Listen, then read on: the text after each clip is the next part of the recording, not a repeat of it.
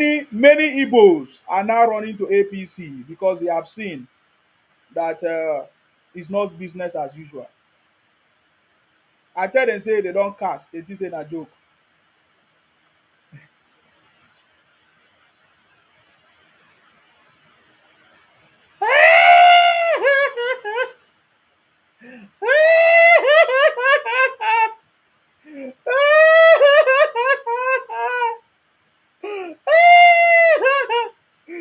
He don't cast, eh?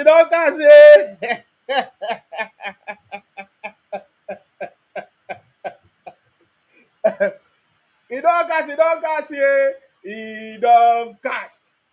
What did I say? Many Igbos are now running to APC because he don't cast. He don't cast, eh?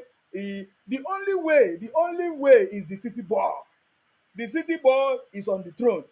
Igbos have now realized that all their noise making will never work. Now, wow. I tell them say he don't cast. So now, since last year, I tell them say he don't cast. They don't confirm am.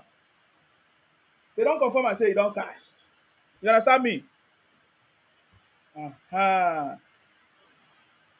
Who be this one again? Ding Dong Bubble 98. Who is Ding Dong Bubble 98? Why are you sending me requests? Sorry, I can't accept that. I don't know you. I don't know you. All right, guys, if you can see me on my YouTube or my X, confirm, please.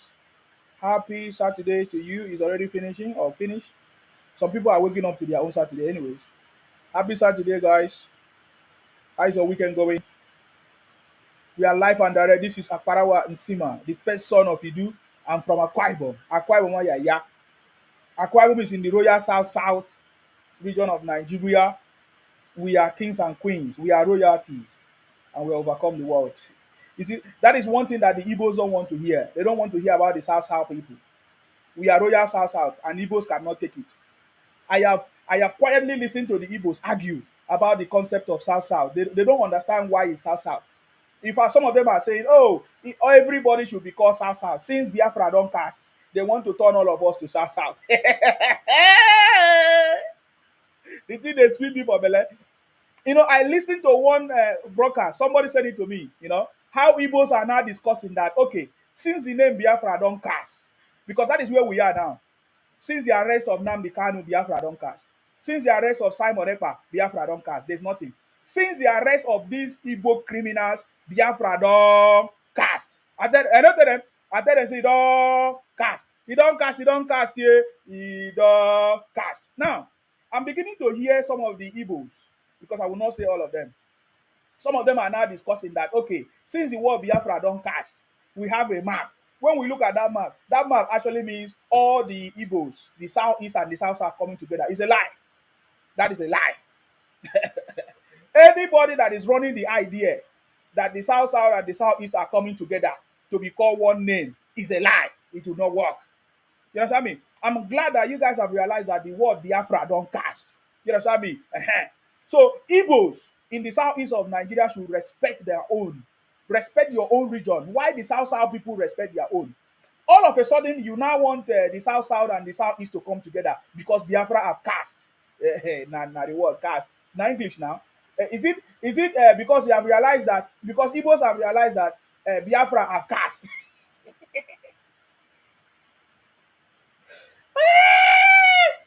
Anyway, no matter all the noise, the city boy is on the throne. The city boy is still on the throne. And many Igbos are running to APC now. Number one, Ned Nwoko. Ned Nwoko is running to APC. In fact, Ned Nwoko has finally decamped to APC. Plenty of them, there are plenty. Over 4,000 decamped in the Abia state to APC. He don't cast here. He don't cast. Igbos have realized that their Biafra don't cast. Igbos have realized that they have made a very big mistake. So, just like I said, let's go back to the conversation. I've told them before. What it will boil down to is that Igbos must finally apologize to Nigerians. That is what it will happen. That is where it's getting to, because finally they will understand that Nigeria is back on track. And they must finally apologize to Nigerians. The question is, when will Igbos swallow their shame? When will the Igbos finally apologize to Nigerians? And especially the South people, because the South people will not forget the atrocities of Igbos so soon. No matter how they will use different people to run different narrative or to run propaganda. What did I say? I repeat, the Royal South, the South region of Nigeria will not forget in a hurry the atrocities of the Igbos. So the question is, when will the Igbos swallow their shame and finally apologize to Nigerians for all the atrocities that they have done to Nigerians? I'm just asking that question. Because since the Igbos are finally recognized that, nah, man, according to the way they talk, nah, man, this our Biafra will not work. Oh. Sorry, guys, I just wanted to make fun, but somebody just triggered me. Today, I didn't want to talk too much. It's been a long time I've not been coming live. I get it, me. All you can do is to share the broadcast, like or share the broadcast so that people who don't see my live. You see what I'm saying? But somebody just triggered me by saying that, oh, that Biafra will not work. It is obvious. But let us change the narrative. Say this Biafra don't cast. They want to change the narrative. They are now sponsoring some few miscreants, to say, oh, let us change the narrative. Biafra don't cast. It's not going to work. Let us change it. And in fact, are you guys aware that they are not saying that Igbos are no longer Southeast. They don't want anything Southeast. There is nothing like Southeast. They want all Igbos to come together with the South.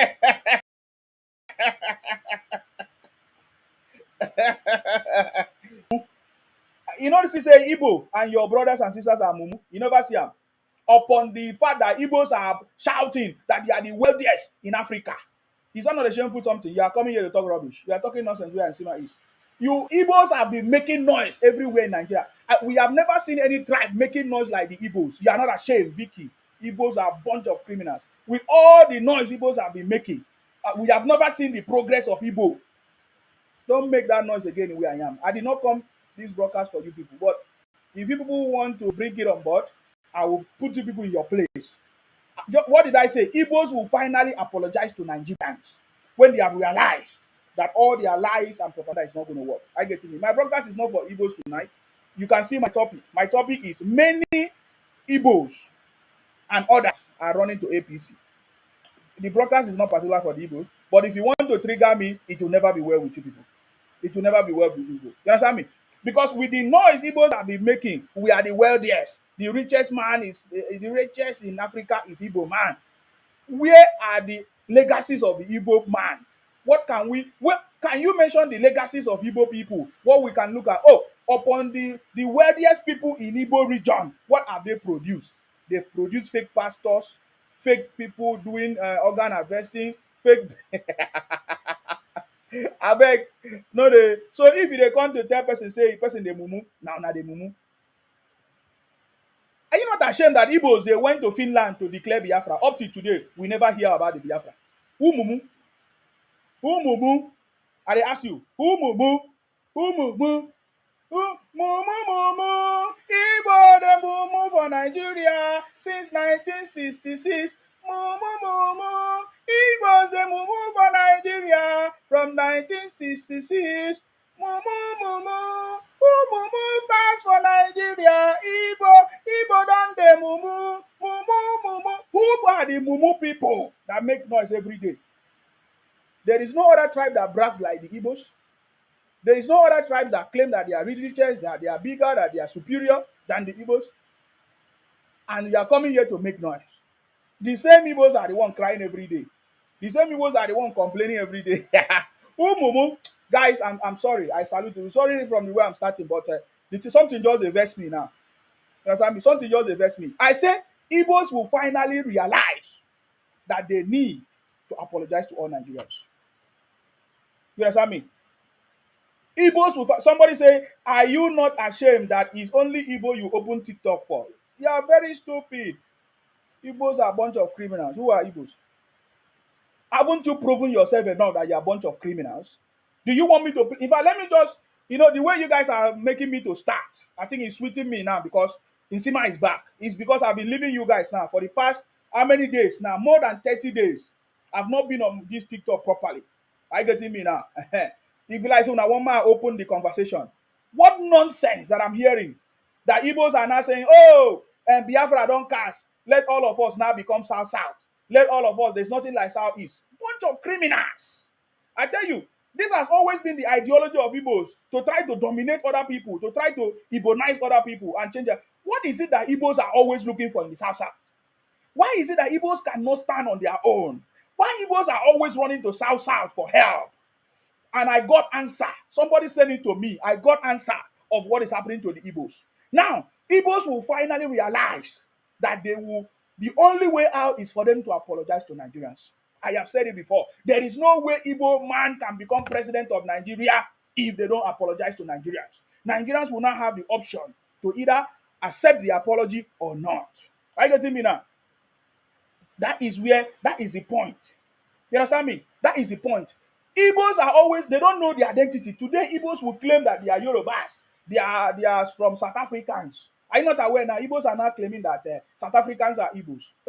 These guys, if anybody should talk about people that are very stupid and mumu, they are Igbos. They are Igbos. I have never seen. Igbos are not running propaganda and let the Southeast and South come together. But I thought you said there's nothing like South before. You said that there's nothing like South before. The Royal South movement never even starts. When I don't panic. You are using people to come and say, let us, there's nothing like Southeast. Let South come. We will change the name. We will not use Biafra. We will use another word. Nonsense criminals. I say these guys are criminals. And we have the answers to this question now. You see, before, people will just be keeping quiet. The South people will just keep quiet. Igbos will be running propaganda down and there everywhere. Just in how many months we started the Royal South Summit, the Royal South movement. Igbos are running up and down. They are saying, what is South? You know, somebody was trying to explain what is South. Igbos will never understand what is South. They will keep asking. Upon the education of the Igbos, they are so foolish. They are so stupid. I have never seen this kind of people before. Upon the education of the Igbos, Igbos don't still understand what is South. I told you people that the Royal South has come to stay, and that is the panic mood for the Igbos. Did I not say it? Biafra cast. He never cast? Tell me what will remain. Igbos know that there is nothing like Biafra without trying to ebonize the South people. You understand me? Without trying to ebonize the South people, there is nothing like South. When Igbos foolishly went to Finland to declare Biafra, didn't you see what they did? They were only interested in the South. I challenge Igbo people to stand on their own without the South people. They are always looking for South people to ebonize. Go and check all those old women from America, stupid old gaggos, I shower them, that went to Finland. Go and find out what they did. All of them, they are interested in South. They were cutting the South areas and say this is a Biafra, giving it names. The foolish people I've ever seen are Igbos. And their elders cannot advise them. Their governors cannot advise them. You understand me? Igbos are a bunch of criminals. I will show you evidence. Do you know why? Igbos cannot survive. It has always been like that, right from the inception. When Igbos were in charge of the old Eastern region, Igbos they lack ideas, they lack innovation. Michael Okpara, Nnamdi Azikiwe, go want them. All of they lack ideas. When other regions were progressing, Igbos that was the leader in the old Eastern region, they couldn't progress their own region. They started invading other people because they lack ideas. Today is the same thing that is reflecting in the Southeast. Tell me the ideas of Igbo man in the Southeast. Tell me any innovation, any important legacy that from the history of Igbo people. Tell us the legacy of Igbo people in the Southeast. It has never existed. They don't. That's why you see Igbos are jealous of places that have progressed. Igbos are always jealous of places that have made it, that have become successful. They always say, oh, it's the federal government that did it. But Igbos were in charge.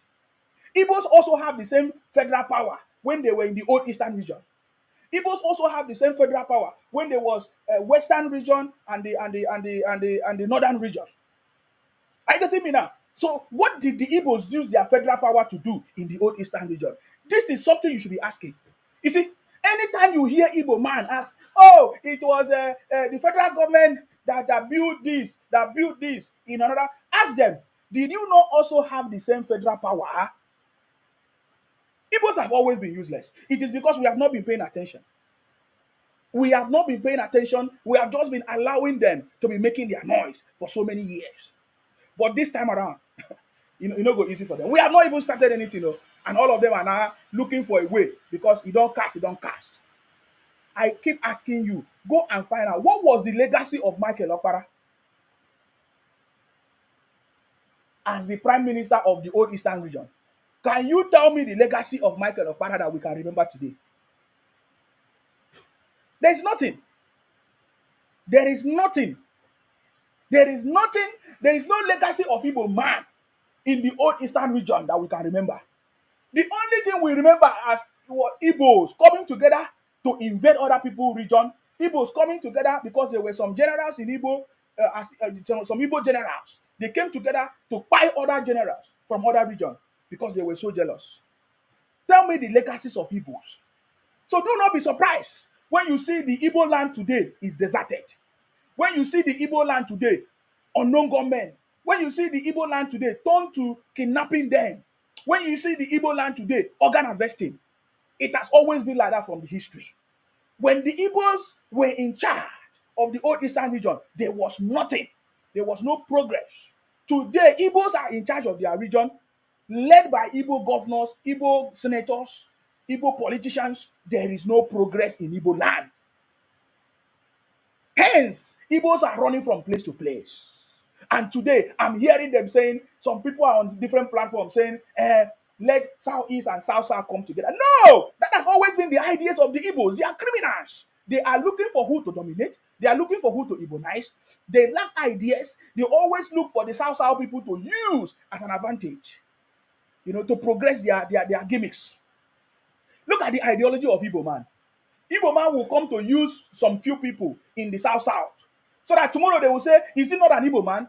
That is the idea. That is why today you hear Igbo people coming together to say, oh, they want to choose Ikwere man to become Ohanese and Igbo. Do you know why? Because Igbos know that they cannot achieve that end without using somebody from the South. I'm giving you conversation. Today is my first broadcast for this year. Because I've been quiet. I have seen Igbos running propaganda, trying to confuse people, say, oh, Southeast come together, Southeast, you are a bunch of criminals. There is no Southeast coming together with the South. It's never going to be possible. Because we know, we are the generation that is going to make it right. Trust me. We can never fall victim. I get it here. Igbos have always been using the people from the South. Today now, if you ask Igbo people, Ife Juna was the part of the war. They say, where is Ife Juna from? They say, is it not Delta man? You see the idea now? Today, Igbos are using Ikwere man to say, oh, he's the president of Ohanese and Igbo. You understand the point now? I challenge Igbo people. I've always challenged them. Come to anywhere in the South and make noise. You have never achieved it. You cannot do it. You see, you will only see Igbo people. you will only see Igbo people on social media confusing themselves. Let no Igbo man provoke me. Today, Ned Nwoko has collapsed. Will I say collapsed? Decamped to APC. Because that's the end. That is the end. You cannot succeed if you don't join the winning train. What is the winning train? APC. President Tinubu is the winning train. They will soon find out that all their rubbish propaganda, criticism against the policies of President Tinubu, against President Tinubu as a person, against this administration, all of them will soon find out that they will fail. How do I know? If, let me say, maybe President Tinubu started by so many praises, I know that he will end up as a failure. But as he started up gradually, making the right changes slowly, they call him Baba slow. Baba go slow. Some say Baba T-Pain. They call him T-Pain. But we know it's not T-Pain, it's T-Gain. You understand me? We know that it's going to end up a success. You get the point now? See, do you know what? President Tinubu changed the narrative. But you might not see what I'm seeing. You might not see the analysis, but I'm telling you, this is the man that came in for the first time. People that Ethnicities or tribes that never had opportunity, they for the first time in the history of Nigeria, two most important things happened. I want you to put me on record. This one, nobody send me, now me send myself. For the first time in the history of Nigeria, two most important things happened when President Tinubu took power. Kanu Riman became the what? The vice president. Go and check if it has happened before. Akwa Ibom man became the Senate president. So many other tribes have been given position. President Tinubu carrying out the reforms that many presidents in the past have failed to do it, and he's doing it. President Tinubu taking drastic decisions and policies that has never happened before. And then President Tinubu for the first time, for the first time in the history of Nigeria, tell me when the local government has ever worked in the history of Nigeria. Two main important things. He looked at the progress of the people at the grassroots level, and he looked at engaging and bringing all the ethnicities together to represent Nigeria. That is the first thing that President Tinubu have done. Somebody said to me, "Oh, Nsima, the reason why you are praising President Tinubu is because your brother Akwa Ibom man is the Senate president." Before Uncle, we have never had the opportunity to be there because Igbos have been marginalizing everybody. Igbos have been ebonizing us in the south region of Nigeria and lie. Yes, I'm happy. I'm happy that President Tinubu recognized that it is not just Igbo, Hausa, and Yoruba that made up Nigeria. I'm happy. I'm happy that President Tinubu recognized that there are people that where the resources of Nigeria is coming from, and then he's making sure that these people benefit from it. When we talk about the derivation, when we talk about the what do you call it, the tax reforms, yes, because the way Nigeria is supposed to progress is those people that where the resources is coming from, they are supposed to be part of the government. They carry everybody along. But in the history of Nigeria, it has never happened. Look at, I live in the UK. The seat of power is in London. London is where all the wealth, everywhere, the resources, they are generated the highest income for the country, the highest revenue for the country. The seat of power is in London. But why should we have the seat of power in Abuja? You see what I'm saying? Is it the conversation? What actually comes from Abuja? No, I'm asking, what is the wealth generated in Abuja? No, things have been wrong from the beginning. Things have been wrong from the beginning. I tell you the truth. Things have been wrong from the beginning. But President Tinubu, I see as President Tinubu is not going to be able to do everything that has been wrong for years. But he's coming, at least. He has recognized some most important thing. You understand me? Trying to do the right thing. And now, because of the old system that have existed for so many years, people are beginning to be angry. The Fulanis or the Northerners are angry that, oh, President Tinubu is sharing the aviation school or the aviation college, Zaria, to every region. That President Tinubu is moving different ministries, parastatals, to reflect the regional system or the federal character. So many people are not happy about it. But President Tinubu is doing it. Are you getting me now? President Tinubu is doing it. I did not come here to praise President Tinubu because I'm not the one that made President Tinubu to who he is. But I just like his pressing and what he's doing, using his experience, despite all the difficulties, despite all the challenges, he's still doing it. He's not afraid of who, or who is going to blackmail him, or he's not afraid of any political position because he knows that if he's interested in that political position, he will always win. He will always defeat. That is why I know that President Tinubu is the right man standing. Yes, President Tinubu might not do everything right now, or maybe do everything that we want, or even make everybody to be happy. But we can see the trajectory that President Tinubu is going, the direction that President Tinubu is going, what he's doing. But from the foundation of Nigeria, the people that have always been the problem are the Igbos. We can give them category. The Igbos are number one people that have been giving problem to Nigeria, followed by the Fulanis. They have always been the one either fighting from one thing to the look at if you look at the story of the Igbo, they say, oh, it was the Fulani that is taking over everything in Nigeria. They take over oil wells, they occupy everything, they are invading their land. Igbos are complaining, Igbos are the one complaining about it. And then if the Fulanis want to complain, they will also complain about the Igbos. And then one wrong thing that has been happening for so many years is that the Fulanis have been classifying the South people as part of Igbos. Or every other tribe, other people have been classifying the South people as part of Igbos. We are not. And I'm happy that as we begin to speak, many people are beginning to see it. We reject it. We have always rejected. Go and find out when Ibibio Union was created. Many of you don't know. I keep telling you people, go and find out when Ibibio Union was created. Ohanes and Igbo was not created when the Ibibio Union was created. There is no Igbo organization that existed when the Ibibio Union existed or was created. Go and find out. Go and find out. There was nothing like any Igbo Union. In fact, Igbo Union was created after, for a long time, after the existence of Ibibio Union. So there's something that happened, and it has always been the Igbos. Anybody that come, they see Igbo as a tool to invade Nigeria, to give Nigeria a bad name, to spoil Nigeria, to use it to partner with criminals to invade the country or spoil the country. Look at all the stories that we have seen, all the bad news come from the Igbo. And then if it's not from the Igbos, it comes from the Fulanis. We have seen the Fulanis paying allegiance to the Niger president. Is it Niger president? You see the point now? So it has always been this set of people that have always been giving Nigeria a bad name. But look at today. The Fulanis, at least they are on their own. But the Igbos have decided that over their dead body, they are not going to rest. They will keep running propaganda, trying to distort history, trying to look for ways to Columbia us in the South.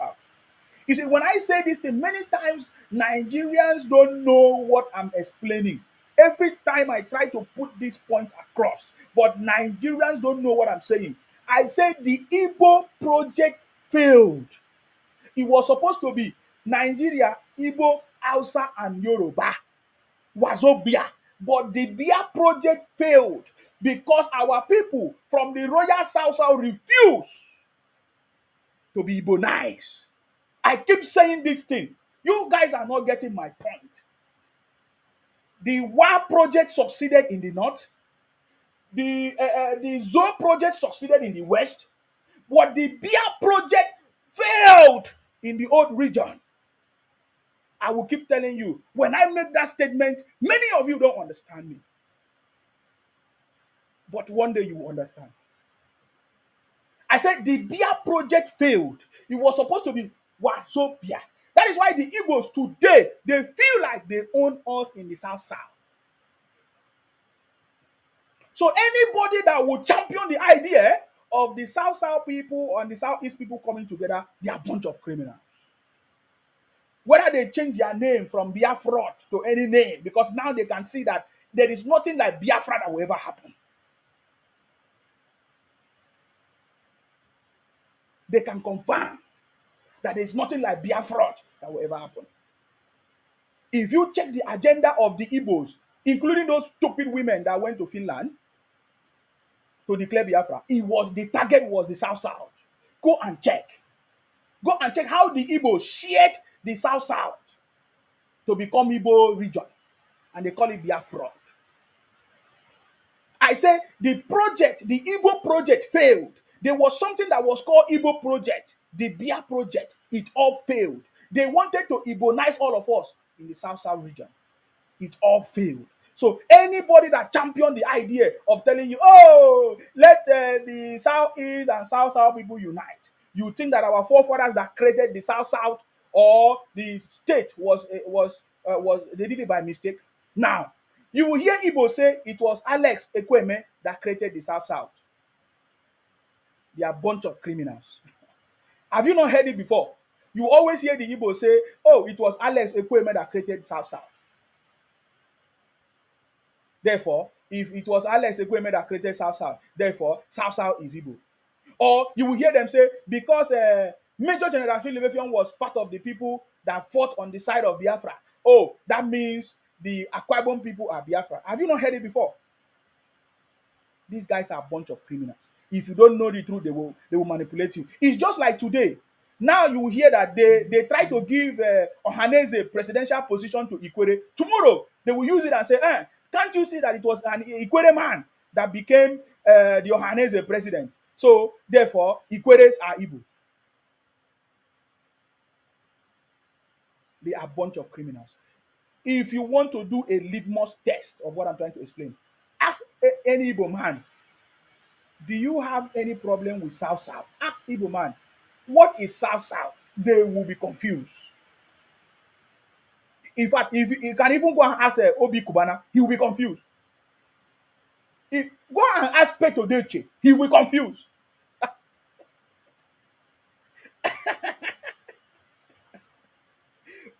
Any prominent Igbo man, go and ask the person, what is South South? South South region of Nigeria. Ask them, they will be confused. They will be confused because they see it as something that pain them, that they were not able to ebonize the people of the South South. Today in Nigeria, the people of the Royal South South are the Edos. The Edo state comprises of the people, the indigenous people of the Edo state today. The Bayelsa state people, the Delta state people, the River state people, the Cross River state people, and the Akwa Ibom people. And in this sixth state, the sixth state in the Royal South South region of Nigeria comprises of not less than 200 tribes, if I'm not mistaken. If I'm not mistaken, there are so many other tribes.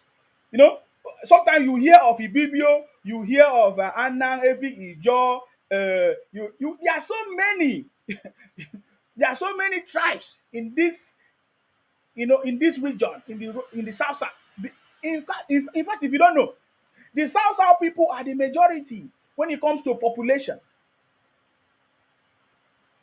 When you hear the Igbos running their mouth that, oh, they are the majority, it's a lie. Igbos are not majority. It's because they try to Columbia the people from the South South. The very simple test for you to know, that is why Igbos have not become president. They will hear they say, oh, Igbos are 80 million, 90 million. They always exaggerate. Everything about Igbos is exaggeration. They will always exaggerate. Initially, when they all started, they hated President Tinubu. They call him all kinds of names. They run all kinds of propaganda. Today, Igbos are the one decamping to APC. Ned Nwoko has decamped to APC. Do you know why I mentioned Ned Nwoko? Because that man, Ned Nwoko, is a saboteur in the Delta State.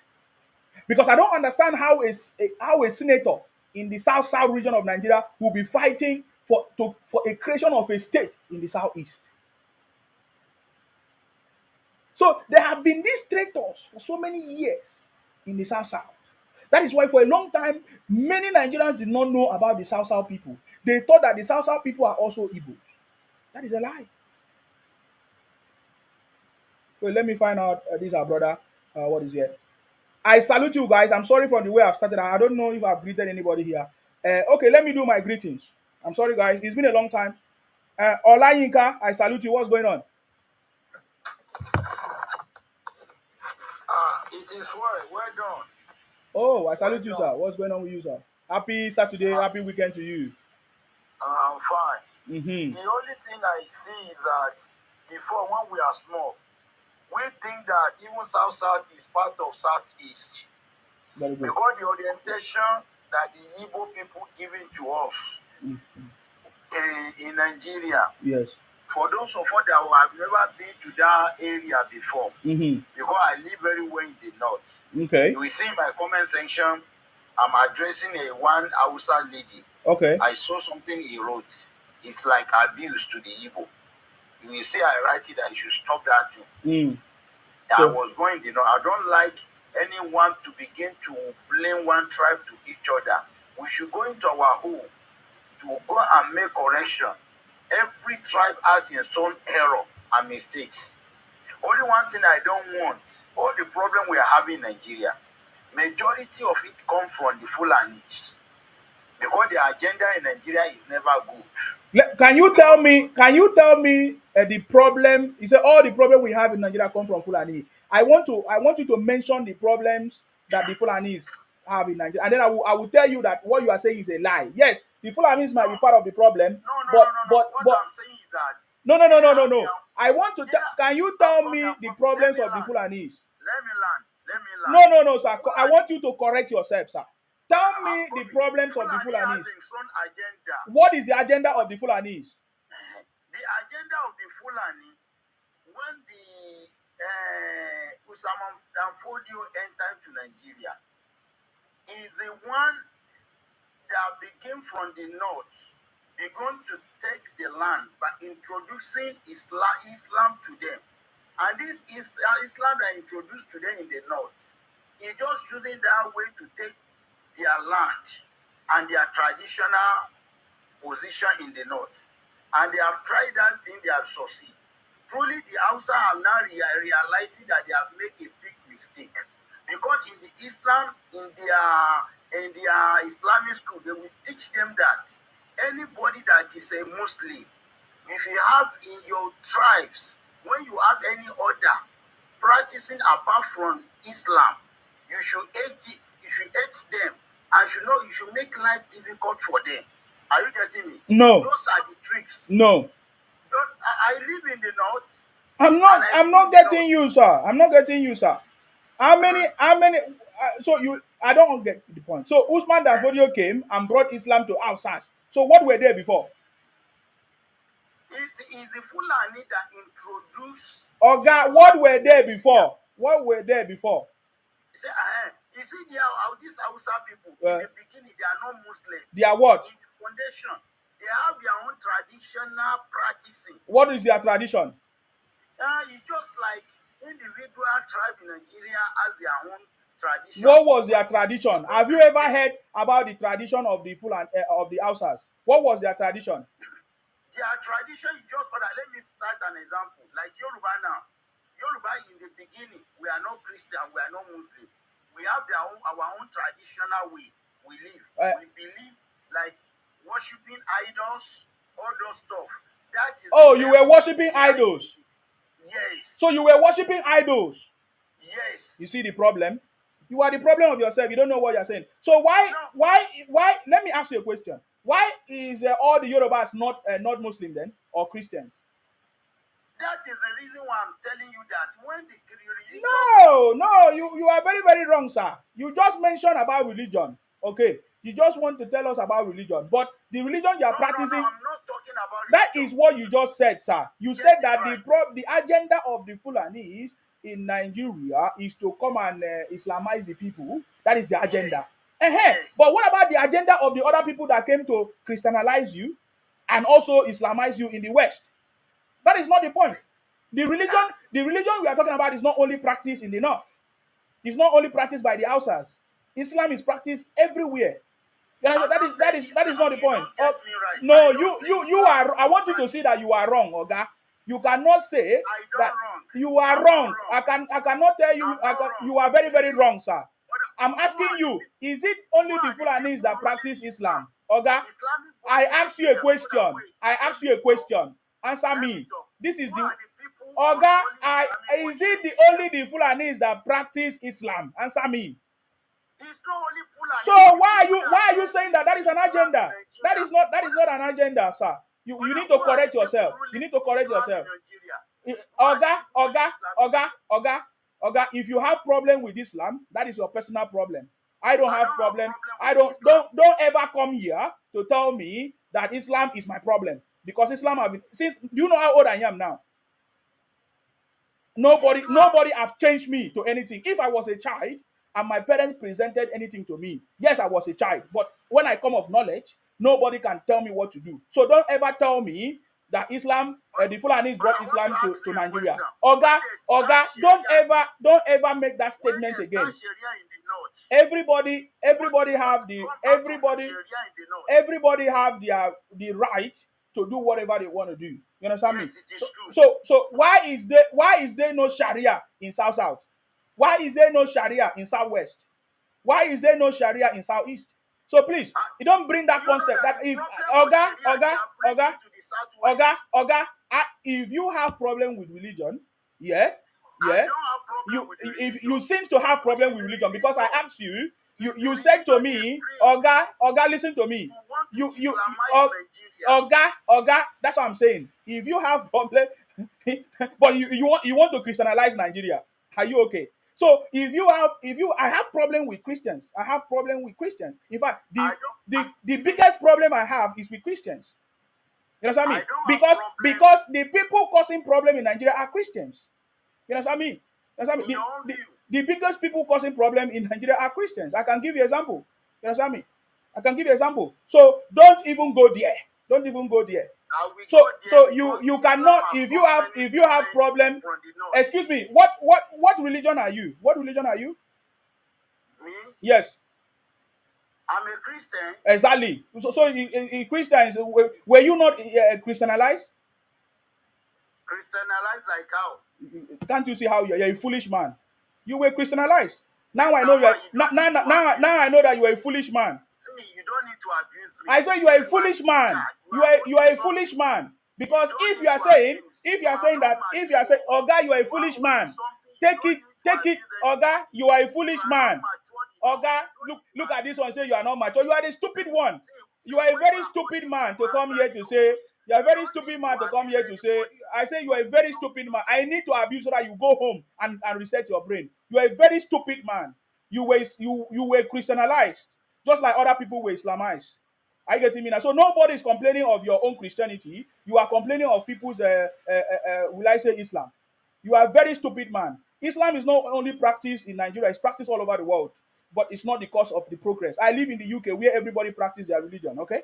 And there's progress. You understand me? There's progress in everywhere. Are you getting me now? So, but what I'm talking about, the conversation is when you said to me that the Fulanis are the cause of the problem. And then I say, what is the cause of the Fulanis? You say religion. You say Islamized, but you were Christianized. Are you getting me? So what you are saying is nonsense. You are a foolish man. You need to know that you're a foolish man. That is why I'm making reference so that you know that you're a foolish man. You're a foolish man to come here to tell me that because the Fulanis or the Hausas were Islamized, that is the cause of the problem. That is not the cause of the problem. You understand me? The cause of the problem are people like you who are very stupid, that don't know the problem that you are facing. Are you getting me now? If you live in the north and have not heard the northerners complain that they have problem with their religion, in fact, all of them respect their religion and all of them are practicing their religion. We never have problem with that. Are you getting me? So if you have, that is the same way you guys were shouting Muslim ticket. All these stupid Christians that don't want other people to progress, that don't want other people to exist. They only want Christians to progress. But they are the biggest crime in Nigeria happen in church. Christians. The biggest crime in Nigeria happen in church.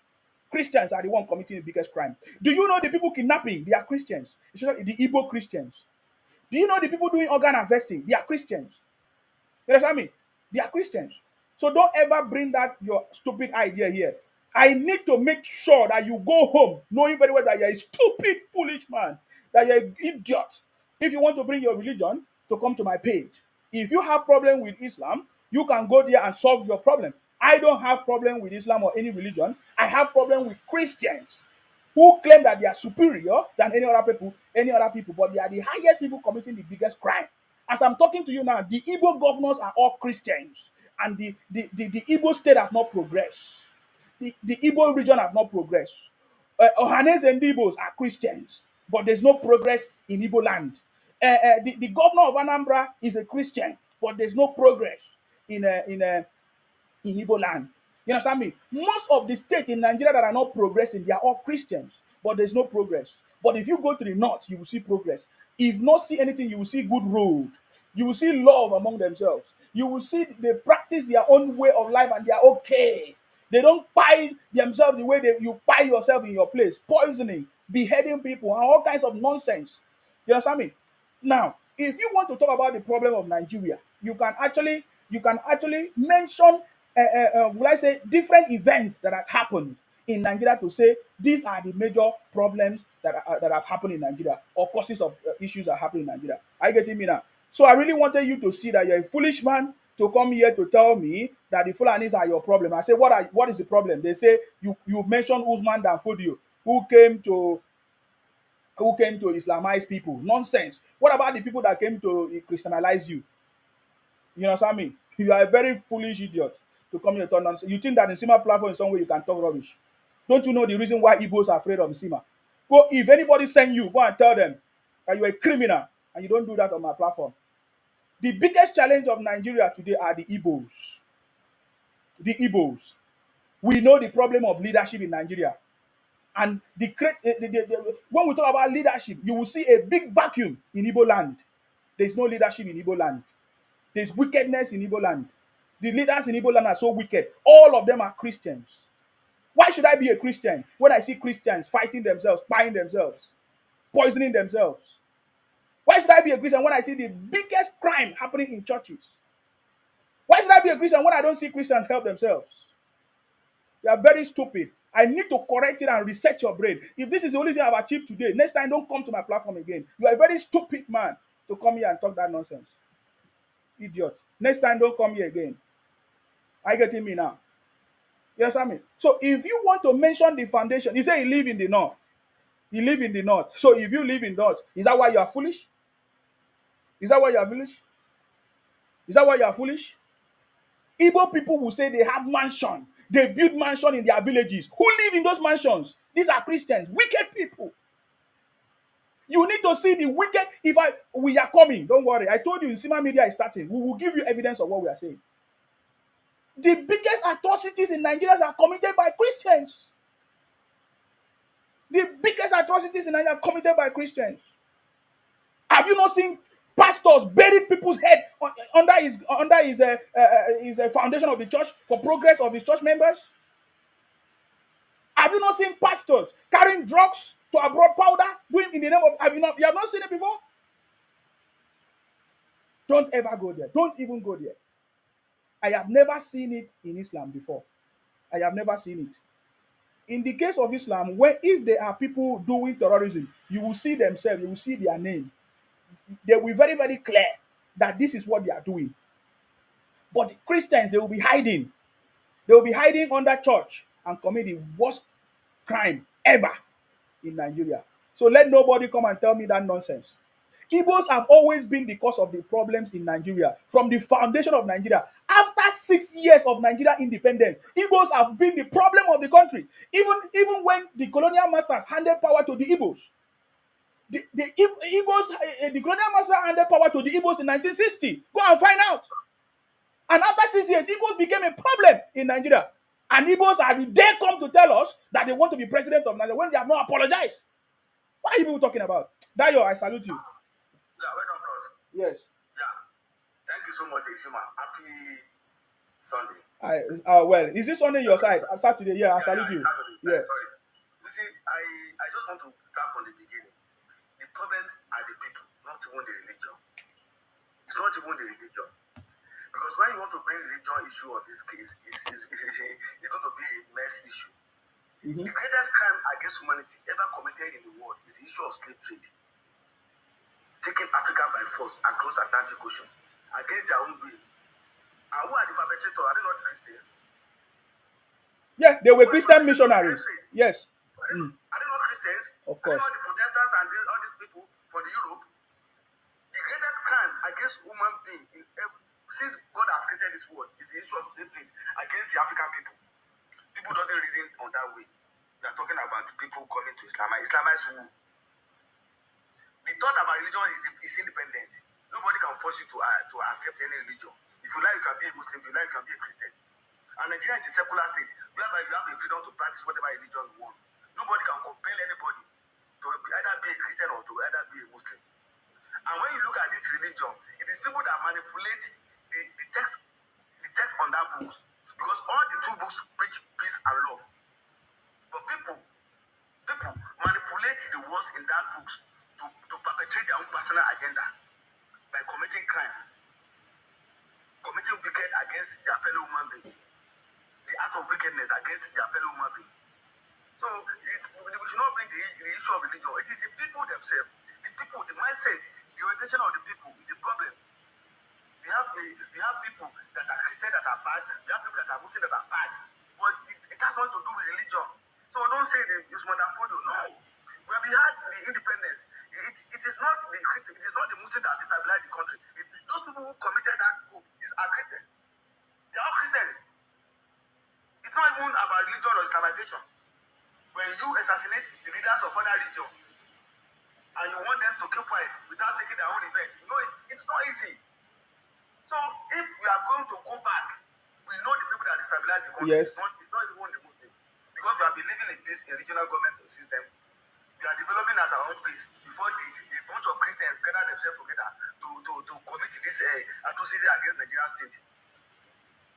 In Yoruba, the man that spoke before is a Yoruba man. In Yoruba land, we don't take religion as a special thing because in every family you see Christian and Muslim, and they are both of the same father.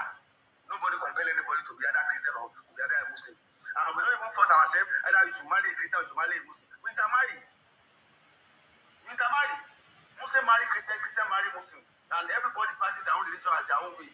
So our own religion is one of the most free and democratic religion, whereby you are free to practice your own religion. And tomorrow I can renounce my another religion. Nobody can do me anything. Nobody. It's my personal, it's my choice. So I don't want anybody to bring any issue of religion here. But what I'm concerned is about the people. The people themselves are the people that are causing the problem. The people are bad. That is why we are not making progress. Resources are going to every state in Nigeria. Some states are making progress, some states are not making progress. And people will come here to be gaslighting other. Whereby the greatest crime is being committed by your own people, your own region. But you're happy to come up and say, you see how Nigeria is. How the Nigeria is? Is your government not collecting allocation? Now, local government is going to be collecting their own allocation direct. So you people will still continue on that trend by keeping quiet without holding your people account to whatever they are being given to them. So it is right now we should use our brain. We have to use our brain, not just to be talking anyhow, attacking people, religions or whatever. Religion is about independent thought. You accept religion, nobody force you. Nobody force you to either be a Christian or to either be a Muslim. It's not by force, it's by choice. So the issue of matter, but the people themselves, the Nigerian citizens, we need a reform, we need renaissance in our way of life. The total overhaul. Because if we don't do that, we are not going to make progress. That is my own contribution now. I just come in, Sima. No problem, Dayo. I salute you. Thank you very much for coming. Thank you very much for coming. Now, I was talking about the concerns of of the issues in Nigeria, and when he came, he said to me that he doesn't. That's why I said he's a very stupid person. He will ever live to remember today. And I've told him, don't ever come to my platform. I'm not saying you. When he came on board, he told me that we never want people to fight against his. He never want religion to fight against religion. But tribe to fight tribe. Then he now mentioned Fulani. So you want the Fulanis to feel good for you coming to call them and say they are the problem. You mentioned Usman Danfodio. Many of the Fulanis today are not don't even they don't have they are generations far away from Usman Danfodio, or they don't even know what. So you are just talking nonsense. Please unmute yourself if you are there and make your point. Hello, Sima. Uh-huh. I beg, God bless you, my brother. I wanted to just report on the issues that you're talking about. Yes, sir. We all know the truth. The truth is, the stick, when in your eye, you never remove them. You go help another person come out you. Okay. We that are claiming to be Christians, that are claiming that we are the holiest, we are the highest criminal. Look at this man. This one,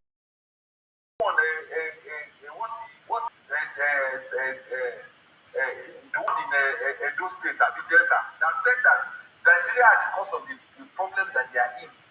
That pastor, that they keep police, they were guiding him, the unalike police. He was saying, this is him inside his bulletproof car.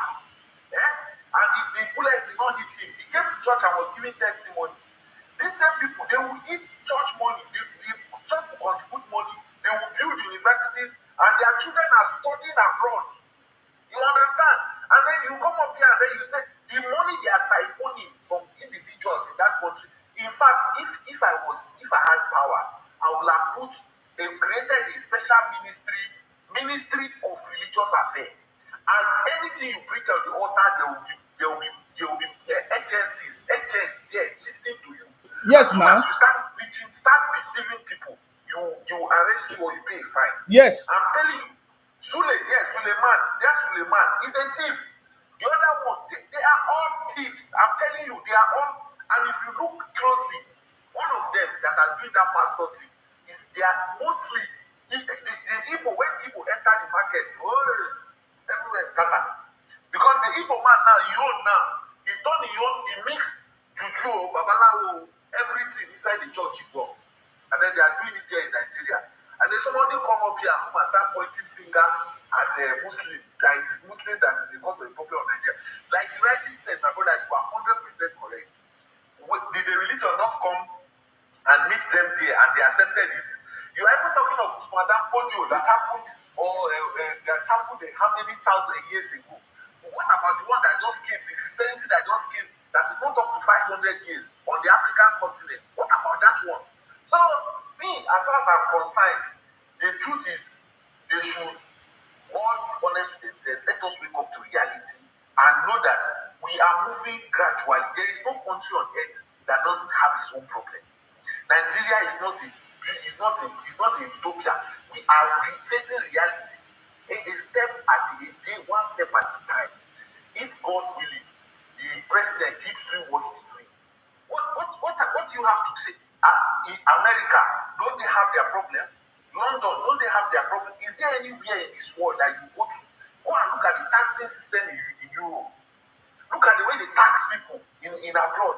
Are you telling me that if Nigerians will start taxing them like that, will they survive? You will step out of your house to pay tax. You put shit in the toilet to pay tax. Is that not a problem? You are living freely. You are living off the land. You are doing whatever you like. Nobody is running after you. Then you are complaining. You see, but these same people now, when you bring those developments that they are hiding in the West, and you bring the tax that they are paying here with it, you will hear them tomorrow. They will start saying, "Oh, the government is bad. We cannot survive. We cannot survive." So these people, I don't know what they want the government to do. They want the government to just jumbos and create this thing out of nowhere. I don't know. So thank you very much for what you are doing, and keep doing what you are doing, my brother. You are telling Thank them you the guy very just came much. here to make rubbish noise. Thank you, Sima. Thank you very much. I salute you. Thank you very much. Thank you very much. Thank you very much.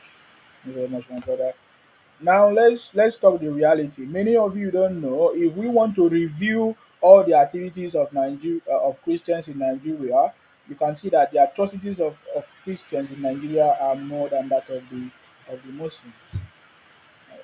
If you don't go to the territory of the Muslim people to go and disobey their law or whatever they do, they will never come after you. They will never have problem with you. But the Christians themselves, they are the one that plan evil against you in order to make money or to use you to enrich themselves. One of them is Pastor Eneche. Pastor Eneche handcuffed his own pastor. You see, you people don't understand what I'm talking about. Pastor Eneche handcuffed his own pastor Abraham that was working for him. He put handcuffs. Many of you don't know. If you go and find out if what I'm telling you, go and find out what I'm telling you. You have never seen Imam or any Islam or any Muslim do that. You would never see it. You will never see them do what the pastors are doing. You understand me? I say Pastor Eneche handcuffed his own pastor that was working for him in his church. Abraham. Abraham is the man that was working for him.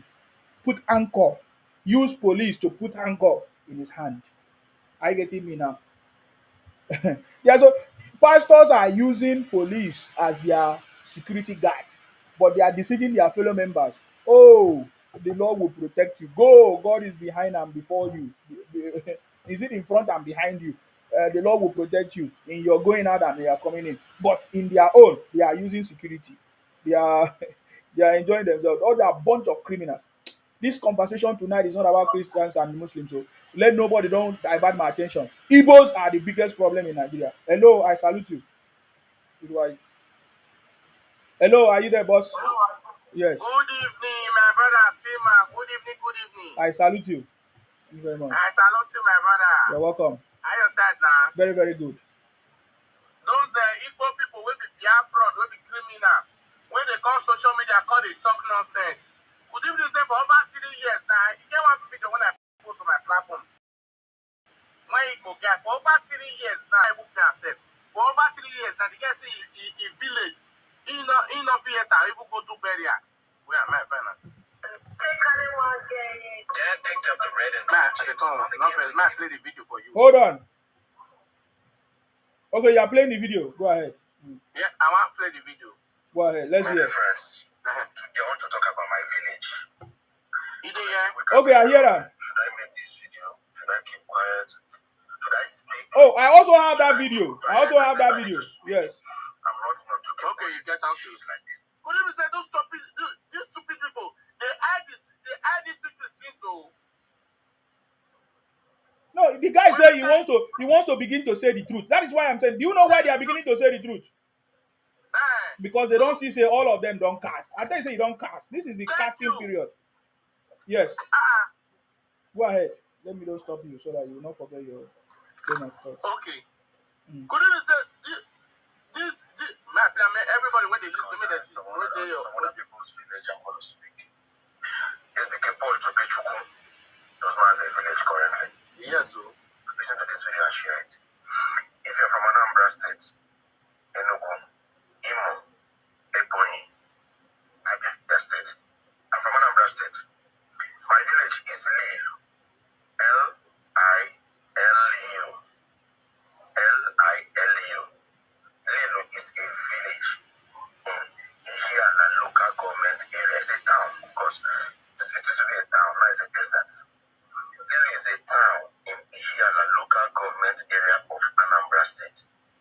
Ihiala is the last local government you pass through before you leave Anambra State and proceed either Ngwede Imo State through the express or by the bypass of Ihiala or Olo in Imo State. So my village is in the border state of Imo State and Anambra State. The last time I traveled to my village, this is a very disappointing statement, but I need to say it because I'm not the cause of the problem.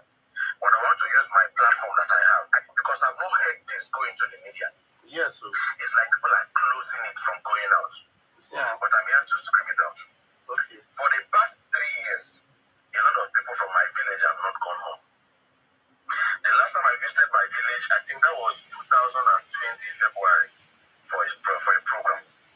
Since then till now, the insecurity in my village is making me not to go to my village. My village. We talk say if you get problem fast, you can't go your village. Right now, no be a village. All these risks when they take, they talk about people. My village now, they're under siege. No, when they talk of kidnapping, insecurity in Anambra State, I'm coming on another video because Anambra State as a full state does not have security. The governor of Soludo is aware of it. Soludo, Chukuma. They're going to chook mark on my state. When we say your own state, not get security. But make I talk about my village first. Charity begins at home. Some time ago, why didn't I post videos of the burial on social media? Because nobody could gather. Okay. The bad boys, the insurgents, the bad boys in the bush, 20% are from Anambra State, 30% are from Enugu State, 50% are from Ebonyi State. I don't know that's about the You see that? They are from Ebonyi. You see that? Real information, not gossip, not spoiling anybody's state. And they left the estate, came to my village, and they're in different camps in different bush. If you're a good traveler, if normally you travel from Onitsha to Owerri, passing through here like a fearful experience. That one where you see the elementary, that one be say shop be open at all. What I'm telling you is that every building, every house, the one I learned right now is that every house in my village right now is closed. Yeah. The king of my community has run away from the village. They don't kick that wrong. These bad boys burnt out his palace. The boys in the bush say they don't want to see anybody. There is no sin. If you go to my village, a full village that used to have fun during Christmas period. Last week here, one of my uncles, they buy him. Cha. They try make peace. You dey hear am? Yeah, you hear that, my brother? I can play some videos here. I am going to drop, these are sensitive videos, we carry Aurora and some things. I'm going to drop some videos in our WhatsApp channel. I'm let the video go there. I cannot post it on Facebook or Instagram or TikTok or YouTube because of community standards. I don't get villagers like this, so. If you want to, nobody have done marriage in my village for the past 3 years. Yeah. If you want to marry again now from my village, they go. Have you people wonder sometimes? Okay. Why some rich men they go they carry their wedding, Wow. marriage, burial out from some part of Anambra State into Oka, Onisha, Asaba. Have you wondered? This is the reason. I don't know why they're not doing anything about it. The politicians are quiet. The big business moguls are quiet. I am speaking so that they can take action. You can't keep on running off from your village. Okay. You can't keep on developing other people's town and village. And your village is a desert. How can you say development? That one I don't agree. We have to negotiate with the bad. You need to negotiate with the bad boys. For you to come and bury the 97-year-old great grandma. That one is a great grandma, my grandma. She's my grandma and I have children. And she has many great grandchildren. We buried her like a 6-year-old child. You cannot play, you can't canon, you cannot play canon.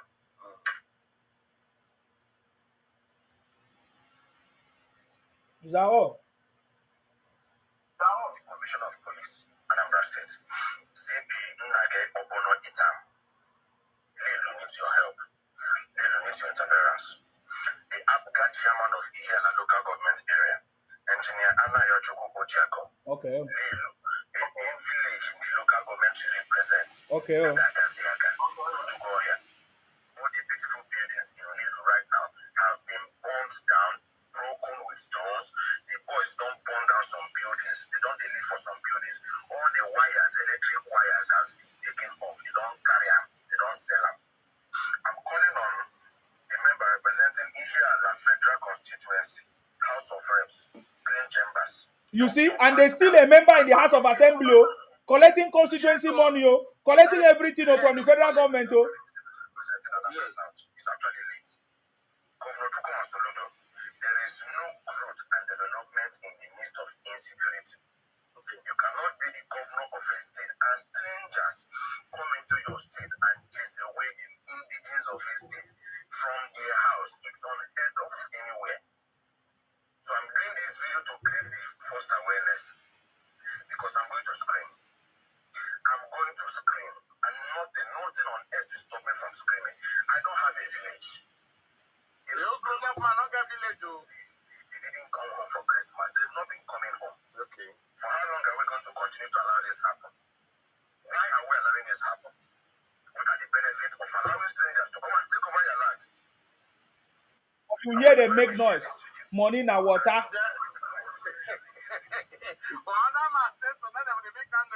It will never be well with Igbo criminals. Amen. If you're from here, a local government area, share this video into different WhatsApp group of your local government area. Different villages, Azia, Amo, Kalelu. Share it. It's gradually spreading. As I talk now, today is 15th of January 2025. Nobody can cross it. Yeah, now. The boys in the bush, the remaining people in the village, women and children, they chase them out. So they have taken siege. All the bushes, all the coral in Lelu, they have occupied everywhere and they've chased everybody out from their own hometown. Yeah, there is no growth. There is no development. Okay. In the midst of insecurity. If we're going to use the military, okay. But those I mentioned, they know what to do. Okay. You cannot be a leader of a place, and the people from that place don't even have a home of their own. Local election can never to vote. If not true soldiers, military, okay. If not to negotiate with the boys who lead this bush, send to them and they find their way. And I see my plan, they're going to negotiate. Where they're going to negotiate, I mean. But it should be a thing of big shame. We hear it go to have a platform like this and to keep quiet when I don't have a hometown. Taken over by boys that call themselves different names with different camps. Please help me to share this video. Enough is enough. It's my brother Sima. Yes. Here also. I see him. Those stupid people. Now they go call the interfere for my own state. Call they talk about my own governor.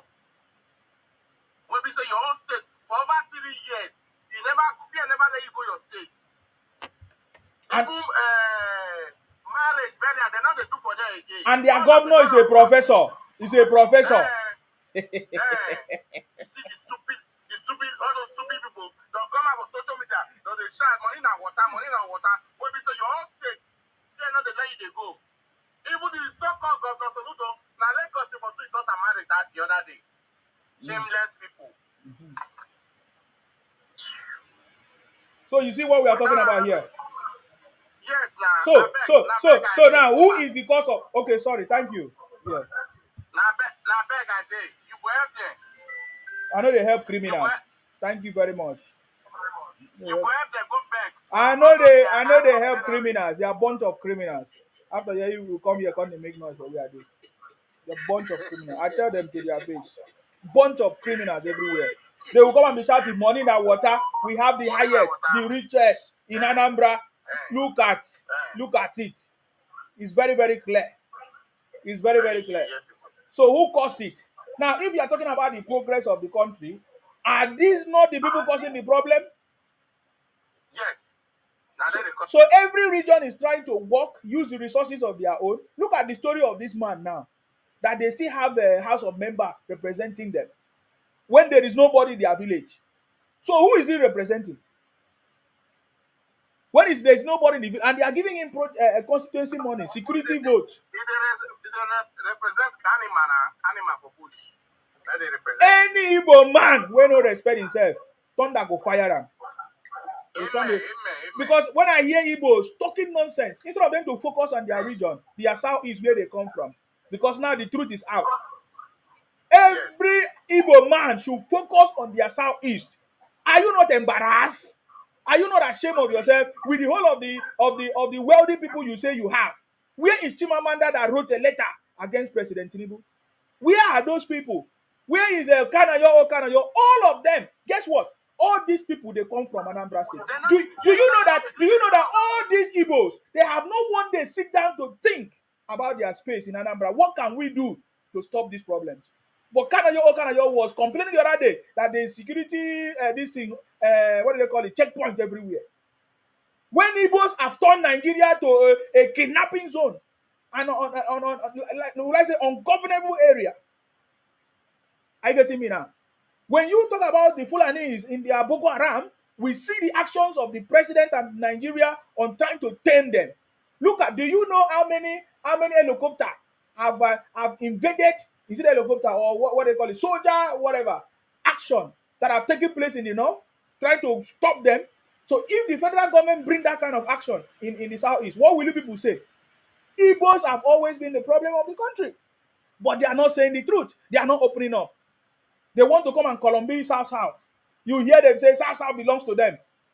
If we catch any Igbo man talking that nonsense, we will put you in your place.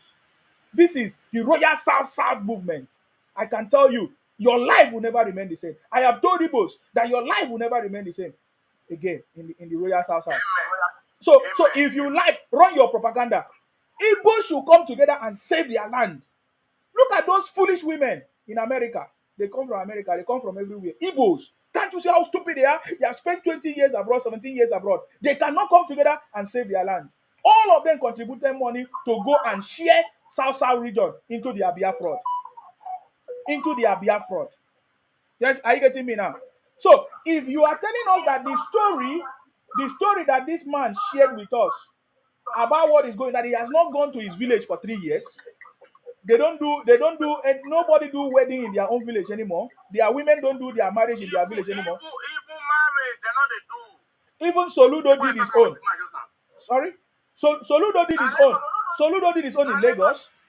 In Lagos, yes. And he's a professor, the governor. And Igbos are not asking questions. Instead, Igbos are talking about President Tinubu as their problem. Why the governors are receiving all the resources And then if the president tried to intervene, Igbos will now say, oh, they want to commit genocide, another genocide. But they are the one kidnapping them. So I want to ask a question. So now that we have proven, the brother has come out to say that all those boys, in the bushes, unknown gunmen are Igbos. He mentioned it that 50% come from Anambra, 30% come from Enugu, and 50%, other 50% come from another location, which are all Igbos. Is it not the same thing that Soludo mentioned the other day? Do you want me to play the video for you? Where Soludo mentioned that the people that are kidnapping people in Anambra State are Igbos. Then idiot Igbos will come here and run propaganda. They are not ashamed of themselves. They always put, they are all looking. Why they are the one doing all their criminality? So my question is, how come all the Igbos that are so intelligent, that have been to school, have all the money as they claim? Why can't they solve their problem? That is the biggest question. So, with the money that Igbos have, why are they Igbo criminals, Igbo kidnappers, Igbo unknown gunmen, Igbo organ harvesters? Why? Those are the questions we are asking. Are you getting me now? So, I'm saying this because no Igbo man should try to ebonize the South people. No Igbo man to try to come and say, oh, the South and South are one. No, we are not. We are not criminals. We are not kidnapping our people. All the kidnapping cases that we are experiencing in South, we are not saying that Igbos are now bringing their criminality to South. That is what is going on. And we are calling on our people in the South to rise up. To rise up and know that this is what has been going on. If we don't begin to speak now, Igbo criminals will invade our land in South. And that is what they have been doing. And that is what they have been trying to do for so many years. But they have failed. And they're going to fail woefully. Are you getting me now? This is very, very important to let nobody deceive you. Because I'm trying. Yeah, sorry. This one now when come out now, you say they'll run now. Call now, they'll begin to check in now. You're the wash. You say they'll begin to check in now. Now, the only work they know how to do is that they know how to threaten themselves. They'll carry phone now, they threaten this one very soon. So the question is that man that came here to say the Fulanis or the Islams or Muslims are the problem. This issue we are mentioning now, are they Islams or Muslims doing it? These are Christians doing it. So what we are facing has nothing to do with religion.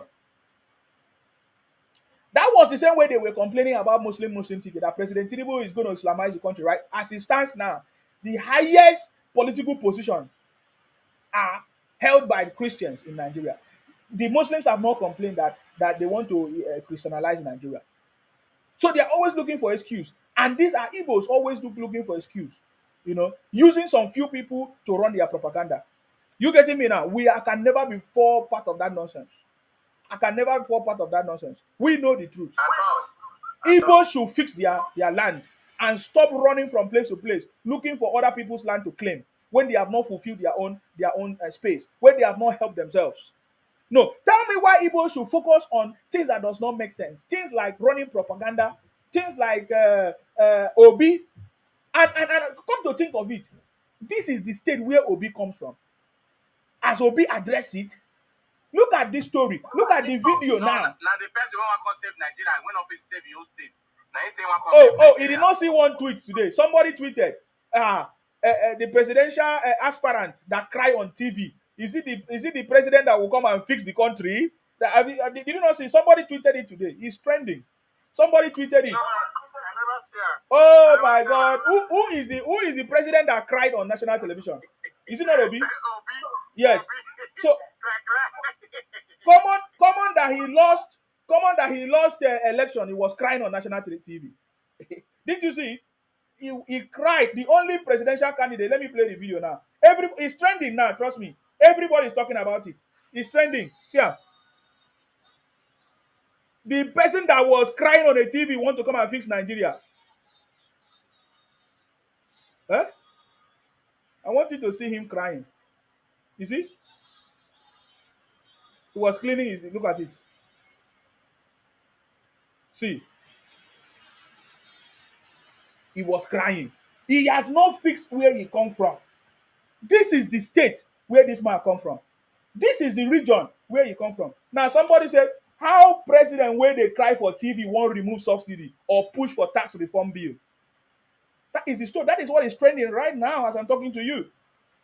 is a trending topic.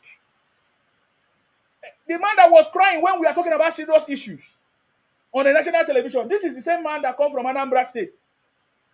Have you seen Igbos dragging Obi to fix their space, to fix the Anambra? No, I'm asking you, have you seen them dragging him? Have you seen any Igbo man dragging their own leaders to fix their own space? But when they don't go tell you, they don't go tag, they don't go to tag other people. Don't go to tag my own state governor from my own state. Don't they tag other people. Who I don't know the tag on our own. Maybe so na house. You know they know that go na house go they do Christmas. Nothing. I said the game why people guy we be doing I know for year. The guy they try to expect give me. He said last week. Say when he go a village. He said last year. He said he owe us. Eh? He said I see enter na night he enter he owe us. He not clean the house, he and the wife. He not pay the house. He said they never prepare. He said he and the wife they run come out go Asaba, go rent hotel. This is a person who went to Europe for years. So what happened? What happened? What happened? He said if you're not gonna let you try, he said if you're not letting you clean house, many people don't know saying come from abroad. He said because that's a big problem. So he need to run go Asaba, go sit down. But why? Why? I don't understand. Why is it like that? Why? Because all those IPOB terrorists don't they let the rest. They back all of them they go. they back they go. They don't they let the rest. That make if you see they say they come up for abroad and say I they go my state to Nalao. Nasaba they reach Asaba. Now they not the pass there. Wow. It's a shameful something. It's a shameful something. It's a shameful something. So please, I don't want to hear that narrative where some idiots are sitting down asking questions. What is South South? What is South South? You want to join the South South to South East, or you want to change your Biafra? You want to use another thing, or let us unite. Unite with criminals? Go and fix your house. People that are not sincere. Now, someone of our South brother yesterday, they talk yesterday for brother Mike platform yesterday. Say why we not work with the people. Next time I'll see the boy, can play this video to around the people when say he want work with. No.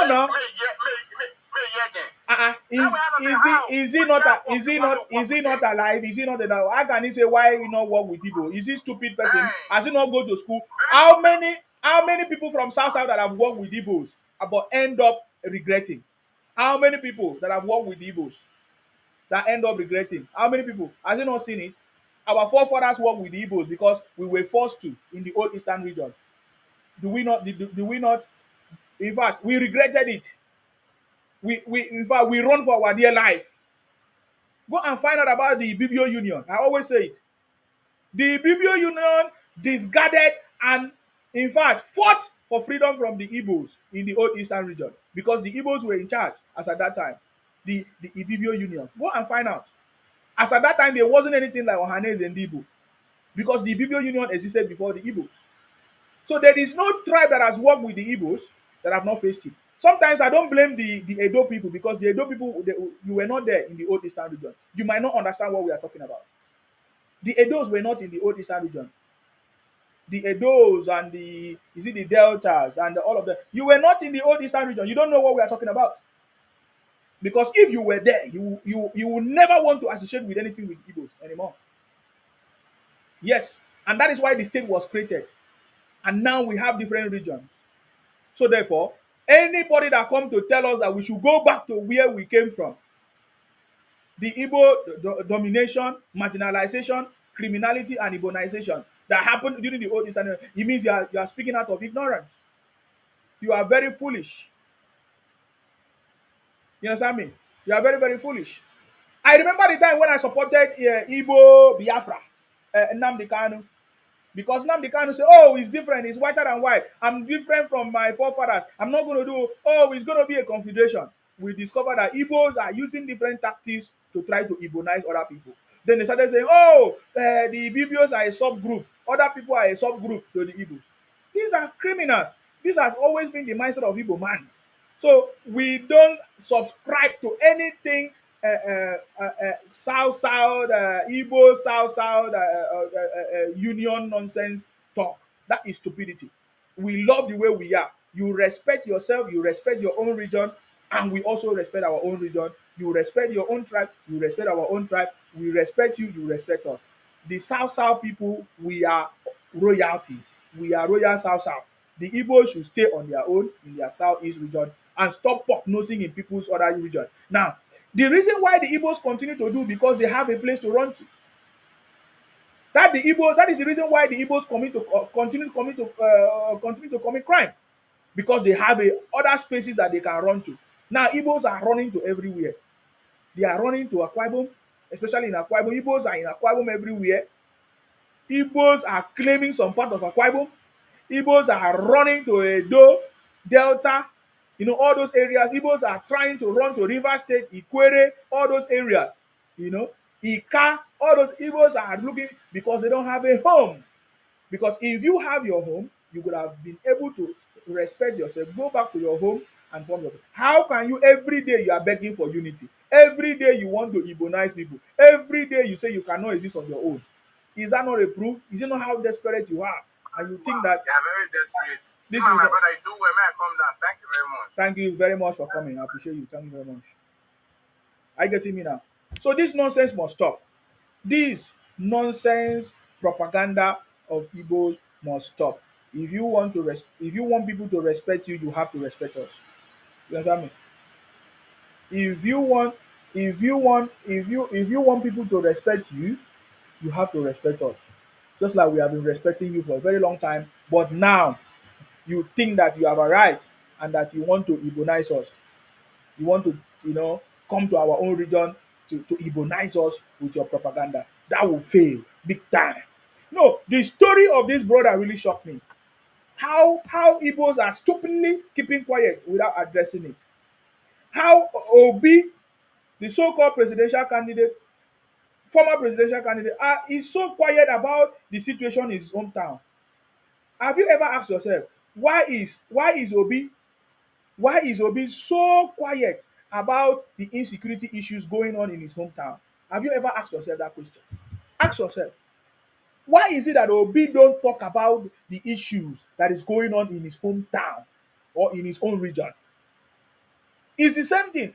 When you see Obi don't talk about the issues going on in his hometown, it's the same way Igbos don't talk about the issues in their own space. Other Igbos, they don't talk about the issue in their own space. Igbos are always prognosing. Oh, no wonder, because Igbos don't live in Igbo land. Igbos, they live in Lagos, they live in Akwa Ibom, they live in River State, they live in the north. They don't stay in their space because in their space has been invaded. Their spaces has been invaded by their own brothers committing all kinds of crimes. And if the federal government wants to intervene, Igbos will start shouting, "Oh, it's genocide! Oh, too many checkpoints! Oh, too many!" All of them, we have seen it all. We have seen it all.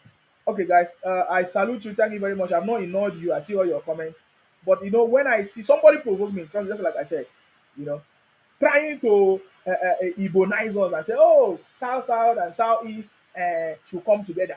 We should not use the word Biafra since Biafra don't cast. We want to change the name from Biafra to another name that the Southeast and South South to come to." Why? Why must Igbos always suggesting that the South South and Southeast come together? For what?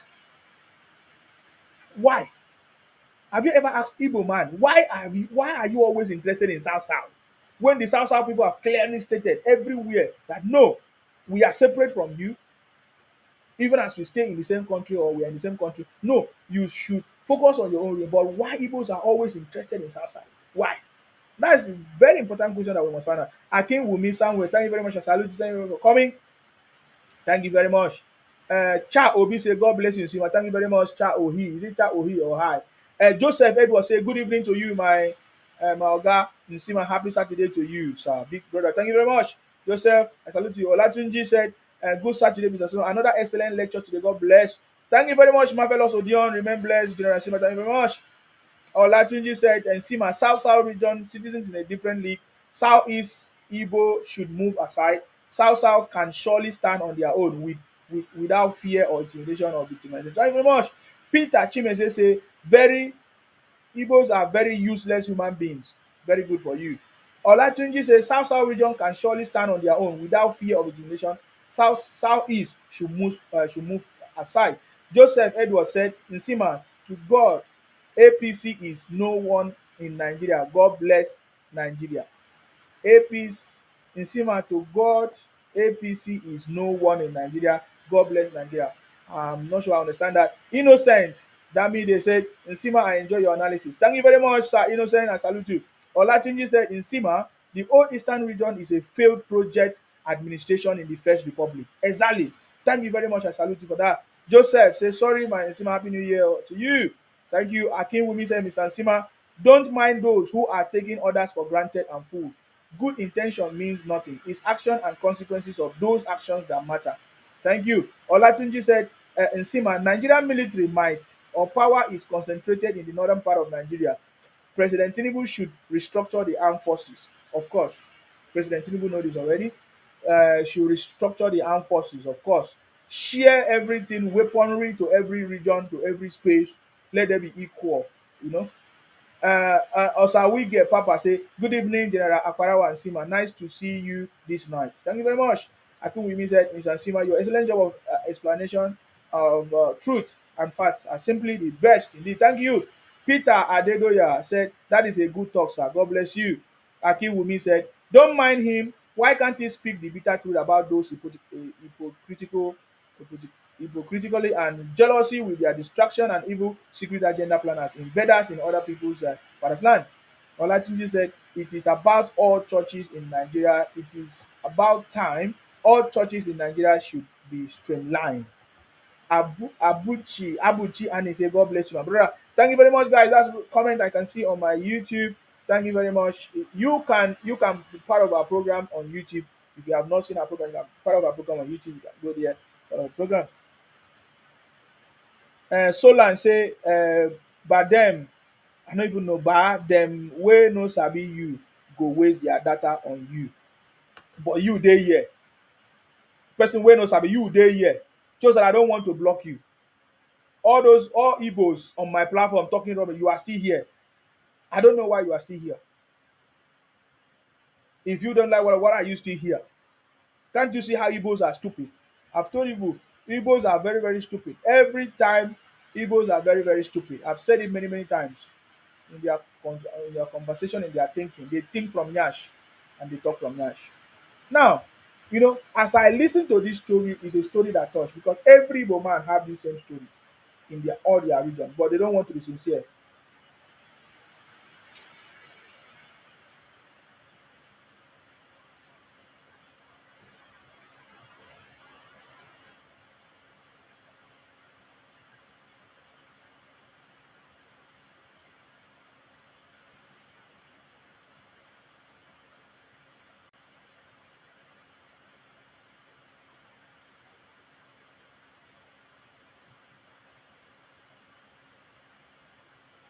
Now listen,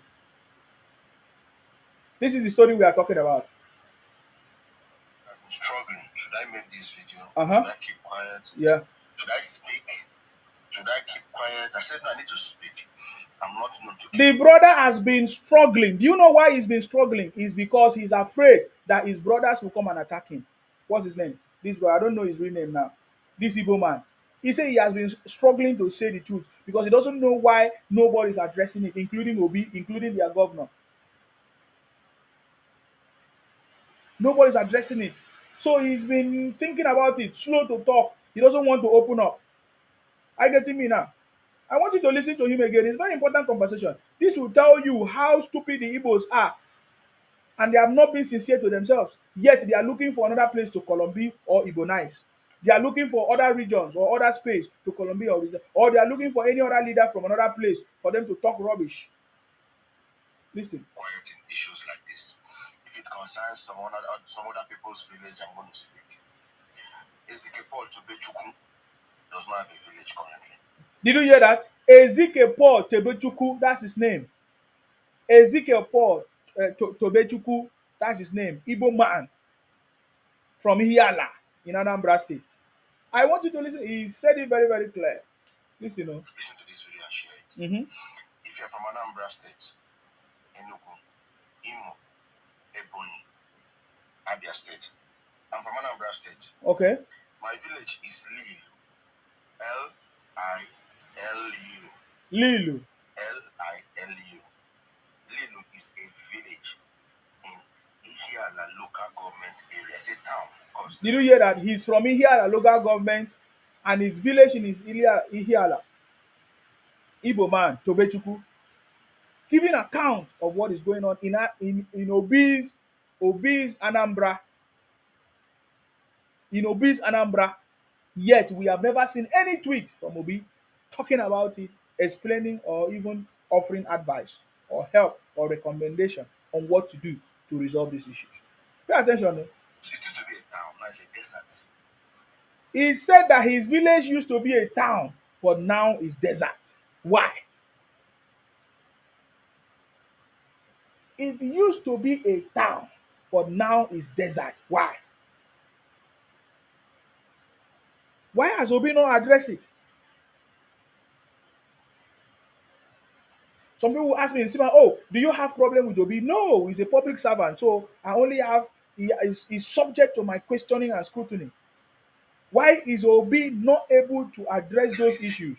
Why is Obi always quick to mention other people's issues, but he cannot address his own? That is a problem. Now, this brother has come out to say it, and he's even afraid because he doesn't know what his people, the reaction of his own people for opening up this truth. Pay attention, though. It's very important conversation. Town in Ihiala local government area of Anambra State. Okay.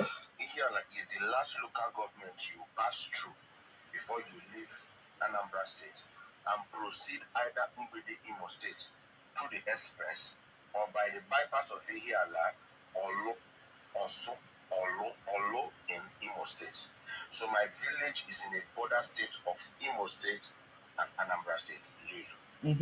The last time I traveled to my village, this is a very disappointing statement, but I need to say it because I'm not the cause of the problem. But I want to use my platform that I have because I've not heard this go into the media. Did you hear that? He said the reason why he's bringing this attention because he has not heard it go to the media. There are so many hidden things that has not come to the media that is happening in Igbo land. Thanks to the defense officer stating very, very clearly that the issues of insecurity is beginning to go down in the southeast since the arrest of Simon Ekpa and others. Do you get the point now?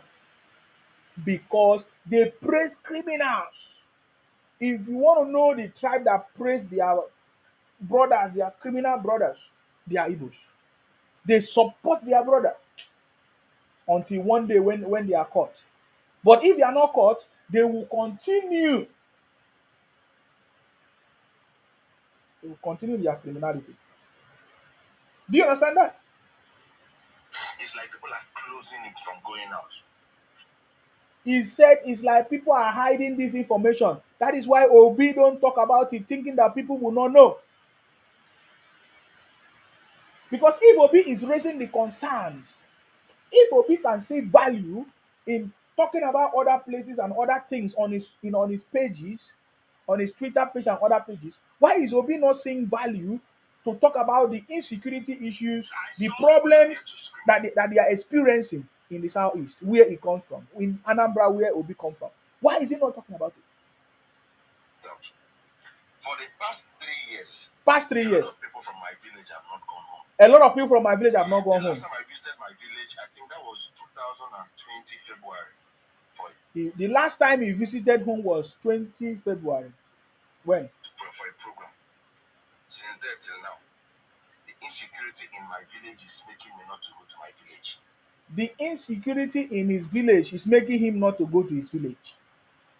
My village. We talk say if you get problem fast and you go your village. Right now, no get village. What a shame. All these risk they take, they talk about people. My village now, they're under siege. So where are you now?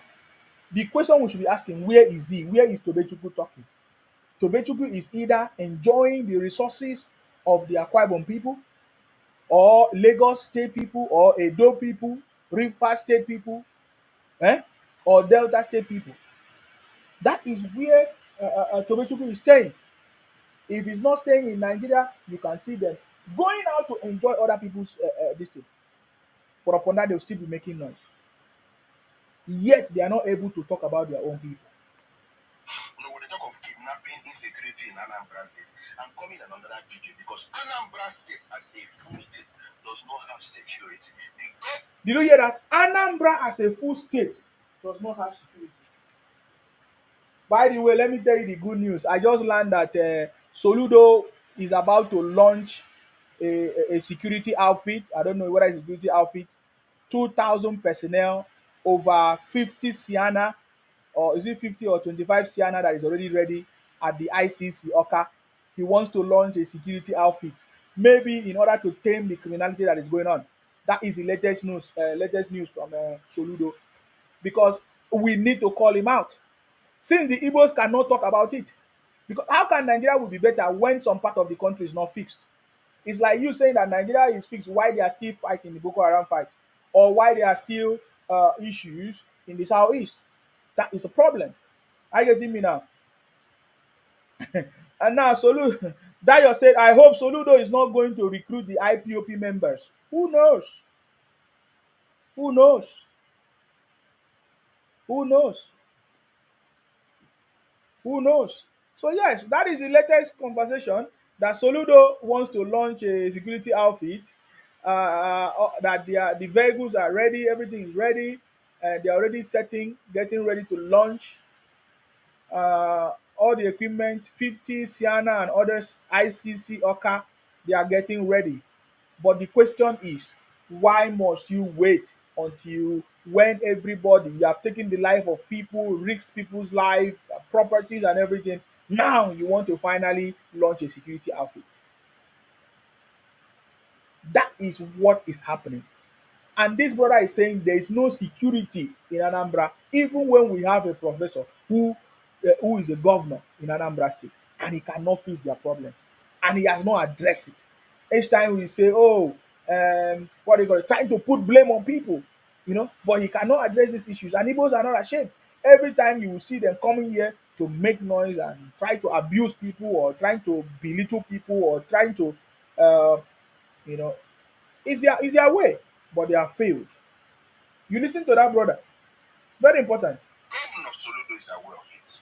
That Governor Soludo is aware of it, that there's no security in Anambra State. Listen, Soludo Chukuma, professor, is aware that there is no security in Anambra State. Professor Soludo is aware that there's no security in Anambra State.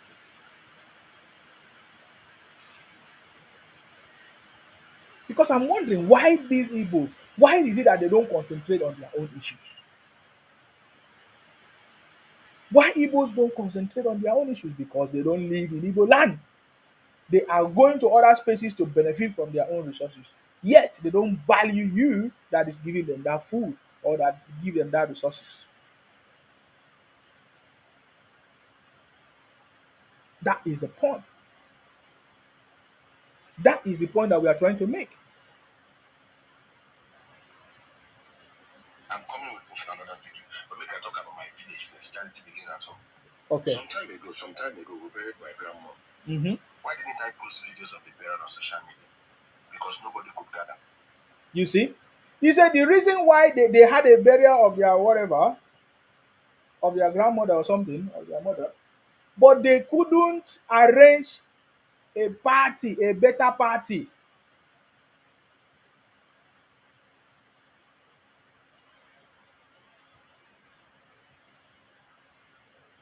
Hold on. Yeah? What's going on? Ah, it's not connecting.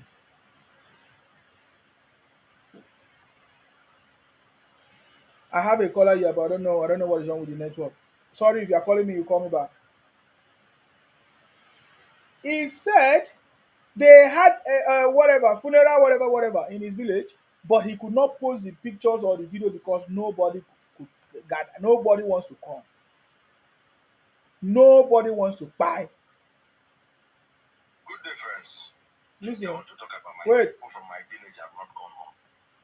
Uh-huh. The last time I visited my village, I think that was 2020 February for a program. Okay. Since then till now, the insecurity in my village is making me not to go to my village. My village. We talk say if you get problem fast and you go go your village. Right now, no get village. Okay. All these real squad they think we talk about people. My village now they're under siege. No, they talk of kidnapping, insecurity in Anambra State. I'm coming on another video because Anambra State as a full state does not have security. The governor Soludo is aware of it. Soludo Chukuma, professor, is aware that there is no security in Anambra State. I'm coming with another video. But make I talk about my village first. Charity begins at home. Some time ago, we buried my grandma. Why didn't I post videos of the burial on social media? Because nobody could gather. The bad boys, the insurgents, the bad boys in the bush, 20% are from Anambra State, 30% are from Enugu State, 50% are from Ebony State. I don't know if that's Abakaliki or not. They are from Ebony State. Real information, not gossiping or spoiling anybody's state. And they left their state, came to my village. And they are in different camps in different bush. If you are a good traveler, if normally you travel from Onitsha to Owerri, passing through here like a fearful experience. That one where you see the elementary, that one they say shop they open at all. What I'm telling you is that every building, every house, the one I learned right now is that every house in my village right now is closed. Every house in this brother's village my community is closed. Has run away from the village. The king of the community has run away from his village. Is this the people that will come out on social media and be making noise when they have not fixed their problems? You will see them every day making noise on social media. Every day, Igbos making noise, warning our water, mumu themselves everywhere. It's because we have been keeping quiet. To the point that the king of their village ran away.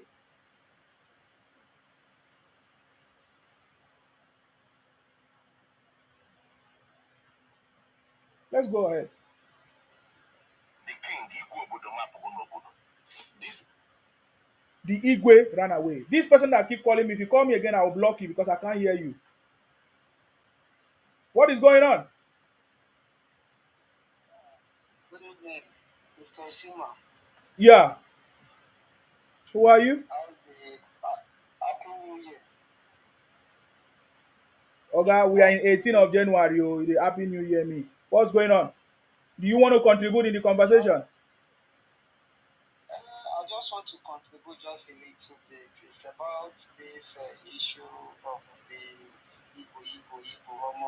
Igbo don't suffer for your hand. What is the meaning of that? What is the contribution? Is that the contribution? One thing I want to contribute is this, that about the equity which you are saying, is this, that one thing I want to ask you, if assume the Igbo, which we are claiming the other part of the region that belongs to them, is this, that if assume is the Igbos that owns those resources the Niger Delta have, are you sure that the Igbos would like to go with the Niger Delta? That is my question.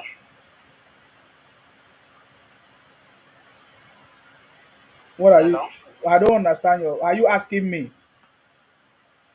I'm just asking. Okay, you are saying that if Igbos are the owners of the resources in the south, Yes. will Igbos like to come and join people in the southeast? No, in the south, that they should form a country. No, you are saying the same thing now. If the Igbos are the people that have the resources in the south, right? Will the Igbos like to join other people in the southeast, or if they were they will they agree to join other people to form a country or something? That's what you are saying, right? Yes. I'm not the right person for you to ask that question. You should be asking Igbos, yeah? Yeah, go ahead.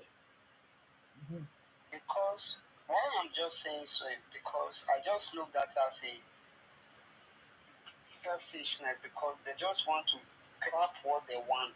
Not that maybe they just love these people, that okay, we just want us to form to unite and form a country on our own. But my own understanding here is that they are just after the resources there. That is it. That is my own understanding. So what is your statement of Igbo don't suffer with my hand every time Igbo, Igbo, Igbo, Igbo? What are you talking about? Yes, now, because they see you run now, so they don't suffer for your hand now. So I think they be that.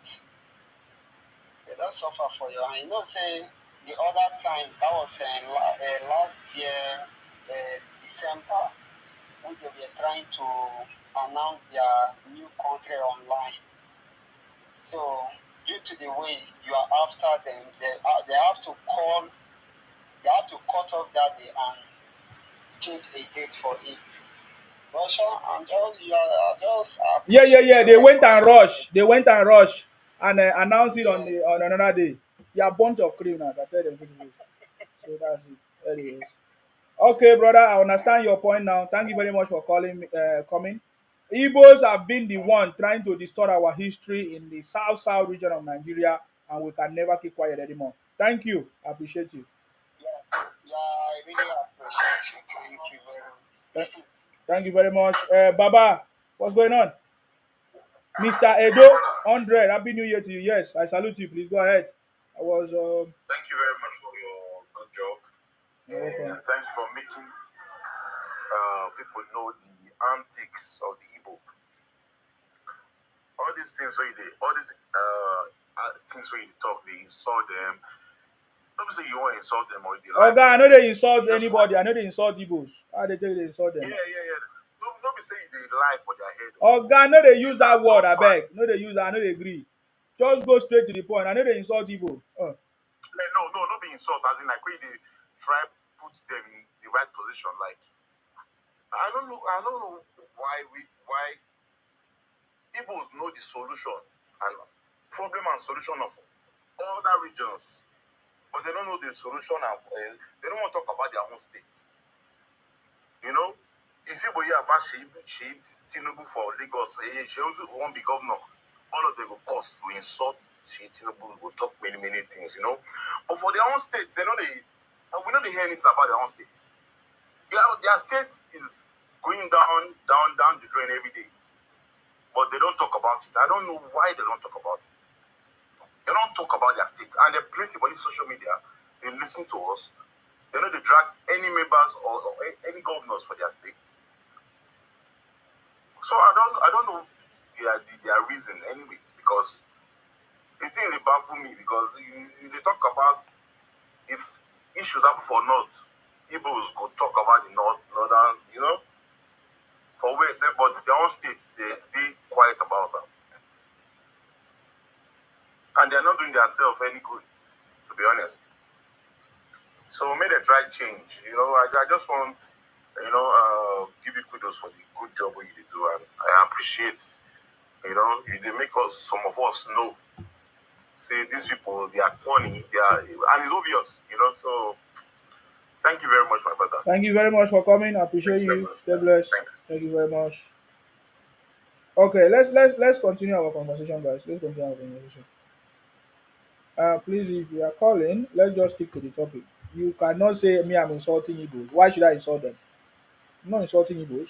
Igbos are the one insulting us in the south. Why should I insult them? I've never invaded Igbo land.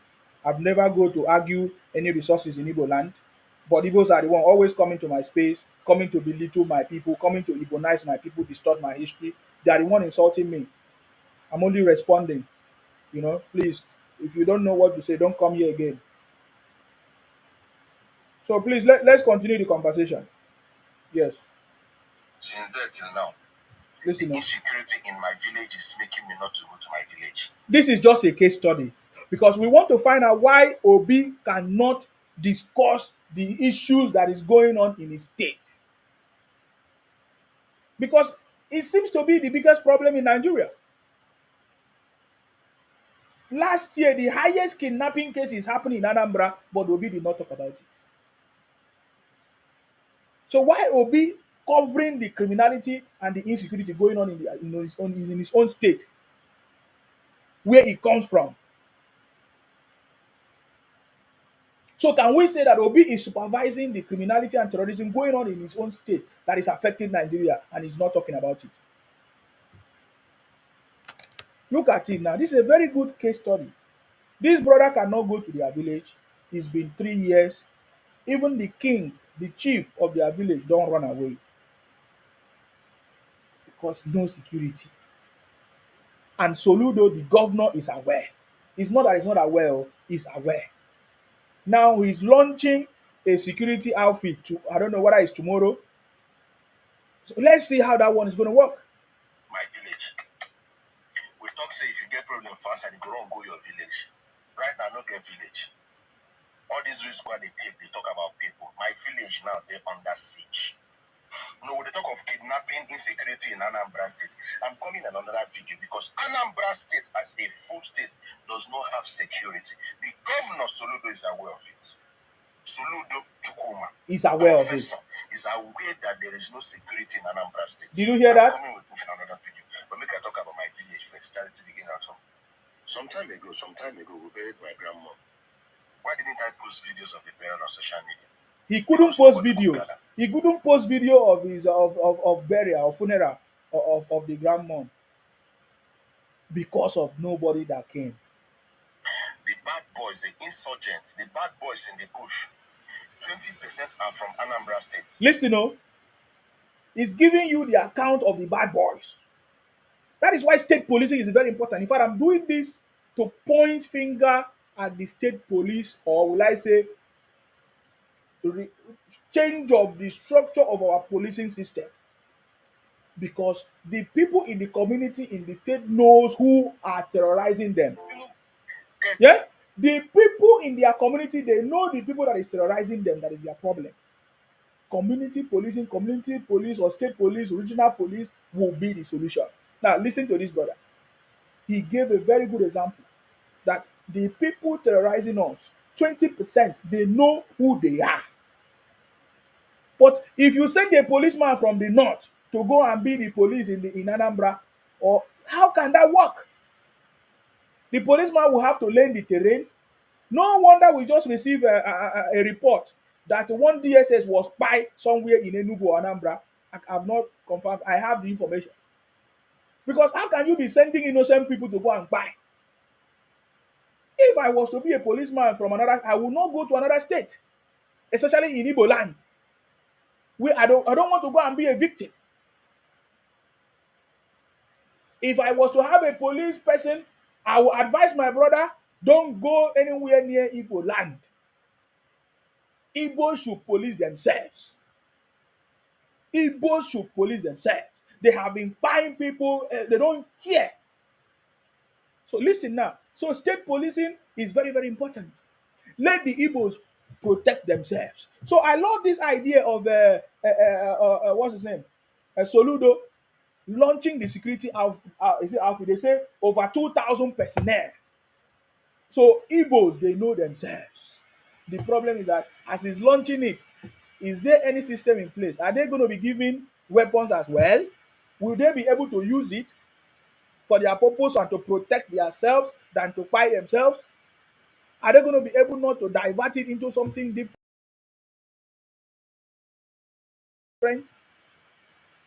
That is the question. The answer to this issue is state policing. What's that? Guys, can you still see me on my X or whatever, or YouTube? I don't know. I think I don't know if you can see on my X, but that's fine. I need to deliver my message. You understand me? This brother was able to tell us who and who. It's the same thing in the Boko Haram issue. There is no thing happening in any community that the people cannot know. The people know that themselves. Those terrorizing them, they know. This brother now telling us that 20% of these people terrorizing us or terrorizing them in their village are their brothers from Anambra. Let's go ahead.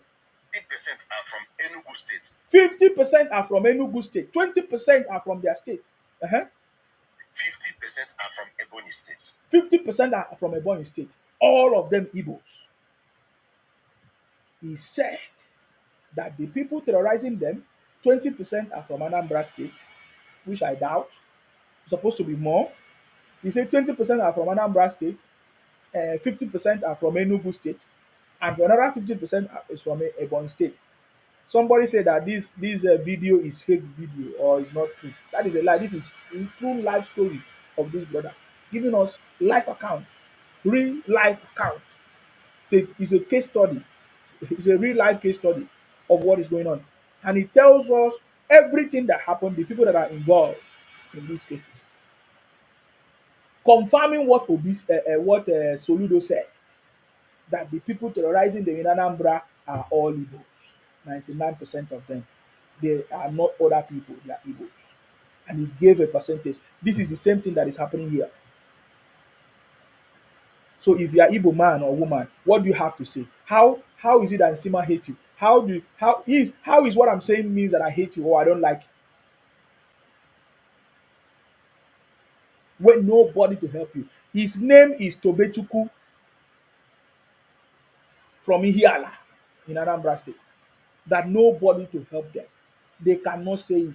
And that he's been waiting for 3 years. Nobody reported in the media. Igbos are busy running propaganda about President Tinubu, about President Tinubu administration. Oh, hunger everywhere, hunger everywhere. This is the only tribe that I've seen. They proclaim to be wealthy, everything, but they are at the same time running propaganda that, oh, there's hunger everywhere. Do you get the point now? So state policing is the way to go. I strongly believe that to tackle these insecurity issues, state police, community police, some people say, oh, they might use it to fight themselves. No problem. But there can be systems to put in place,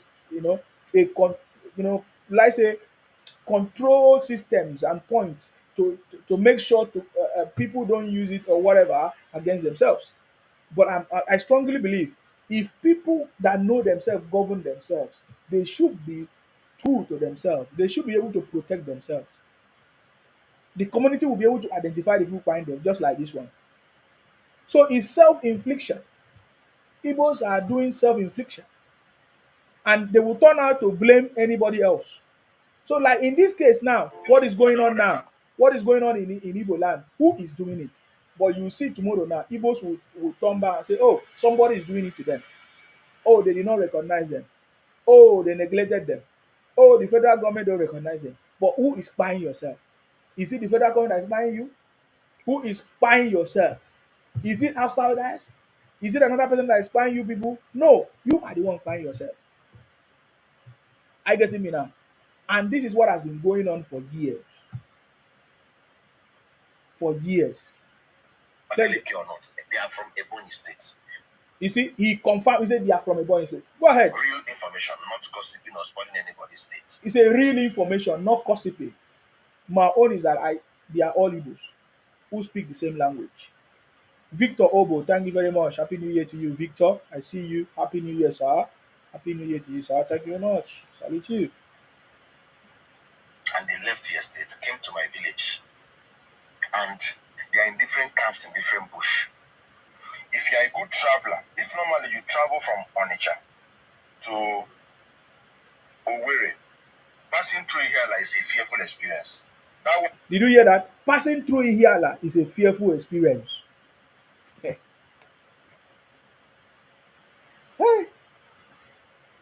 When will this self-affliction or infliction stop, Igbos?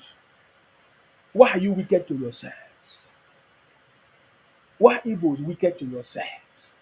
You cannot focus on your space. Every day you run propaganda. Every day you are asking what is outside. Every day you are not comfortable. You are looking for one story, distorted story. Every day. Your women went to the only thing that Igbo women can think about is to go to Finland to declare their fraud. It's a shame.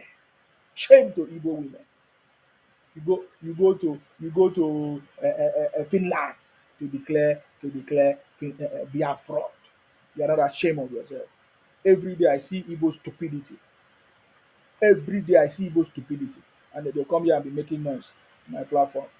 Come to challenge Isima. I say when it's time to challenge, you cannot challenge. You are running propaganda. You are looking for what to lie. After you have declared your Finland and shouted, look at the way you guys were shouting, mumu. Somebody was even crying. One Igbo woman was crying. Foolish idiot was crying. Oh, Biafra has finally come. They are so emotional idiots, stupid idiots. When you look at it, they have nothing in their head. I have interrogated most of these Igbo women. Nothing. No single sense. No single sense. Have nothing to think about. All they think about money and water. All they think about is to cover up their criminality. And they are not ashamed of their blood. Every day they sit down and try to change the narrative, change the wrong propaganda and say, oh, somebody don't like them, somebody marginalize them. Who marginalize you? Who don't like you? Hmm? Now that you are kidnapping yourself, who is the one that is against you?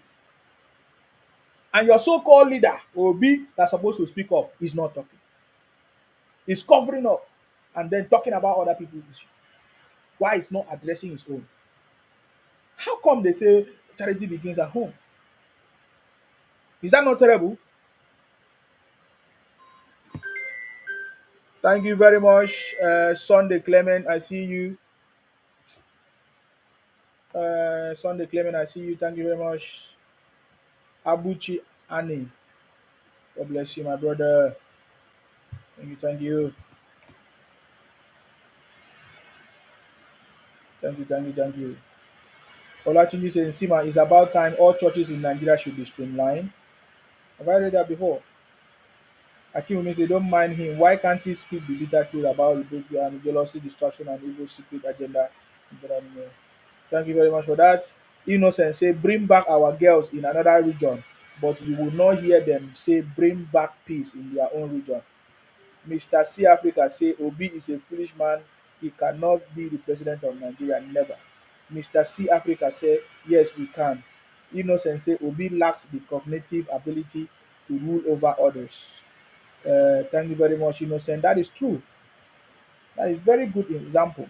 Obi lacks the cognitive ability to rule over others. When something happened, Obi was crying on national television because he lost election.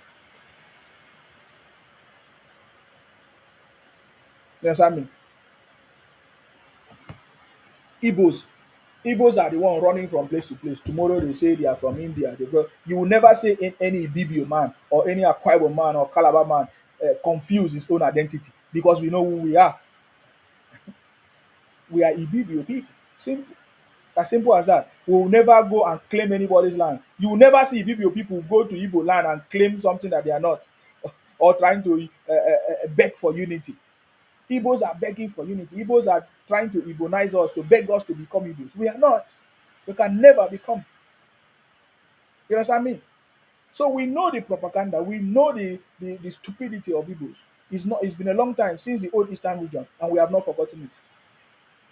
Especially what they did to our brother Eyo Eta in the old Eastern region. So we understand what is wrong with Igbos. We understand. They have passed this stupidity, foolishness from one another. Now I witness what is going on in their space. But then look at Igbos are enjoying other regions, other spaces, while they are busy kidnapping their own people, using it for money. Yet none of them is speaking up to address it. Are you getting me now? Very, very primitive. So I can agree with you, Innocent, that Obi lacks the cognitive ability to rule over others. Who does that? You lost election and you came on a national television to cry. Who does that? Only Igbo man can do it. So emotional people. The other day, somebody came and say, "Oh, Nsima, you lack emotional intelligence." Yes, I don't have Ibotic emotional intelligence. I don't have it. I don't have. That is not what I have. I don't have. That's not what I have. I just have common sense. With the emotional intelligence of Igbos, they are buying themselves, kidnapping themselves, and they can't do anything. All of them for many years now, there has been kidnapping cases going on in Igbo land. So many of it is rising up every day. Igbos can't do anything. Igbos can't think and say, oh, look at what we want to do. Look at what we can do to resolve these issues. Okay, we are, Igbos are everywhere. Why don't we come together? Let us come together. Let us resolve it. Igbos are busy setting up Ohanes and Igbo. you want to use Ikwere man to become Ohanese in Igbo, so that tomorrow you say, oh, Ikwere man was the leader of the Ohanese, so that means Ikwere is now Igbo. That's nonsense. And by the way, the Ikwere people have disowned or banned that man. What's his name? The man that wants to represent Ikwere Igbos. The Ikwere man that wants to represent Igbos. Because the Ikweres don't want to associate with that. Everybody have their own history and story of what the Igbos did, and now it's a very pathetic situation that the Igbos of this generation wants to continue from the wickedness of their forefathers that failed. I get me now. It failed woefully, and it will continue to fail. Thank you very much. That is why no everybody is saying that Obi can never become. It's a challenge for him. Let him emerge. Let us see Obi emerge. A man that just common losing of election, he was crying on national television and used something else to cover up. Just one time election that you ran, you were crying. Look at your boss. What's his name? Atiku. Your boss have been running for election since 19 Bogedem. I've not seen Atiku cry on a national television. The way you cry, will you be able to handle tough issues? No, no, these are the things. Obi was crying. He gave excuse that, oh, it's because somebody wants to become he wants to be begging bread. Is it a baker or baking bread? Which one? Yeah? Was it oven? Something oven.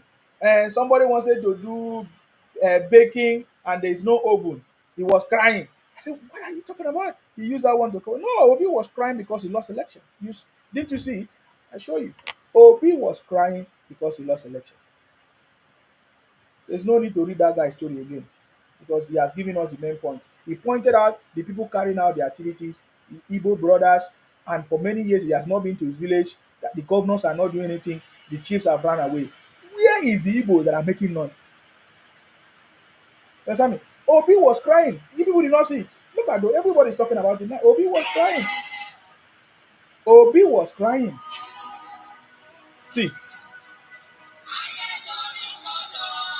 can you see that? Obi lost election and he was crying. This is the man that people say he wants to come and rule Nigeria. Common election that he lost, he was crying.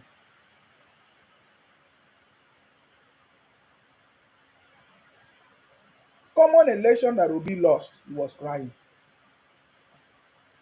How can you progress the country with just one election that Obi lost? Buhari ran for election for 3 times or thereabout. He did not cry like Obi. What's his name? What's the other person? Atiku ran for election. He did not win for more than 5 times now. I did not see Atiku because Igbos are full of emotional intelligence. You guys say emotional stupidity or because they are so emotional. Which one? Igbos are full of emotional stupidity. That tells you. You see, this is a record. When I tell you this is an investigation, this is a proper record, proper account of what is going on. The Igbo man. If you want to follow the history of Igbo man, if you want to know the character of Igbo man, you see it in Obi. Everything that Obi is displaying is the character of an average Igbo man.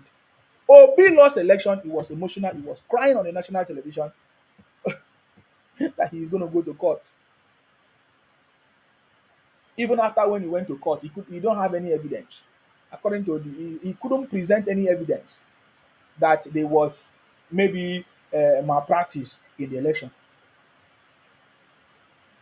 Obi couldn't provide any evidence. Upon the time they gave to him, the judges, they gave Obi time. What did they call it? They gave him a opportunity to present every whatever evidence he has against President Tinubu or malpractice or against the INEC. Obi couldn't present it. So Igbos are emotional stupid. Igbos are emotionally stupid. Black Charles said an emotional person is a psychologically unbalanced person, right? Is psychologically unbalanced. Thank you very much for that. This is the reality. If you want to be sincere to yourself. So I'm saying this, let Igbo man respect themselves. Let Igbo stay in the southeast. Let no Igbo man come to talk about south-south or want to invade south-south or want to Ibonize south-south or want to distort our history in the south-south. Just like Igbo, stay in your place, southeast. Let the south people stay in their lane. Respect the south people, and let the south people respect the southeast people. That's it.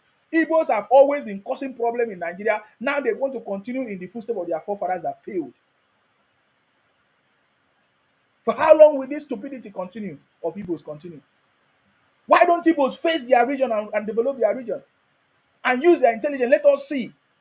Are Igbos not ashamed that they claim to be intelligent, but their place does not show that they are intelligent? Igbos are making money from other regions to build mansions in villages that has no security, that has no protection. Can any Igbo man proud or be proud that they made their money in Igbo land? No, I'm asking this question because it's time. Because I don't understand why Igbos will come on social media and continue to try to ebonize our people in the South South. Ojukwu failed in trying to ebonize our people. The Biafra concept was to ebonize our people in the South South. Why will the children of Ojukwu continue to ebonize our people in the South South? The South South people have refused to join the Southeast or to refuse to be Igbos because we are never. And they continue to run their propaganda for so many years. Even after their leaders have been arrested, they are still running propaganda everywhere on social media. Not just on social media, sending people to our villages to distort our history and confuse our people. So we will never be part of that. I said last time that I'm going to stop, but somebody sent me a video that touched me, where Igbos lie, and as they continue to lie this lie, if our children don't stand up and speak, or if we don't stand up to correct it, every lie that continue or that we keep hearing lies, it will become a truth to people that don't know the truth. So we have to stand up. How can Igbo man say, okay, Biafra has failed, let us now give it another name, maybe South South, so that the South South people and the Southeast people can come together? They are begging for unity. Why must an Igbo man keep on begging for unity in the South South? There must be something that they are looking for. We know that they are after our resources in the South South. We know that they don't love us because Igbo man never loved the people of the South South. Any average opportunity, any opportunity that Igbo man have, they will always abuse the people from the South South. We have listened to them several times.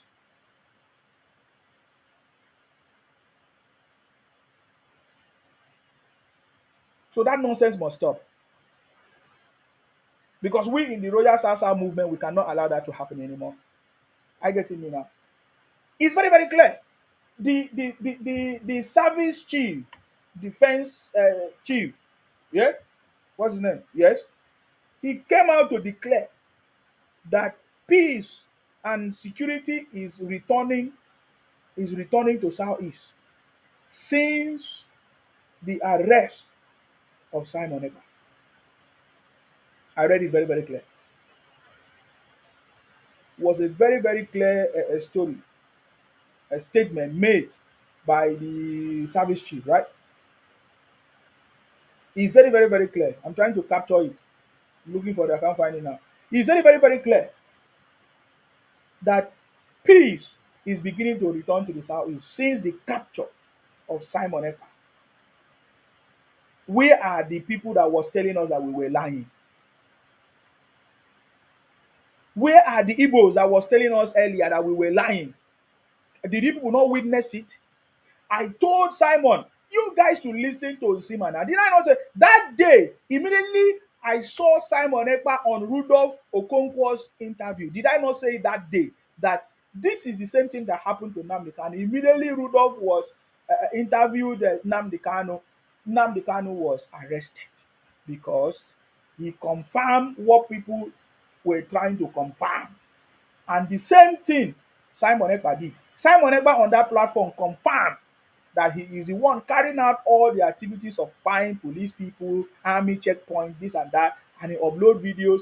And so he confirmed on that Rudolph platform that this is what he does. That is what he's doing. You understand me? So we have evidence of everything. And immediately that day, immediately I said that day, the next day, the news broke out that Simon Ekpa was arrested. And Igbos were trying to cover it up. some of his boys. Where are his boys today? They are all covering themselves in shame. And I learned that the woman was, Ngozi, that woman was also invited. What's the name of that woman? Is it Ngozi or whatever they call it? I can't remember the name of that woman. That stupid woman. That idiotic woman that declared the fraud in Finland. They invited her. Rudolph Okonkwo invited her. She refused to go. Never say anything. You understand me? I tell you that there is no Igbo man that will come out again and claim Biafra, the leader of Biafra. I challenge any Igbo man that will come out and claim the leader of Biafra, because the South people we have risen.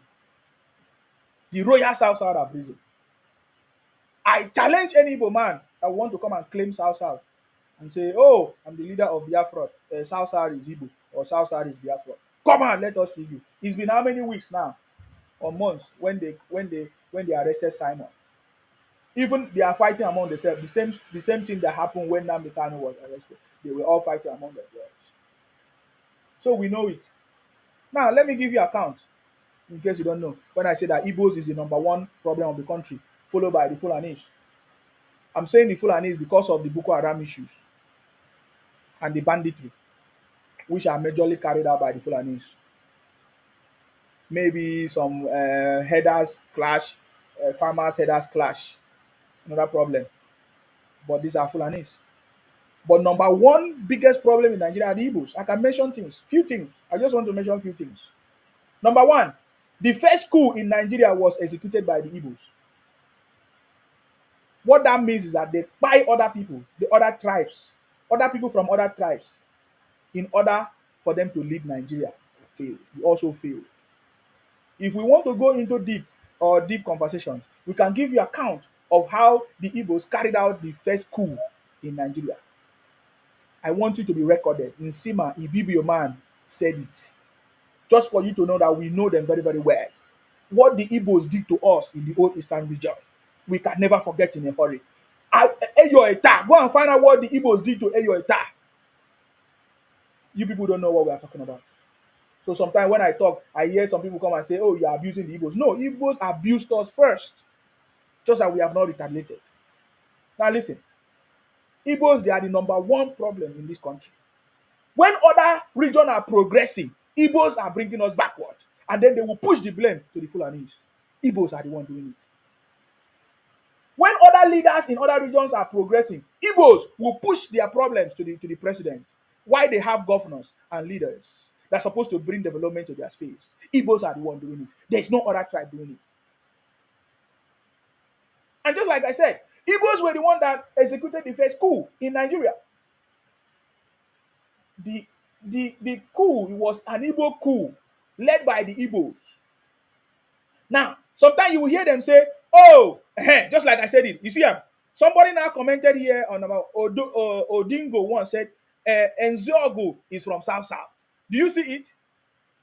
The same way today, you see, they try to use a South person, for example, the Ikwere man, to say the Ikwere man is the leader of Ahaneze. Do you know why? Because they are looking for avenue. They are looking for avenue to now put the blame on Ikwere and say, "Oh, since Ikwere is the leader of Ahaneze, so Ikwere is Igbo."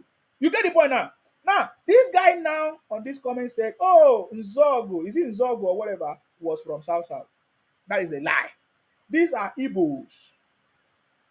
These are Igbos that live in the South.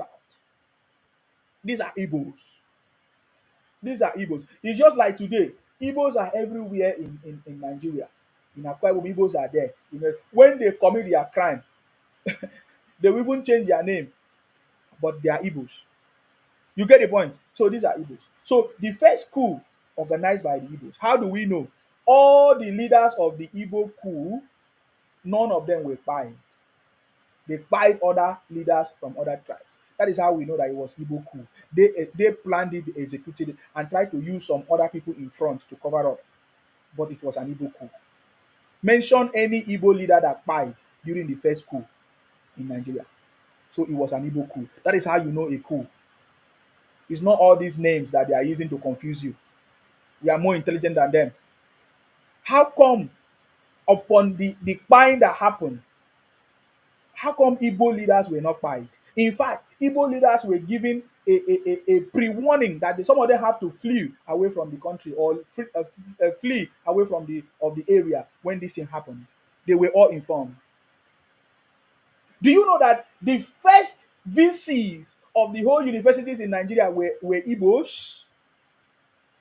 You don't understand what that means. Nigeria was handed over to the Igbo. Colonial masters, they handed over Nigeria to the Igbo. So they wanted to ebonize everybody. But it failed and backfired on them. What did I say? Now, Igbos are the biggest challenge in that country. Because when other regions are progressing, Igbos are bringing us back, followed by the Fulani. For once, we have to say the truth. Since President Tinubu wants to fix the country, let us face the truth and let us fix it once and for all. The regional system is the way forward. That's why I'm saying it. The regional system is the way forward. Are you getting me now? Now, if you don't tell these stories, Igbos will continue to lie. They have been lying for so many years. Right? Have Igbos not been lying for so many years? Have Igbos not been complaining of victim card, that they have been marginalized? But when we analyze the story and find out what is actually going on, we find out that they are lying. No, tell me, have you not been hearing Igbos running propaganda that they have been marginalized, that Igbos have not been treated well in Nigeria? But they have forgotten to tell you that they are the one that caused the first coup. They were rebels that fought almost every tribe in the country. Igbos, they fought the Fulanis in the north. They fought the Hausas in the north. They fought the Ibibios, the Ijos in the old eastern region, and proceeded to the Midwest. Is it Midwest or whatever they call them that time? To the Edo and other places, and then moved to Ore, the Yorubas. Igbos, the only tribe that have almost tried to fight every other region or ethnicity in Nigeria. But they claim the victim card. They forget to tell Nigerians that they were in charge. Their brothers made the first VC of Nigerian universities Igbos. They were all Igbos. The first VC in Yoruba land, Ibadan, was Igbo. Almost everywhere was Igbo. Everywhere. Why? Ask yourself why. Because Igbos were in charge. Even when it was a regional system. They will tell you that Azikiwe position was a ceremonial one. That is a lie. Because Igbos thought that the prime minister was the biggest position. Is that prime minister or what? What was it called? Is it prime minister or president? Do you see the point now? Now, let me tell you something that shocked you. Don't ever say that. Because I hear some people say, oh, it's all these Igbos that are poor that don't make money. It's all these ones. Have you ever heard the billionaires talk? Which billionaires? There is no billionaire in Igbo land. If there's any billionaires in Igbo, prove it to me. How will you know billionaire? There is no billionaires in Igbo land. Igbos are the same. Because when you are trying to separate it and say, oh, it's not all Igbos that think the same way. It's not all Igbos that support IPOP. What do you say? A ratio of 1:99. I'm talking about 99% of Igbos. Average Igbo man who think the same. So if you say it's not all Igbos that think, oh, it's only the poor one. What about Chimamanda? Prime Minister, right? Do you know who is Chimamanda? Chimamanda even come out by herself to tell us that she wrote a letter to Biden. What was the purpose? To stop the inauguration of President Tinubu. We have not forgotten. That's what she said. We should not forget in a hurry. I'm talking about this presidency because soon now because when they begin to see the progress of President Tinubu, you will see, because some of them now they are running to APC. That's my topic. Igbos are now running to APC. Just like we said, we already predicted it is going to happen. Many are going to move to APC because they will begin to understand and see the progress of President Tinubu. I say, Chimamanda, what will you ever think that Chimamanda will write such letters? Why did you think Chimamanda wrote a letter to Biden? So Chimamanda wrote a letter to Biden to stop the inauguration of President Tinubu, right? Okay, number two. I know some people will say, oh, don't you know that Sheyi Tinubu married Igbo man? That is not my problem. That's not because I already see some people already fighting Sheyi Tinubu and say, oh, how can Sheyi Tinubu become the governor of Lagos State? We have not heard from him. Oh. There's already speculation. You know, there are different ways this thing works. To use it to control, to manipulate, and to run propaganda. So if you say Sheyi Tinubu marry Igbo man, so should that stop me from saying the truth? But you guys are lying because people always lie. Say Tinubu marry Igbo man, Igbo woman, so he cannot be governor of Lagos. Who told you that? Have you done your fact checking? But that is by the way. Stop all those nonsense because I see all your messages on my platform talking nonsense. I just laugh because I don't have time to respond to all those things. Now, he did not just stop there. Oh. Prominent Igbos, I saw some of them. They were speaking. They sponsor so many propaganda against President Tinubu. Apart from the fact that Chimamanda wrote a letter to stop inauguration of President Tinubu, Igbos, they also invited the military to take over President Tinubu's government. How many of you remember? That you say, Sheyi Tinubu married TV girl, not Igbo. Oloye say Igbo wired to lie. Thank you very much. Oloye, thank you very much. Oh, so that your Sheyi Tinubu marry Igbo girl. Imagine. So they have been blackmailing Sheyi Tinubu even. So let's go ahead. You people are forgotten in a hurry how Igbos were talking about military takeover. They were inviting military to take over President Tinubu's government. They say, oh, they need to stop President Tinubu from taking over. That they don't like him. We don't want him. And Obi, of course, we know what Obi did with some bishops saying that is a religious something. We should not forget that. So Igbos blatantly, we have all the videos. They say they want a military takeover. They also did it during the hunger protest led by Igbos. So Igbo should not forget because these are the account of things that they have done, even if Igbo or not Igbo, the opponent of President Tinubu. Because do you know how this thing works? When the enemies of progress of President Tinubu see that the Igbos are vulnerable, they are ready to do anything, right? They can use them. They can use them to do anything, yeah? And Igbos are ready to do it. I can tell you that Igbos are ready to do anything to destabilize the country, to bring down the government, to topple the government so that they can make a point and say, you see that Nigeria is not working. Who are the only tribe in Nigeria saying that Nigeria is not working?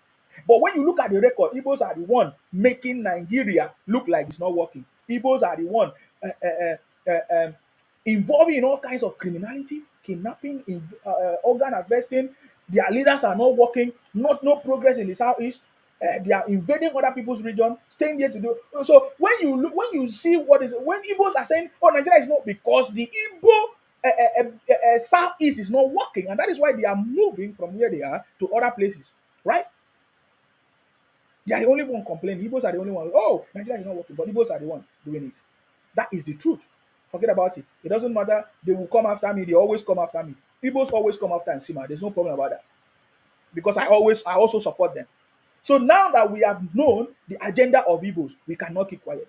It's not that we don't know. We know it before. But we need to see that this generation also subscribe to the wickedness of their forefathers, right? Because if we don't have this evidence, we cannot be able to talk like this. Somebody will say, oh, Nsima, were you there when the Biafra war happened? How do you know that it was Igbos that led it? Okay, fine. I was not there when the Igbo Biafra war happened, right? Because people will be saying, oh, Nsima, how can you say it was Igbo coup? You were not there. I was not there. You're correct. But now, what about now that I'm here? I can see what Igbos are doing. I can see what the Igbos are doing. I can see Igbos trying to destroy our history. I can see the Igbos, telling lies, invading our communities, ebonizing my people, trying to belittle my people, trying to give us all kinds of names. Yeah. So I'm here now. I can see what is going on, right? That conform with the same thing that my forefather told us about the Igbos, what they did to us. So there's nothing that is a lie. Are you getting me now? So Chimamanda wrote a letter to stop President Tinubu. Igbos caused the first coup. Igbos invited the military to take over the President Tinubu government before election. They don't want him to be inaugurated. Now, not just that, oh, you people have forgotten how Obi, an Igbo man, tried to lie to the youth, eh? Not just the youth, other people, inside other people, to take over the country. When Obi said, "Church, please take back your church, take back your country." How many of you forgotten? Obi was moving from Igbo churches from place to place. We have account of it. Obi was moving from church to church. Obi went to this thing. Obi went to Paul Eneche's church. He was sitting down and said, "Oh, we have no other country like this. Church, take over your country. Take back your country." He moved to all of them. Mention all of them. No, I'm making you to see something. I'm making you to see something. Now, when we ask a question, when have Igbos ever supported the progress of the country? They will say, "Oh, during Jonathan." No, Igbos did not even support the progress of Jonathan. Igbos were in Jonathan's government because of what they are getting. Because during that time, Jonathan was appointing, giving Igbos many positions, right? Okay, sometimes you hear Igbos say, "Oh, they supported the Yoruba president, or what's it, Obasanjo." No, Obasanjo was not the Yoruba choice as at that time. You see the point now? So I'm giving you because I want you to sometimes tell me when the Igbo man since 1966 have ever supported the progress of the country. There's none. So I'm saying this because when I see some young people, especially from South, they are trying to come to tell me that, "Oh, in Sima, what have the Igbos done to you?" Igbos have not done anything to me, but we learn from history and experience and what has happened before and what they have done to our people, our ancestors. Because Igbo cannot do anything to me. I'm too smart for Igbo man to do anything to me. When they come, I already know their style. Are you getting me now? You get the point now? So because some idiot are saying, "Oh, why don't we come together with the Igbos? The South come together with the Igbos so that we can be together." No, why should we be together? You have forgotten that we have always been together before in the old Eastern region when the colonial masters separated us and forced us to join the Igbos in the old Eastern region. And look at what they did. We have these records. The records are still there. In fact, Nigeria have not still recovered from the atrocities of the Igbos during that time. The Igbo coup. Igbos were tagged as rebels. What I'm finding out is because history has been removed. And that is why we don't know it. And that is why the children of Igbos today continue to repeat the mistake of their forefathers because they have not been taught. Only emotional stories they were told. How can you explain to me a grown-up man like Obi come to a national television to cry because he lost election? What is the agenda? So, having listened to the stories of the Igbos, what will make you think that the agenda of Igbos will not be to carry if they have any little opportunity, they will not finish everybody if they have any little opportunity. Now I'm asking you, if they have any little opportunity, don't you think that they will finally finish the country with their lives? You people did not take note of what happened last time when Obi tried to wish Gowan. Is it Gowan? No, not Gowan. Yeah, is it Gowan? Is it Gowan? When Obi was trying to wish Gowan this thing, a happy birthday. Is it happy 60th birthday? Or is that which birthday? Yeah, there was a time. Yeah. There was a time Obi was trying to wish Gowon a happy birthday. The Igbos came against Obi and said, "Why will you do that?" And Obi explained that we have to forgive enemy. So they took Gowon as their enemy because Gowon did not allow the Igbos to ebonize the South people. I'm raising this motion so that the South people and the children of the South must understand what the Igbos did. I said the Igbos took Gowon for so many years as the enemy, as their enemy. It was revealed in the tweet that Obi sent to Gowon, wishing him a happy birthday. Igbos were mad that why will Obi do that? And Obi explained that they should forgive their enemy. 90th birthday, sorry, thank you, Holy Barrier. So that is the truth. So what was the okay? Why did the Igbos see Gowon as their enemy? Because Gowon did not allow the Igbos to ebonize the South people. You understand the idea now? Go and go and look at it. What was the idea? Gowon stop Ojukwu from ebonizing us, and the Igbos took Gowon as their enemy. And Obi was explaining. So, and this is recently. Oh. So, if this generation of Igbos have this mindset, what do you think if they have opportunity to be the number one man of the country, the president of the country?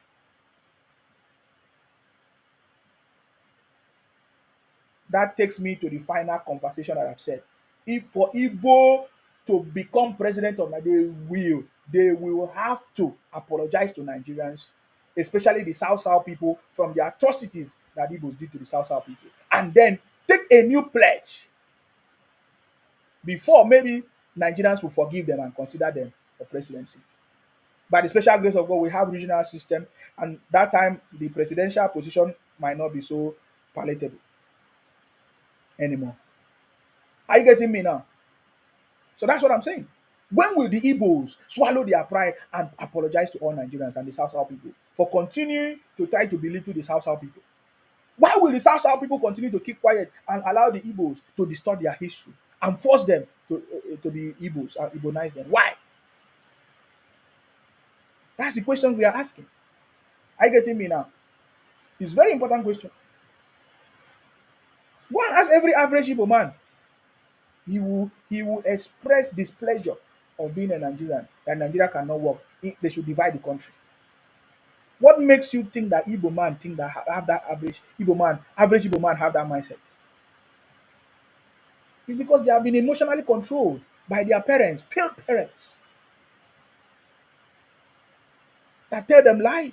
And because our country removed history from school, but thanks to President Tinubu, that history should be back in school.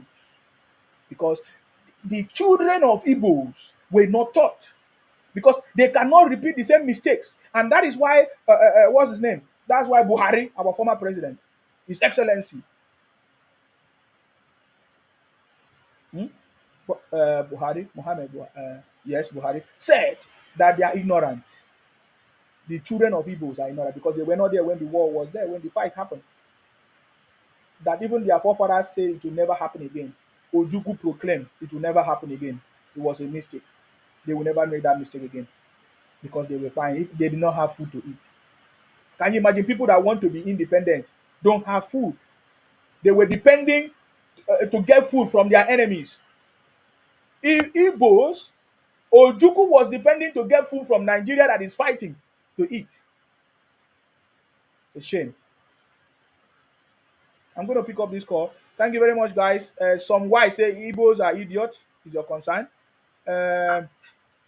Yes, go ahead, Alias. What's going on?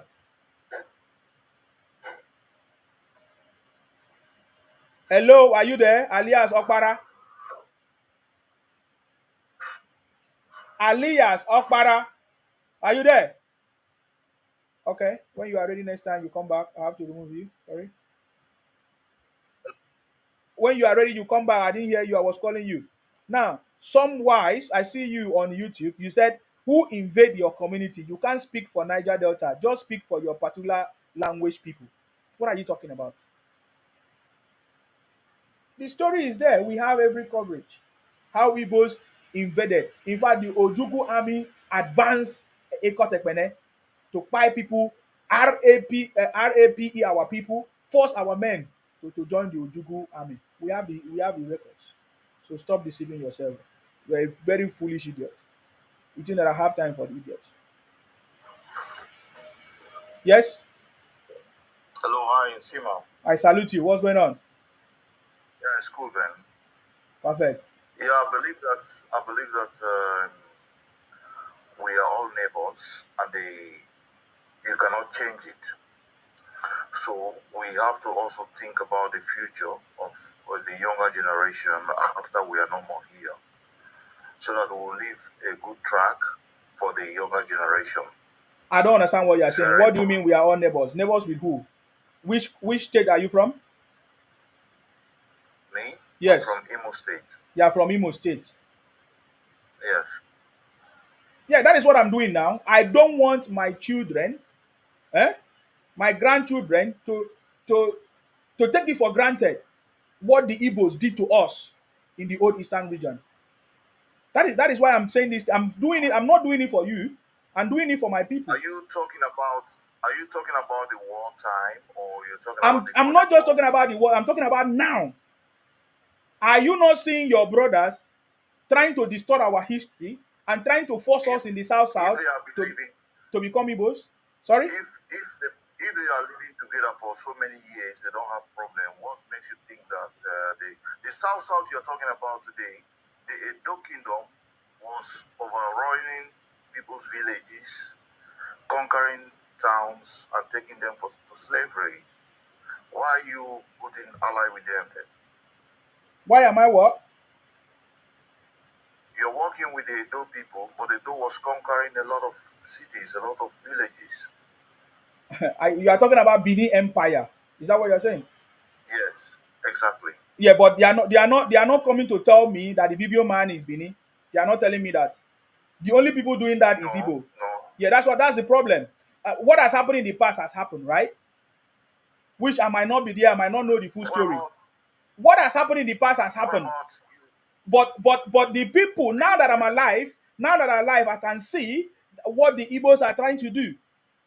That's what I'm saying. It is what Can you trigger. This is what can it, you it is. talk? It is what is triggering what has happened in the past, right? What the Igbos are doing today is what triggers the history of what happened in the past, and that's what we are saying. The Igbo man is coming to tell the Ibibio man that the Ibibio man is Igbo. That is a subgroup of Igbo. What nonsense! Yeah, but you can do your DNA.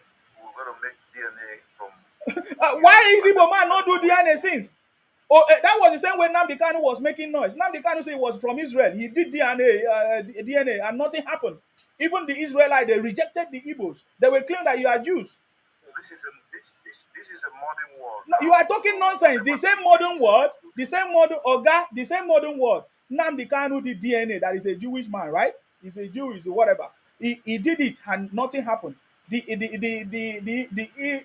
Israel people, or the whatever they call it, they came to Igbo land and they found out that Let me that is a ask lie. you one question. Let me ask you one So question. no, Let me excuse ask me, you. Do you think that excuse me. You that is claiming that we are Igbo, why don't you do your DNA and confirm if you are how Ibibio man, if you have any traces of Ibibio in your blood, and if at all you have, then how do you know that is Igbo man that is the senior?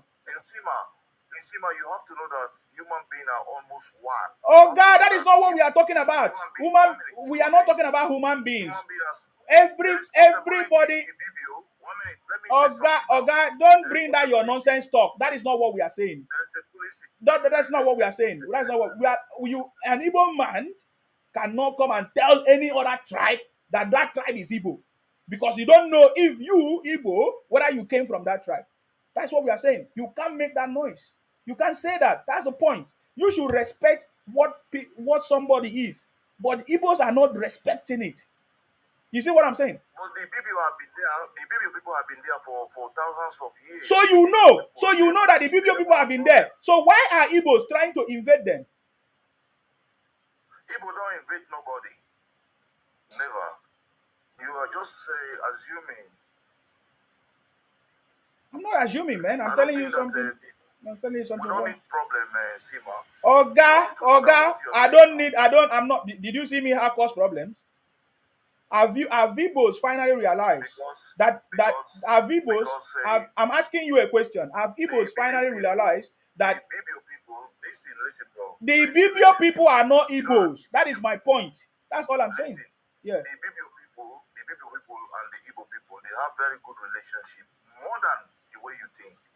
Okay, you are making noise. You don't know what you are saying. You don't know what you are saying. What relationship do the Ibibio people have with Igbos?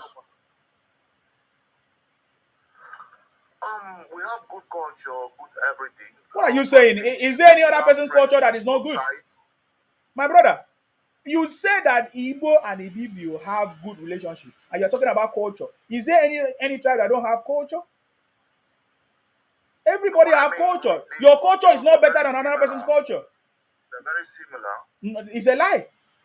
That is a big lie. And you cannot pack away from your village. The village stays there until you are gone. We are gone. The village still remains. Okay, you are just beating around the bush, man. You know what I'm talking about. It's not fair for you to come and gaslight me on my platform, okay? There is no place to hide. These people are neighbors. They gotta remain there. Yeah, if and even you know that there is no place to hide, then you guys will not be doing what you are doing. Because this is not 1966. If Igbo people know that there will be no place for you to hide, you will not repeat the mistakes of your forefathers that regretted it. Do you know that Igbo forefathers regretted it?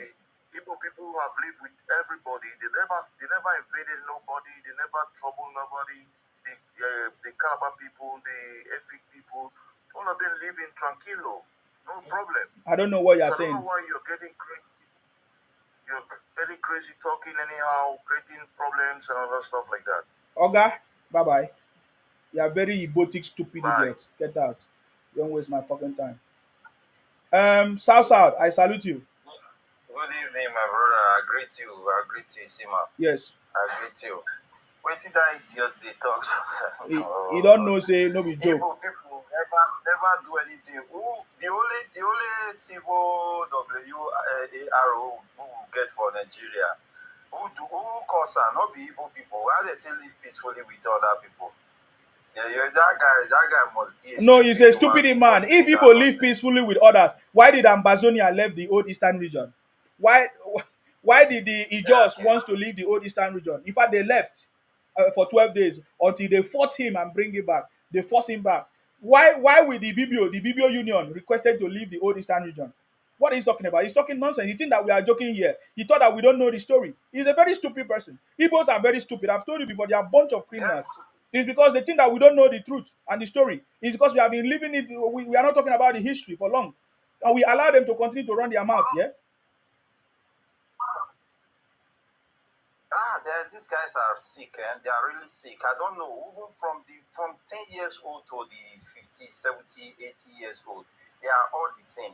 They are with their big head is very empty. Empty skull, nothing on it. Their head, those passat head that they are, most of them carry, you understand, it's just empty. There is nothing on it. So I don't know what's wrong with these people. You are living peacefully with your people. You say you have been living, people have been living peacefully. But you are the same people that is forcing your name in boutique on other tribes in Nigeria. You are the same people that is claiming other tribes' land, claiming Ikwere, claiming Ibibio land, claiming Ika land, claiming Edo land. Create 40 states inside a country that have just 36 states. And that one alone, how did you people live? How do you explain such kind of thing? Then you say you are living peacefully with your neighbor. How? You guys are criminal. And you guys are creating a lot of like this baby food, fake baby food of a thing, like this fake medicine of a thing, fake drinks, a lot of this thing, what they call it, this kidney issue. Now we are passing through a lot in Nigeria. A lot of people have this kidney problem now just because of your fake production, fake chemicals that you are putting together to feed people in the country. You say you are living peacefully. Do you know what Yellow Doche? Do you know what? Majority of the people that are crying in the Western world. Do you know what Yellow Doche said? He said that, the reason that young people are not crying every day, having diseases, are because we have deviated from our ancestors, that we are worshipping foreign gods. That is a lie. Igbos are the one producing fake goods, fake product, fake food. And you see, the the foolishness extend to their Peter Edochie, who extended to such kind of a person. Their celebrity, the foolishness extended to their celebrity, because it's not my celebrity. I don't sure that man is You call him celebrity? Yeah, Brity. What are you talking about? Is it not in the movies, Igbo movies, that Igbos are now doing kidnapping and organ harvesting? Is it not? That is. And then look at the other foolish one that called himself Kanayo. The other time was complaining about the roadblocks in Igbo, in Igbo land. Yeah. Did you even talk about the insecurity? You know about the insecurity in that country. Then you be talking about the roadblocks. See the idiot that talk rubbish here. See the idiot here. See the idiot here. He's back. Yeah? See the idiot here. He's back. You that is talking about living peacefully. So you don't know all this information. So how are you guys living peacefully with your neighbor? Eh? Yeah, okay. Can I talk? You are talking about peaceful. That does not really make sense to me. I don't know. Yeah, to you too, it don't make sense to you. The Benin Kingdom was also fire. They change your kingship to over. They change your kingship to over. They conquer you, and you don't talk. Human being, you understand? You don't like somebody like you now. There is every possibility that you were bought in a baby factory. You understand? You don't know your biological parents. And that's the reason why you guys normally behave this way. Because 80% of you guys were bought in baby factory, which is very, very bad. All you need to do for you to come out is I don't have time to talk stupid talk. Like, I don't have time to talk stupid talk. You're talking like little boy. I want to talk to Nzima. If you do that, I want to make sure that I talk to Nzima so that Nzima will realize that when you do violence that, doesn't pay. go and trace your biological parents. It's affecting you. All right?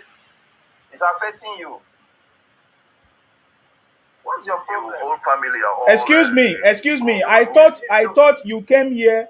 What? Okay. Why did you? Why? Whatever your name, Okpara. Why did you come back, please?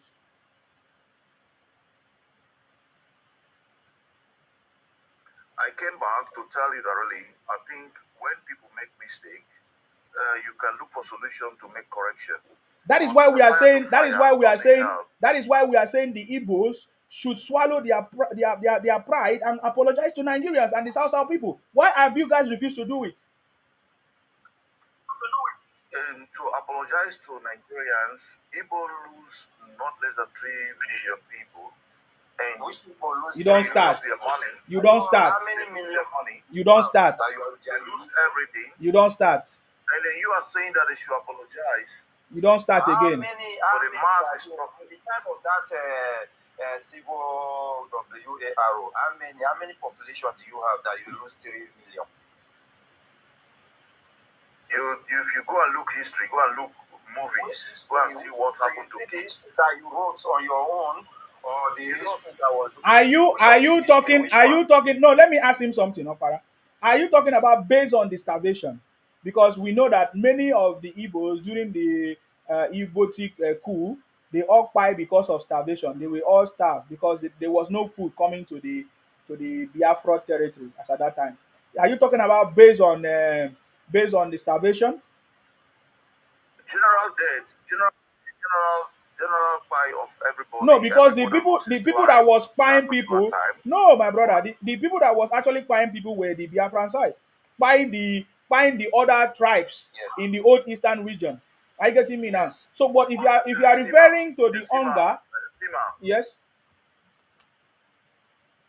Sima, man, I want you to think about it, man. I want you to take it easy. Don't make a fire to fire. Calm down. Take it easy. No, we want the Igbo people to apologize and stop repeating the same thing again. Yeah, they have a lot of Calabar people or Ibibio people or Anan people that really all together, man. Some mistake can be there, correction can be made.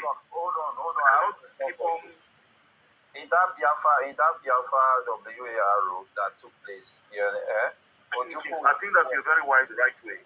Hold on. Ojoko with it. Calm down, Sima, man. I'm talking to you. Listen. In that WARO that took place, Ojukwu with his boys, yeah, they steal money from the bank of they still gold money, money and gold in the bank of what is his name that time? You're looking one side. Look the both sides. Who lose on the war? You said both sides, not both sides, not both sides. Who lose? Igbo lose all their money. No, Igbo doesn't. Igbo didn't lose anything because why did I say so? They were the one that donated. They donate.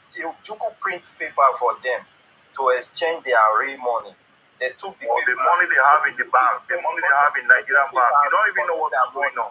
To sponsor the war, you use it to sponsor. No, you don't even know what is going on. Yes, so people will have money in the bank. My brother. You guys will have my brother. Now, if we are talking about currency, Biafra currency, South, you put their money and give them Biafra currency. Before Biafran currency, people will have money in the bank all over the whole federation. Now let me also make reference to, okay, my brother Okpara, if you want to be my brother now. The people that had money in the banks, they were all giving their money. When you talk about extra money, like maybe 20 pounds, 20 pounds, 20 pounds. Hold on, brother. 20 pounds were just monies that were given to people that didn't have any money. Okay, 20 pounds were people that didn't have money, so they were rewarded after committing the crime. They were also rewarded. But they did not reward the people from Ibibio, Ijos. They only rewarded the Igbos. Papi boy. So people, they are very good people. Oga, that is not what we are talking about. We are not talking about Anang people or Igbo people, very good people. You people are always been using we are good people, we are not good. We are that is the same good people now. You use good people to invade our land. That is what you did, and you are still doing it. That's what we are talking about. We are not talking about whether we are good people or not. What part of your land is being invaded? There are plenty. Igbos invaded Aro dynasty, which is our confederation, which does not belong to them. You understand me? And today, Igbos have claimed the area. Are you getting me? Which we don't have much problem. But now, Igbos are continuing to do it. Today, Igbos are changing our name and say it's not a Ibom, it's a Kaibo. Igbos are saying that, oh, we are a subgroup to them and all of that. No. That is very, very wrong. We want Igbo people to respect us and we respect them, but not to invade our land and try to make us. You say Igbo people come together and make the name or individual. You know, you have to know the way you talk. You know. It's not individual, it's Igbo. Igbos are doing it. What was Nnamdi Kanu fighting for? What was Ojukwu fighting for? What was the Igbos fighting for? Why are the Igbos keeping quiet when all these things are happening? Why are you not correcting it? Are you saying that if Oduduwa fight for Oduduwa, now you're going to make the same enemy to them? Say that again. Is not claiming any land. My brother, any day the Yorubas will rise up and say, What is South? What is South? South is created of not up to 5 years. Does it matter? Or you know South. When was South-East created? Excuse me, when was South-East created? What is South? What is South? What is South-East? South is fraud. What is South-East? Why you don't complain about the fraud of South? What is South-East? All is fraud. It's a Fulani creation. You don't talk am. What is South-East? Good evening. I salute you, Papi boy. What is South-East? Yeah. Do you know when South-East was created? Creation? When was South-East created? South-East. Just look at Nigerian map. You got to see that the north is up to three quarter of the whole country. You don't talk about it. Because they have the land mass. All the whole oil. They have the land mass. How? Who say that? You are talking out of ignorance. The North have is usually like that. Every map of the world, go and check. The North always have the biggest land mass. In the UK, is the same. Most of the people you see they put on the North, even they have some Igbo-speaking people. Oga, now you are invading. You are moving. You are passing your boundary. Let us allow someone else to speak. Papi boy. So you have part of North Igbo land too. Is that what you're trying to say? Yes. Let me be very blunt here. You see, the whole of the Southeast, right, is a mental asylum.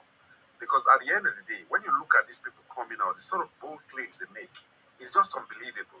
Look at what this man just said now, that there are some Igbo people in the north. Exactly. Very, very, very bogus claim and very annoying. Yeah. They insult people's intelligence and they think that they're actually better than everybody. And that's the most frightening aspect of it. Yeah. They come outside, they just people who speak Igbo, their grandfather speak Igbo, their grandmother speak Igbo, their grandfather speak Igbo. And they are Igbo DNA. They are not Northerners. No, not Hausas, not Hausas. Who are those? Mention them. Mention them. Who are those Igbos in the north? Please let him tell us. Who are those Igbos in the north? Who are the Igbos in the north? Those people, which state are them in Nigeria? Yeah, who are those Igbos in the north? Tell us. Yeah. Okay, where did northern Nigeria started? Okay, stop asking us questions. You told us that Igbos are in the north. Tell us where are they? Three-quarter of Nigerian map is north. Three-quarter of Nigerian map. Okay, that is not what we are talking about. Where are the Igbos in the north located? Where are the Igbos of the north? Yeah. Tell us who they are. That's all. Indigenous people. After very close to what you call this place, where Two-Face come from. What do you call these people? Benue. Yeah, very close to Benue. Most of those areas there, you see Igbo generation upon generation, indigenous living there. Go and look well, check it well. What I'm saying. Oh God, what are you talking? What are they called? Who are they? The people who create the map, they don't create the map based on time. Oga, you are not answering my question. You keep repeating the same thing. We want to know, Oga, I will come out to you for here. We want to know who are those Igbos in the north. That's all I want you to say.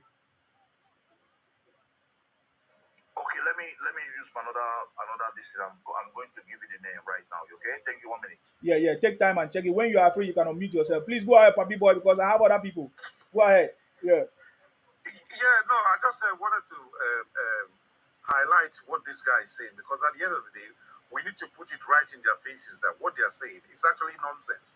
When you want to leave Nigeria, yet if you look at it, which ethnic group is spread across Nigeria, with Hausa, Fulani and all that, the most are Igbos. They are everywhere. They are in the villages, and yet these people are saying that they want to leave Nigeria, and they benefit more because if you look at it, one of the biggest concessions given to them is for Nigeria to turn a blind eye when they were invading these places and claiming that they are traders and all of that. Nobody did anybody act against them. Nobody did anything to checkmate them to say, right, listen, we know that you guys are evil, but you're excesses. That's why they can come out today and say, oh, they are the richest tribe in Nigeria. They do trade. They do that was left unchecked.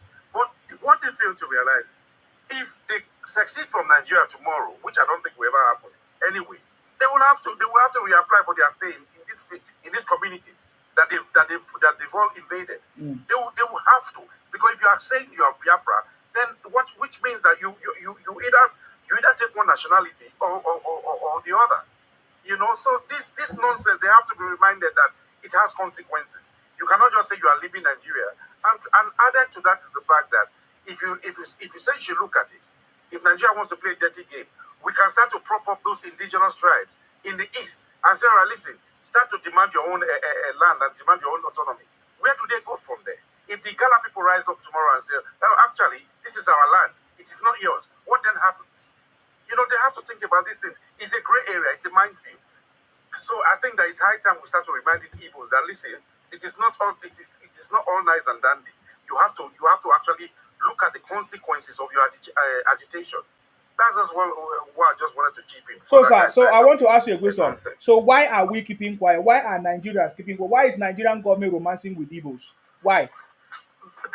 Because I think it's I wouldn't say it's cute, but I think just to first start, I think after the Civil War, they had this slogan that Nigeria is one and all of that. So everything sort of bedded into that. And people just, that sentiment came in. They just, all right, okay, listen, we know that the whole of Nigeria actually fought against these guys, and in order to bring them back into the fold, let's just ignore a lot of things. And that became a culture, basically. That became a culture. So they were operating, and they didn't have to checkmate themselves. And Nigeria just left them to it. And that became a sense of entitlement to the Igbos. And that is why today they are coming out again. What they couldn't do with God, they want to do through social media. Okay. Okay, thank you very much. Let me don't take much of your time, sir. I really appreciate your coming. Thank you very much, Papi boy. Thank you. Thank you, sir.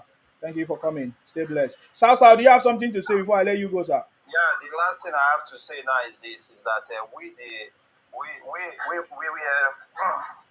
Midwest region. Why people don't complain about South? Why people don't complain about South? If you're crying about changing of names and other stuff, why you don't complain about South? What is South?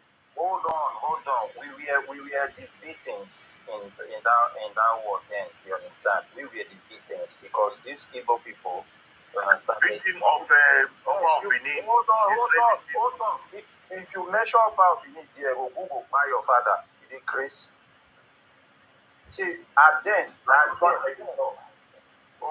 your papa. You will not get papa safe. Buy your papa for wherever it is. Buy that person where adopt you to, where sell you to where you did. Where you are a slave. You're a slave to Oba. You're a slave to Oba. And you're a slave for Nigeria. You're already a slave in Nigeria. You are a slave. That's why you are looking for freedom. Slave in your own land. Yoruba people come and slave in your own land. You still talk bullshit. You fuck off. You see how stupid you are. Stupid human being. Yoruba enslaving in your own land. You still talking about. You are enslaving your own land. You're a slave in your own land. Most of your born yourself. Come, Akpara, allow him to finish now. We are waiting for you to tell us where the Igbos are in the north. Okay? Igbo, so you never know the land you call Igbo land now does not really belongs to you. If you have some part of that land, Igala. You would do people have some part of that land if you don't know. But you guys are originally from Israel. Are you not from Israel again? You are a foreigner in Nigeria. You guys are foreigner. You are from Guinea, Equatoria. You guys are from Guinea. You understand? Do you see people look like any indigenous of Nigeria? You will run, but you cannot hide. You will run, you cannot hide. You see that cry. Your cry will not save you. Nigeria. You will cry, your cry will not save you. You guys are the Igbo man stand. You guys are Igbo stand strong. Igbos are the one crying. Igbos strong. Crying in the ears of Nigeria. And you will keep on crying. You guys will keep on Don't worry now. You say you guys are not crying until the whole of Anambra State is wiped out. Don't worry. Very soon the Yorubas will go. When the Yorubas go, your eye will clear. Yoruba don't need you. Yoruba reject Edo. Oh guys, stop bringing people into the conversation, I beg. Don't worry, he's bringing. I know the gimmicks. I will bring him down very, very soon. I know the game. This guy when they talk. Yeah. You see all these tricks you guys have tried it before, it didn't work. We remember when you guys came after the Civil War. You came with like begging, like coming to be even. You are the only tribe in our country that still bring the little ones to come and serve. They are still number one. After everything, they will still remain number one. True news. Allow South to finish, please. Allow South when it's your turn. I will remove this opera very soon. It's not allowing other people to talk. South, are you done? Yeah, this useless evil people brought war to our land. You understand? The Midwest region. You understand? They stole money from our banks, stole gold and everything. So Oba Benin was the first people that fight people and seize people. Buy your papa, or go buy your father. Thunder fire, you idiot. Useless human being. I know your nyash is leaking now. When you tell the carry powder for nyash, up and down from country to country. Thunder fire you. You guys cannot do it, any legit business on this life. So you look at your people, they are crying in the Western world now because everywhere is secure. They can no longer take powder to any country again. They are all crying. They want to return to Nigeria. And you want to, you don't need security in that country for you to have the opportunity to be, doing those your bad business. All those your business you call business. Those fraudulent business that you guys are doing. It's your go buy your father. They thunder fire your generation. Every sweat down at the camera for you guys. All generation. For if I remove him, thunder will fire your generation. For the fact that he's abusing the other, I have to remove him. Yeah. Go ahead. You are a bastards, fools. I have to These remove guys him. are just nothing but a bunch of criminals. They are all criminals. So you This agree crime with that me you that guys they are a are bunch trying, of you keep criminals, on yeah? trying. All the regions, all the old tribes in Nigeria have rejected you guys. We rejected you guys, and you will remain. You will remain in that your 5 plots very soon. Very soon. Don't worry. Very soon you will cry more than this. It's gradually, step by step. You guys will receive it. You receive the thing. Oh, what we prepare for you? Useless human being. The thing is this: we were the victim. That's the fact. We were the victim. We are the one that's supposed to be, shouting because we need. Normally, these people supposed to pay us back. They stole our money. They stole our good. They brought the war to our land. They destroyed so many things in our land. They rape some of our women. They do so many havoc in our land. So we are the one that's supposed to be shouting because we were the victim. But now they are the aggressor. They are the one claiming to be the victim. This bunch of criminals, these useless people, these people, we don't even know where Britain brought these people from. No. Let me ask you a Different countries. question. Let me ask you a question, sir, because I want you to be focused. The reason why I say why is Nigerian government always romancing with Igbos? How come the Nigerian government paid the Igbos instead of the victims? That is the problem because we were so silent. I believe this because we were silent. We keep quiet so long. We keep mute for a very long time. You understand? So I believe that is the reason because we are the one that's supposed to be crying because we are the victim. This most of the war we fight. They fought most of the war in a Delta and this thing Delta region and what they call it. They fought in Akwa Ibom, all those Ijo area. Those are the places they were fighting. The major war it didn't even take place in that there are 5 plots. No, it didn't happen in the yes. It's hunger that made them there. Yeah. It's hunger because they don't have food. They don't produce any food. The land is not fighter for them to get food on their own. So we are the victims. We are the one that's supposed to be crying. We are the one that's supposed to be shouting. This one will say 50,000. This thing 5,000. You hear the other side again 5 million. The other side again 3.5 million. The other side you hear different million. We lose a lot in that nonsense. This thing that stupid Ojukwu brought to our land. All right. Thank you very much. In time, anyone that stand up for Biafra like that criminal I think we need to put ourselves together to sue them to court so that they can pay us. Those Biafra people, they need to pay us our money back. That's just the fact. Thank you very much, brother. Thank you. Yeah, I salute you, my brother.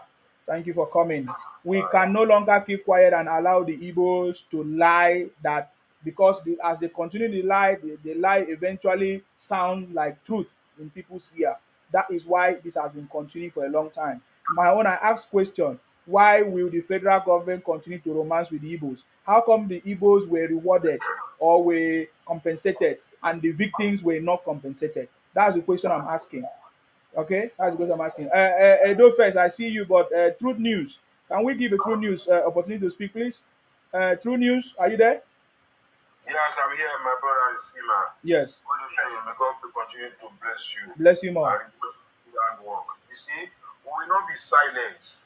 We will not be silent because we know all these people who are either Biafrans or LUP. Biafra at night and LUP during the day. We know all of these people and we see through their lies. We see how they try to doctor history, to change history, to rewrite history, just to suit them. You understand? They have fought the war with guns and they lost. They lost. Gallantly they lost, you understand? But and then we welcomed them to our land. When we were welcoming them, I remember very well, they will feed on palm kernels by breaking it with stone. You understand? They were so poor. that 5 of them will live in one shop that we rent to them, and then they will batch there in the morning. You understand? We remember the humble beginning they had when they had to come back. We remember how much we supported them. Beginning that they are like prodigal son. You understand that this is the story of the Bible, the prodigal son, that they have made mistakes. Let us pity them. And now we give them different land to stay on, to farm, to do all of these things. So now that there is ginseng time now, they want to say all those places we gave them to come and farm and rent, and then maybe eventually they buy one of those places. That now, if they want to have Biafra again, they think it's an expansion of Biafra. You see, that would be very stupid to be thinking that way. Because once you have Biafra, that means you have to go home. You will leave those land where we give you to farm. You will leave that place where we rent to you or you buy from us. Because land property is not a movable asset. You cannot move it. Once it belongs to Yoruba land, you buy it from there. Once you say you have Biafra now, you leave it in Igbo land. You cannot carry it to, you leave it in Yoruba land. You cannot carry it to Igbo land. We need to educate you guys all the time about these things. And then somebody will say, because you did not have seaport, that Nigerians come and build seaport for you, or you come and because of that you want to go and overrun your Port and say because you forgot to have seaport in the first war you took Nigeria to. We are beginning to see you as internal enemy now. We don't want to believe that you don't know what you are doing anymore. We want to believe you are purposefully want to destroy our country. We want to believe that you are the internal enemy we have. And once you continue on this note, if you continue on this note, there will be no option left for us than to chase you guys out. Back to Israel. You get. Because now we are telling you can have 5 plots of land. Gracefully, you are still pushing. You say you want to go to Port Harcourt, you want to go to Ibibio, you want to. Brothers and sisters, we are going to end up sending you out if you don't listen here and know your boundaries. That is what is going to happen. We are going to send you out, all of you out. We have accommodated you enough. Enough of all this rewriting story, rewriting history, telling us Nigeria is God, calling Nigeria all sort of name, when you are the one going outside to every port of entry to every country to go and spoil Nigerian name by trying to export powder to those countries. You are the same person who has gone to South Africa to bastardize our name. And then we still continue to accommodate you, thinking you will repent. And now your repentance is going the wrong way by now wanting to change your name and then to run Nigeria down. Anybody who is saying burn it down to our country is not part of us, it's our enemy. If you can use that word to our country that says burn it down, you can never be part of us. Because if you can believe you want to burn our country down, we are not going to fold hands and look at you that way. No way. No way. We cannot accept that. You see, because we are beginning to see changes in our country. And if any of you choose to repent, you understand, and believe in one Nigeria, and believe in the future of Nigeria, you are welcome. But as long as you start to create 40 states out of 36 states, as long as you begin to siphon money all over the internet and be calling for hard work in the Igbo land, you understand? We will not tolerate that because you are giving Nigeria a bad name. Please, around up. Okay? That is my submission. Thank you, Isima. Thank you very much, sir. I know you still have a lot to say. You are powerful. Thank you. Is that Commander Ekpenede? I salute you. Yes. Yeah, my leader, I greet you, sir. You are the boss. Good morning from I here. salute you. Yes. I really appreciate you. You see that small boy, that is hiding on that fake accounts. He's not having the balls like men to talk. He came out to talk nonsense. He was trying to be emotional. Those are very emotional people. Yes. They don't talk logically. They talk with emotions. You were trying to make him understand the reason why you are angry and the reason why you are bringing out the frustration on them. For him to come here to make a clear submission or to make you understand that, okay, yes, he's sorry for the, for the stupidity of the Igbos and how stupid they are and how they will still continue to be stupid because they will never learn. He came here to try to tell you, the Anak people, the ethnic people, the people, they are close to us. When the Yorubas, they go, who told you the Yorubas want to go? And who told you that they are even planning to leave? Who told you that? This is the first problem they have. So that one is one. Number two, because I'm here to educate them, I don't do saga. If they want saga, we give them facts, and that's it. We are South, and we are royalty. So we don't behave like church rats, like them. So we know we don't have to dance like them. First of all, he was asking about what is South. So that is why I brought out this. Mr. Man, don't interrupt. Will you shut up your mouth, my friend? I'm talking, you listen. I represent royalty. Don't insult. You better shut up your mouth or we drop you now. I said shut up your mouth. I'm talking. I'm royalty. You shut up. I said shut up your mouth. I'm talking. Listen to me. What's wrong with this monk? You see, man, drop this bastard. I think he's not listening. He's trying to learn. You mute him or you drop him, sir. Thank you. So, you have to listen to me because we are here to educate you. First of all, let me turn the camera for you because I know you people, you don't have sense. Because if you have sense, you will know that, excuse me. Now, thank you very much. You see, my please, can you make the screen play more? Let me school this small boy there. So, that small boy, Elias, was asking the meaning of South. We don't make propaganda, we need coordinate in Nigeria. Now, if you can check, this is written cardinal points. And you can see cardinal points. This is from Google. And on that same Google, Olga, mute your mic. I'm talking. Royalty is talking. Listen. On this South, listen. We see North, we see South, we see West, we see East. And we have Northeast. We have Northeast. And we have East, Northeast. We have East, Southeast. We have Southeast. And we have Southeast. This is South, right? We have South in the East. And we have South in the West. This is clear geography. Pure geography, not fabricated by the Janjaweed, as they call them, the Fulanis. The Fulanis did not put this one here. This was, this cardinal point was brought to us by the same colonial people that colonized us. You can see properly, if you can read. This is SW, Southwest. SSW, South. This is South. So South is in the West, South is in the East. So if we not say we are South, what is the problem? I don't know. Now, listen to me, young man. See, I don't think I'm not here to do saga. I am not here to do saga. Now, listen, young man. Midwest invasion 1967. Midwest invasion of 1967 or Midwest offensive. It was an offensive. Your people laid an offensive on my people. I'm reading this from here. This is not a Buhari or Janjaweed fabricated story. If you can read properly, Midwest offensive in 1967 or Midwest offensive. You're waiting in trouble. You find trouble. Codenamed Operation Touch.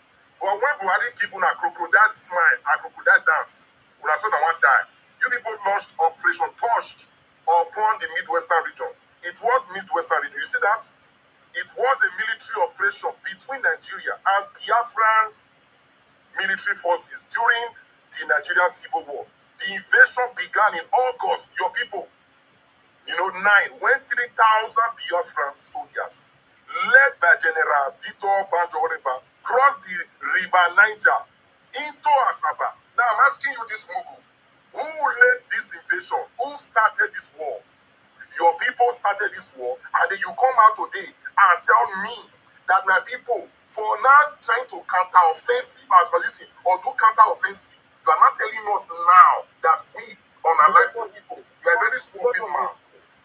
If any Igbo man said this thing today, Ogun go punish your head because it was labeled a Midwest invasion. You invaded my land. Because the reason why I brought up, you see my mute this guy, you drop and make good comments with that. Because we are here to, I'm not here for saga. Bobby, if you repeat that nonsense, sorry, Commander. Bobby, if you repeat that nonsense, I will drop you. Everybody have opportunity to speak. I have not Please. insulted anybody, because I was annoyed when someone said that they have never invaded anybody.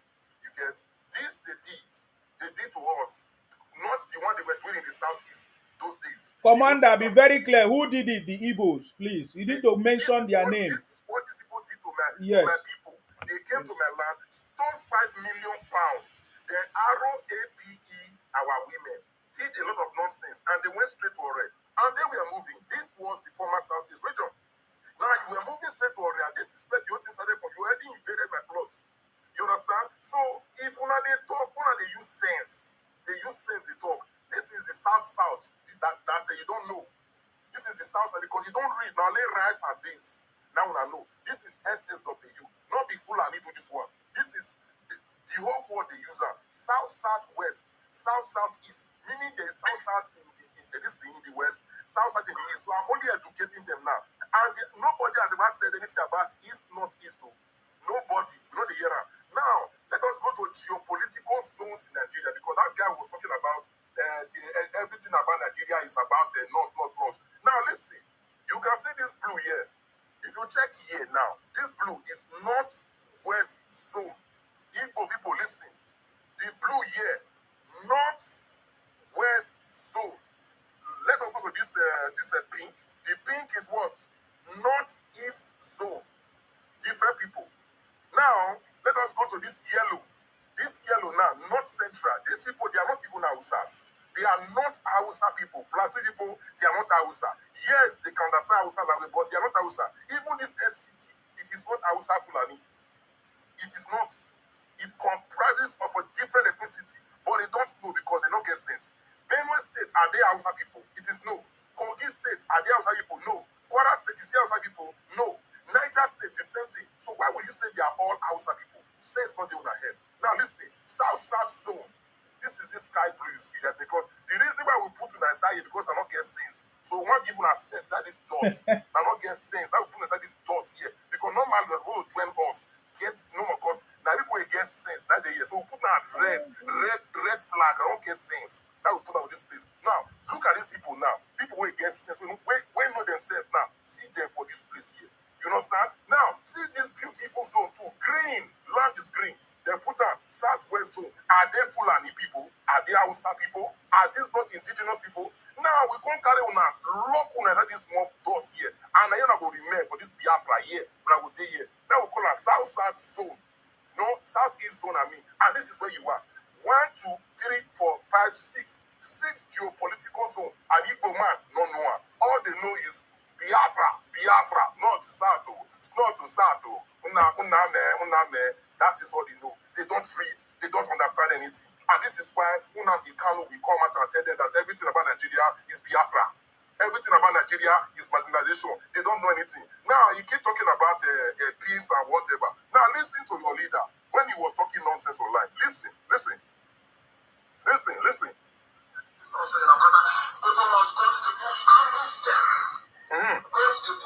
No show in face. Sir? Commander, no show the face. Okay, no worry. Yeah. They are not human beings. These are terrorists from Niger. These are terrorists from Gambia. These are foreign terrorists from Chad. They are not human beings.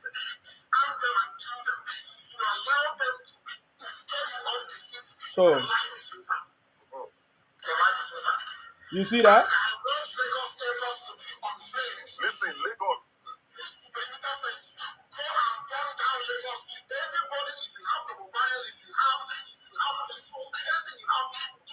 Did you hear that? Now, did you hear that? This is what your leader was saying. He said, set Murtala Mohammed Airport on fire. Waiting Murtala Mohammed Airport to Biafra. Is that your Biafra land? The airport where would they use? When they say, if they come Nigeria, now they I think they do dengue pose. Welcome to Nigeria. You say that this useless boy will die inside prison. You say, they go born now. The airport where they use Nigeria tax money to pay as it built. Your stupid Nnamdi Kanu will go buy for prison. You say, they go born now. Then you are here talking about, say, peace. See, you people need to apologize for the damage you have caused to Nigerians. We forgive you people for that Midwest invasion. We forgive you people. We never invaded you. It was a counter-offensive that led to that war. But an Igbo man will never listen because Today, they are all Biafrans under oath or IPOP under oath. Anything when they cannot talk, they must say yes because they're under oath. Because if they don't obey that oath, they will buy. That is why you see them come here to defend nonsense. I'm not under any oath. The only oath I pledge is I pledge to Nigeria, my country, to be faithful, loyal, and honest, to serve Nigeria with all my strength. You understand? That is the oath I pledge. Until I will die, I'm going to defend Nigeria and all Nigerians. That is where I stand. So if I don't get sense, conditional sense is very, very simple. You understand? So this is logical thinking and not emotional thinking. So every Igbo man, go back to the scoreboard and go and put something in your brain. Because if I say rice and beans don't block out, and those fake drugs. You understand? So if you come here and talk nonsense again, Ogun will buy you. The Chris, nonsense. Wando Saga. Thank you very much, Commander. They don't understand what we are doing. This is the Royal Sasa movement, and it's not going to be easy. The next person here, that was Commander Kennedy. You see that he's angry now and he has left. Bobby Guy, you have been wanting to respond. Let me hear from you. Oh, Kingsley Lee. Sorry, Kingsley Lee. Sorry, go ahead. Okay, thank you, Isima, for giving me the opportunity. I really appreciate you. You're welcome. First and foremost, kudos to that my brother who just presented finest. I do finest. I really enjoy. Boy, you just jumped me. It's supposed to be me. This guy just come in. You don't. No, I'm not just coming. Bro, be patient. I'm not just coming. I know the time they brought you in. I'm not just coming, please. No, only one person. Bobby, you will speak. You will speak. Don't worry. If you are just patient. Yes. Relax, okay? You see, the thing is that when somebody is talking, he's presenting evidence, presenting facts with references. That is what they call a honest submission. I'm sure you understand. So obviously, you don't need anybody to tell you. It's not a matter of insulting or using abusive word or talking for the sake of argument. No. What this guy just did now, this ideal fineness, he brought out evidence for us to see everything. You understand? So what I just realized in these guys is that, from their childhood, they have been brainwashed. You understand? Even you should look at it. If somebody can believe that a sitting president then, who is alive and very much active, somebody will just come and say this person don't buy, say another person represent them, and the majority of them they believe it. Tell me what else will they not believe? Nothing. And they never see anything wrong with it, and they were broadcasting it then. You understand? So those people, if they can believe such thing, they can do more than turning the history upside down. You understand?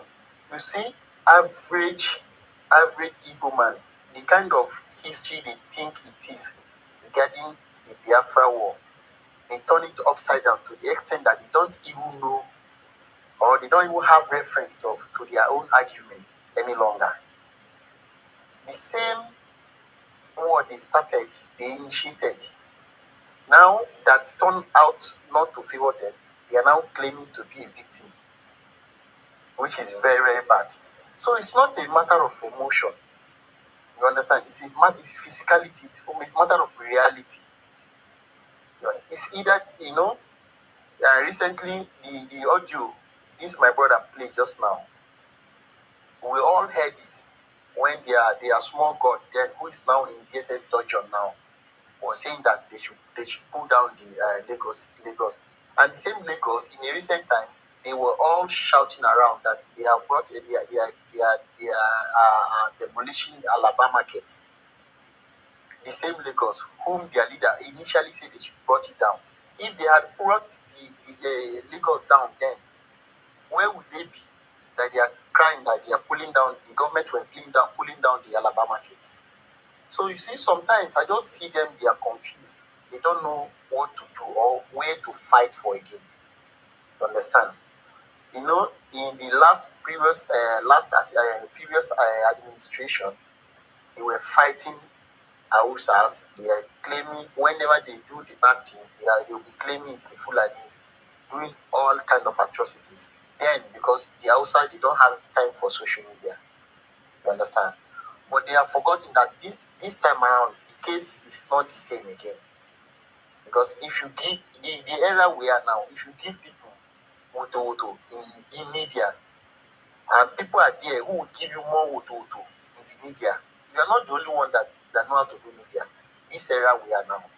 So forget all this victim game playing, or you are playing. You want to claim that you are the victim in every aspect. You are insulting somebody.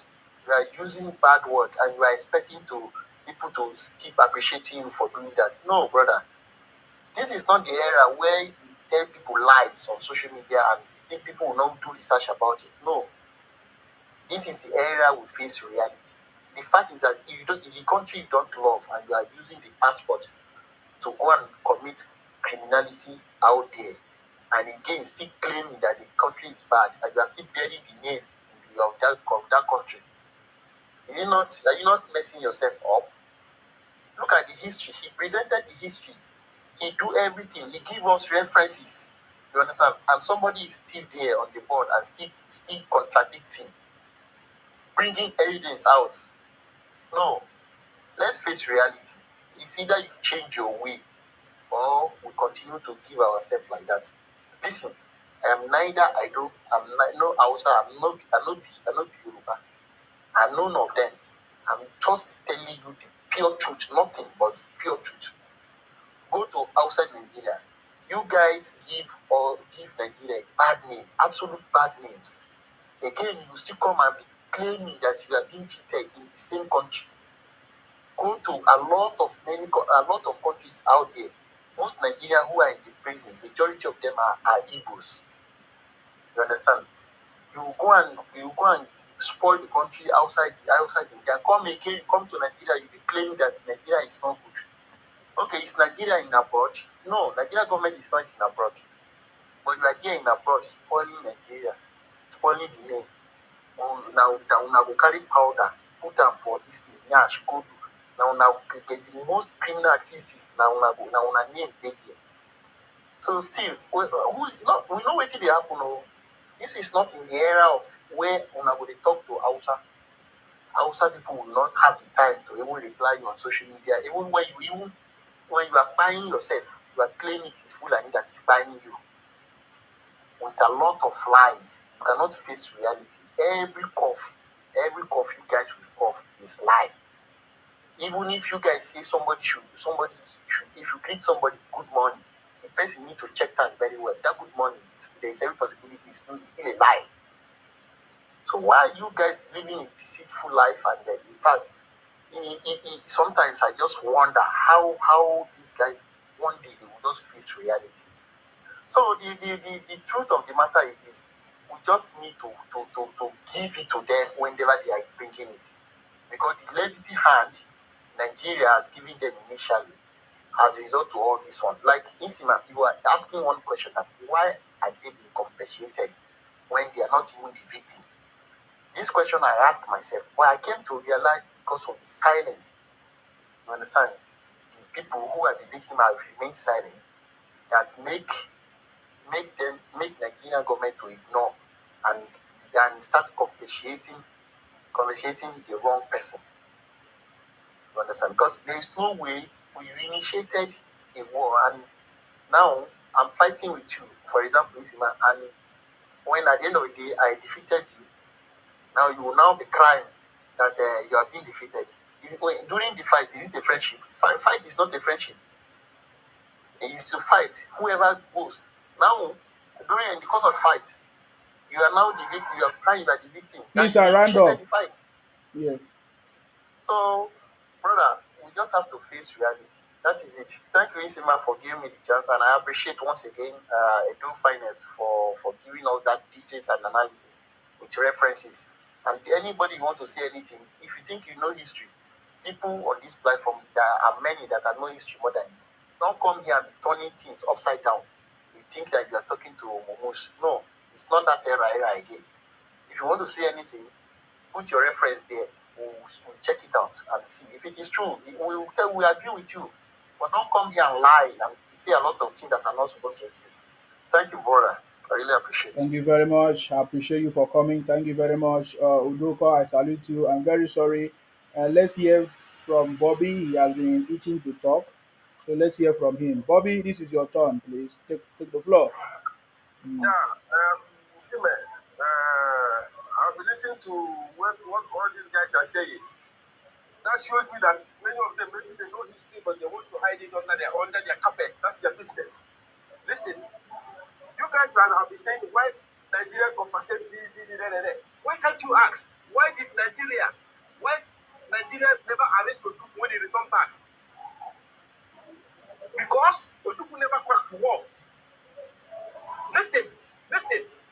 Ojukwu accept in Ghana a good accord. Ojukwu accept that Nigeria will be under two federation. That Nigeria will practice two federation. Ojukwu accept this in a good accord. What happened? Go on. Everybody will come back. Handshake in Ghana. Everybody will come back. Go on and let's forget the Yoruba guys. Everybody come back with happiness. British. You're born British. God for what? I said no. That because they know that two federation is not good for Britain. It is not good for them. They call Gowon. Gowon now did what? Withdraw his own ticket for that two federation. He did not accept anymore. What happened? Attack starts from North. They attack Igbo people in North. Who did they kill first?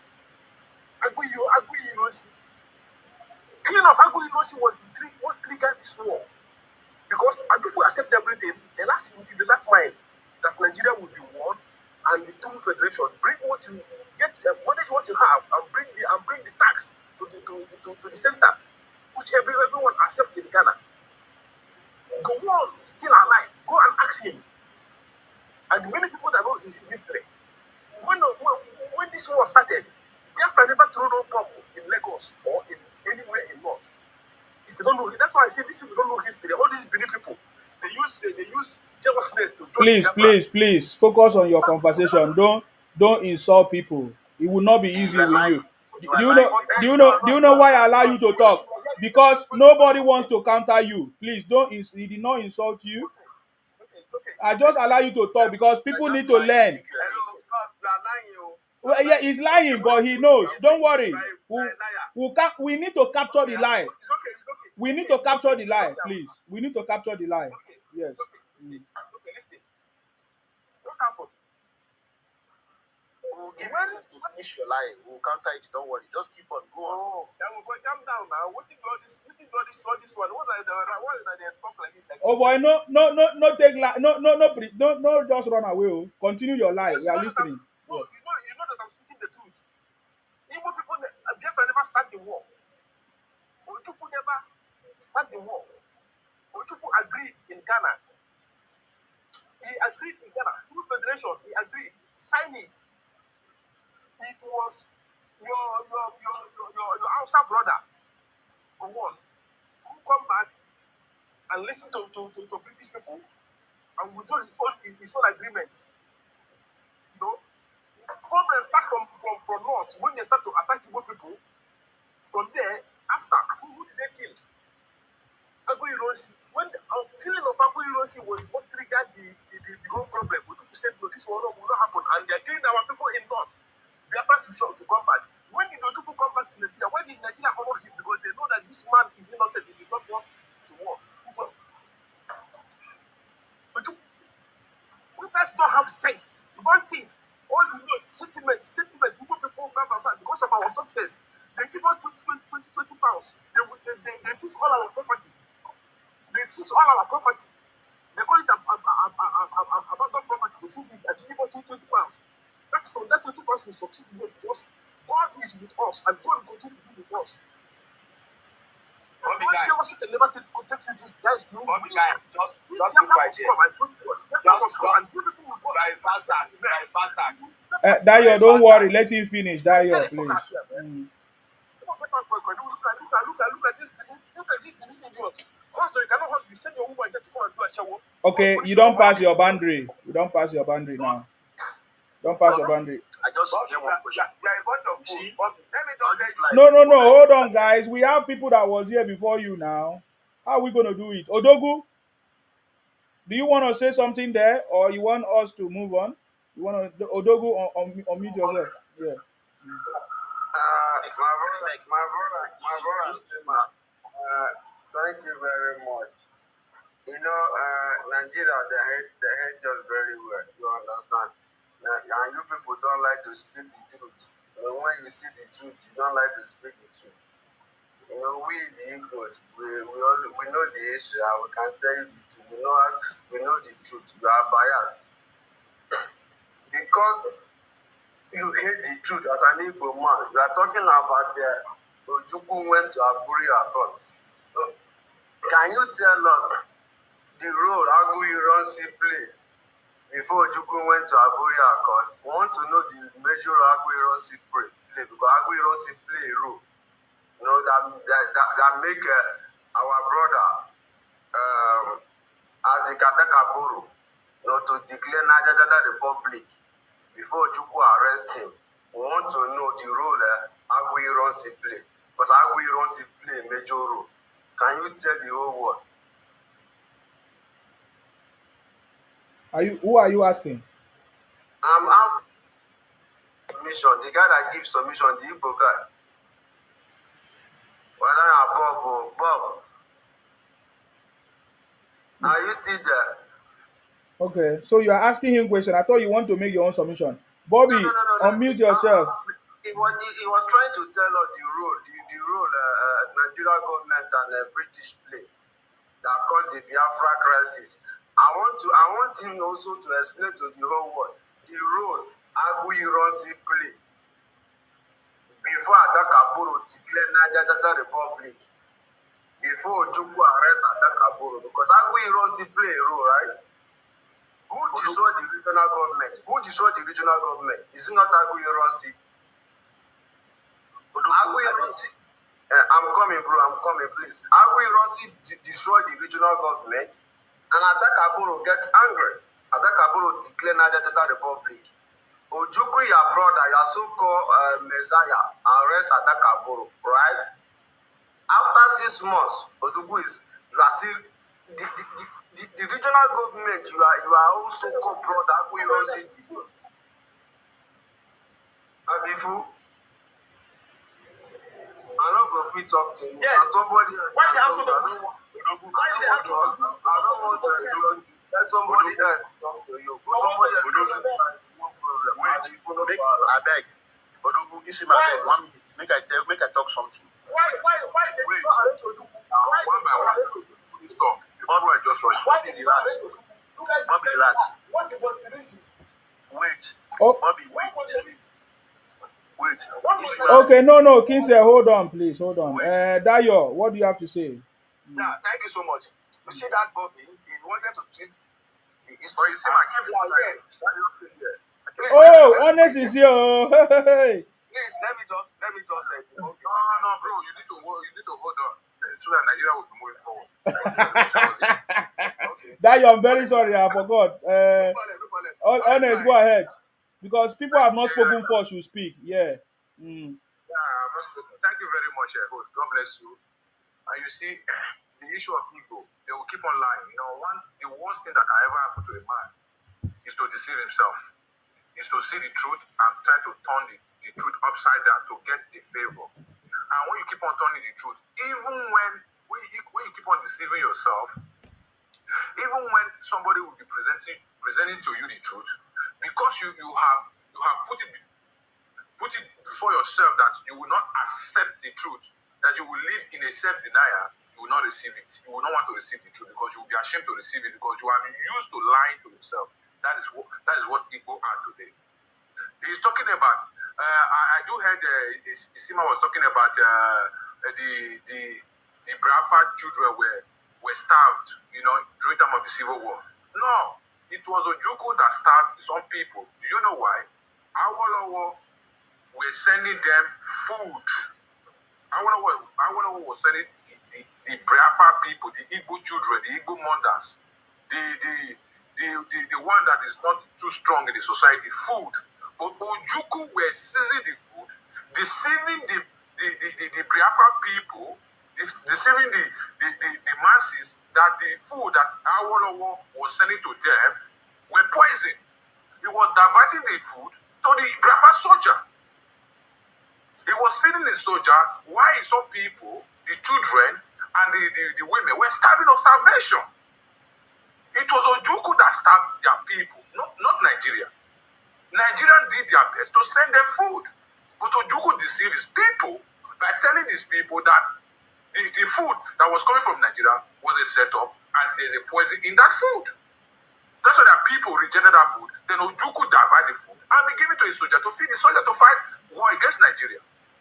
It is when Awolowo knew what was going on that he says the food that they cannot keep on giving you food and you will eat to your fullest after using the strength to be fighting against people, fighting against them. That is when they hold the food. So nobody starve Biafra people, starve Biafra children. That is a fallacy. The history is there. And secondly, the crime that Biafra soldier, let me tell you this. I am from Oroma local government, right? I am from Oroma local government. Every Oroma local government child, I'm from those states, should be extremely angry with the Biafra soldier. The kind of atrocity they did in my own region, the kind of havoc they committed in my region is abominable, is unbearable. They raped, they bite the elder ones. They stole all the agricultural crops we have in our farm, all the cattle, all the cow, all the goat, all the chicken, everything. They put that local government, that community into havoc. They did a lot of bad things before they moved to Midwest, to the Central Bank of Midwest and stole our money. Someone said that we were too quiet. Really, I do ask myself this question. How can you favor someone that lured the country to war? You start giving them money, you start feeding them. So I don't wonder how our founding father were reasoning. How can you give people that make Nigeria to use the money that is supposed to be repairing the country, feeding the country, doing the good infrastructure, repairing roads, you make them use that money to fight war. And the same people start giving you money. And you still have the guts, instead of telling them thank you for not abandoning you for what you have done to the state, you are having the guts to insult Nigerian state. What an ungrateful people. What an ungrateful set of people. If Awolowo did not give them that money, I don't think by now they would have been having maths. I don't think by now they would have been having maths. They have used our founding father have used act of sympathy to pamper this bunch of criminals, to pamper this bunch of ungrateful set of people, and start making them thinking that they are somebody when they're not somebody. Let me remind most of the Igbos, you keep on crying about marginalization, right? Do you know that after that war, that civil war, in 1979, Alex Ekweme was the vice president of Nigeria. After they even led the war, they did not compensate the South people. They did not compensate anybody. But they still pulled this set of bunch of criminal set of people, ungrateful set of people, to be vice president with the Shagari. Since then, they have been part of Nigerian policy. For long, they have been senior president for more than 3 or 4 times. They have been part of minister appointments. They have been part of everything that Nigeria shares. But they were the one that lead the country to war. We, the South that are being the brunt, they have not compensated us. They have not compensated us. But they compensated this criminal. They looted our money. They left us in a state of nothing. Whereby they were feeding the Igbo that looted our money. They they were feeding the Igbo, giving them money. How does the money come about? The Igbo keep on crying.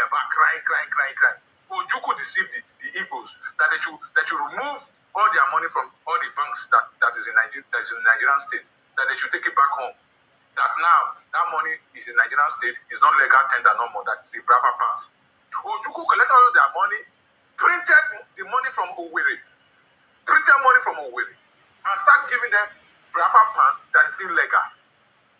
That's why when you watch some videos, when you watch on Facebook and some you will see them busting. When they bust ceiling, you see Brava pants. When they bust when they open the bed, you will see Brava pants. That's when they were keeping the money because they were not bank then. They were hiding all those money that Ojukwu printed for them. Oh, after Ojukwu said that he's going to lose the war, he took all the money he collected from these criminals, Igbo people, and the money he looted in the Midwest and ran to Ivory Coast and go and marry and leave the Igbo people, the children, to be starving in hunger. But they did not blame the Ojukwu for leaving them alone to starve of hunger. Ojukwu went to go and marry Bianca in Ivory Coast. We're having sex and we're making love. We're enjoying themselves. Why the Igbo people, the Igbo children and mothers and the men, the grown-up men, we're dying of starvation. They did not blame Ojukwu. Now you are not carrying your frustration to me that you looted my region. You are not carrying your frustration to me that you almost bought 95. That's not the amount. Shut up! Shut up! Listen to me. Shut up! Shut up! You don't know your. Shut up! You don't know nothing.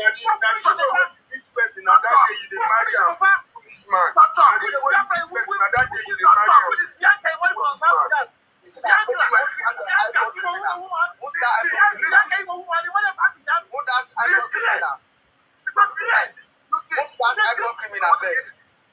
They don't want to hear the truth. We will keep on preaching. Hold on, my brother Bayo. We will keep on preaching this truth until it gets into your brain because you guys have been brainwashed. Because Nigeria have been keeping you. Shut up. Shut up there. Thank you very much, Isima. God bless you. You see, every time. Truth is the pain there. See, Isima. Honest, can you round up? Honest, can you round up? Thank you very much. Because let me not round up 1 minute because I have a lot. Because these people thought because we were leaving them when they were talking anyhow in social media, they think they knows everything. People just kept them quiet and say these guys they are just baby. You know, in every family there's always this stupidity, a child in every family. So every Nigerian we're looking at them as stupid children. So they not think because the people left them to be talking anyhow. For that reason, what they are saying. Put that on the screen. Put that on the screen. He's not even know when he's muted.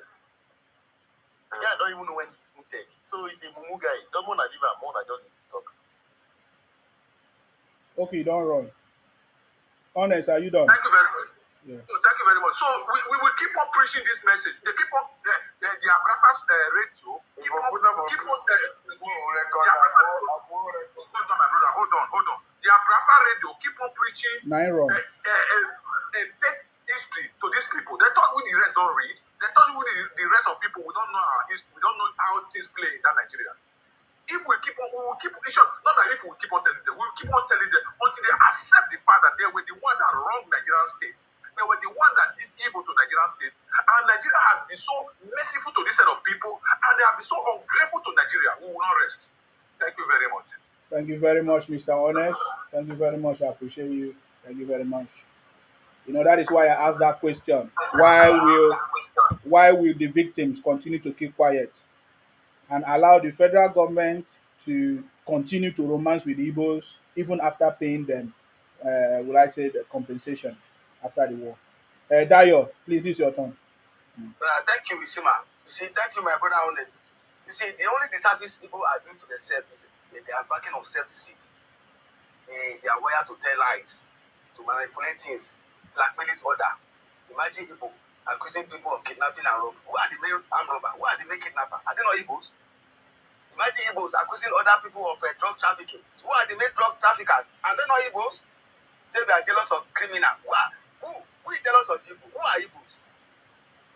So the issue of Biafra that he's talking about, as Honest have said, The 20 pounds they are talking about is just magnitude of Nigerian government to give them because they all give their money to Ojukwu in exchange of Biafra pound. That is what happened. Nigeria never collect their money. They all withdrew their money for Nigerian bank. So they will come here to tell like that they give us 20 pounds. Where is your money? You withdraw your money from the Nigerian bank and give it to Ojukwu. Then you come here because people have been silent. You are trying to tell us a wrong narrative of what really happened. You invaded Midwest. You know the kind of atrocity you committed in South, the kind of atrocity Biafra soldiers committed in Edo and in the Midwest. Before you have been stopped in Ore. You want Biafra, but you are coming towards Midwest. You want Biafra, you are coming towards Southwest. See this bunch of criminal, bastard people. So these are the people, they are narcissists. They know the truth, but they will never accept the truth. Because they are wired to tell lies, they are wired to do propaganda, to manipulate the truth. And it is now we're supposed to speak out so that our incoming children will not be able to listen to these lies that these people are talking. Say we are jealous of them. Jealous of who? Who are Igbos? 10 richest man in Africa, Igbo man was not among. 5 richest man in Nigeria, Igbo man was not among. So what are you talking? Who are jealous of criminal, kidnapper? During the last December when they were mocking Lagos and see as Lagos right, they were showing the picture of COVID lockdown. Look at the kind of money. Look at how people enjoy themselves in Lagos. Look at the kind of money they make in Lagos, Oyo, Ogun, Osun, Delta, Edo, Rivers, Akwa Ibom, Calabar. The Igbos, what they harvest in December is kidnapping and killing of themselves. We are inconsequential in Nigerian state. So all this noise that this idiot is making, telling us lies that we are jealous of people. Who is jealous of?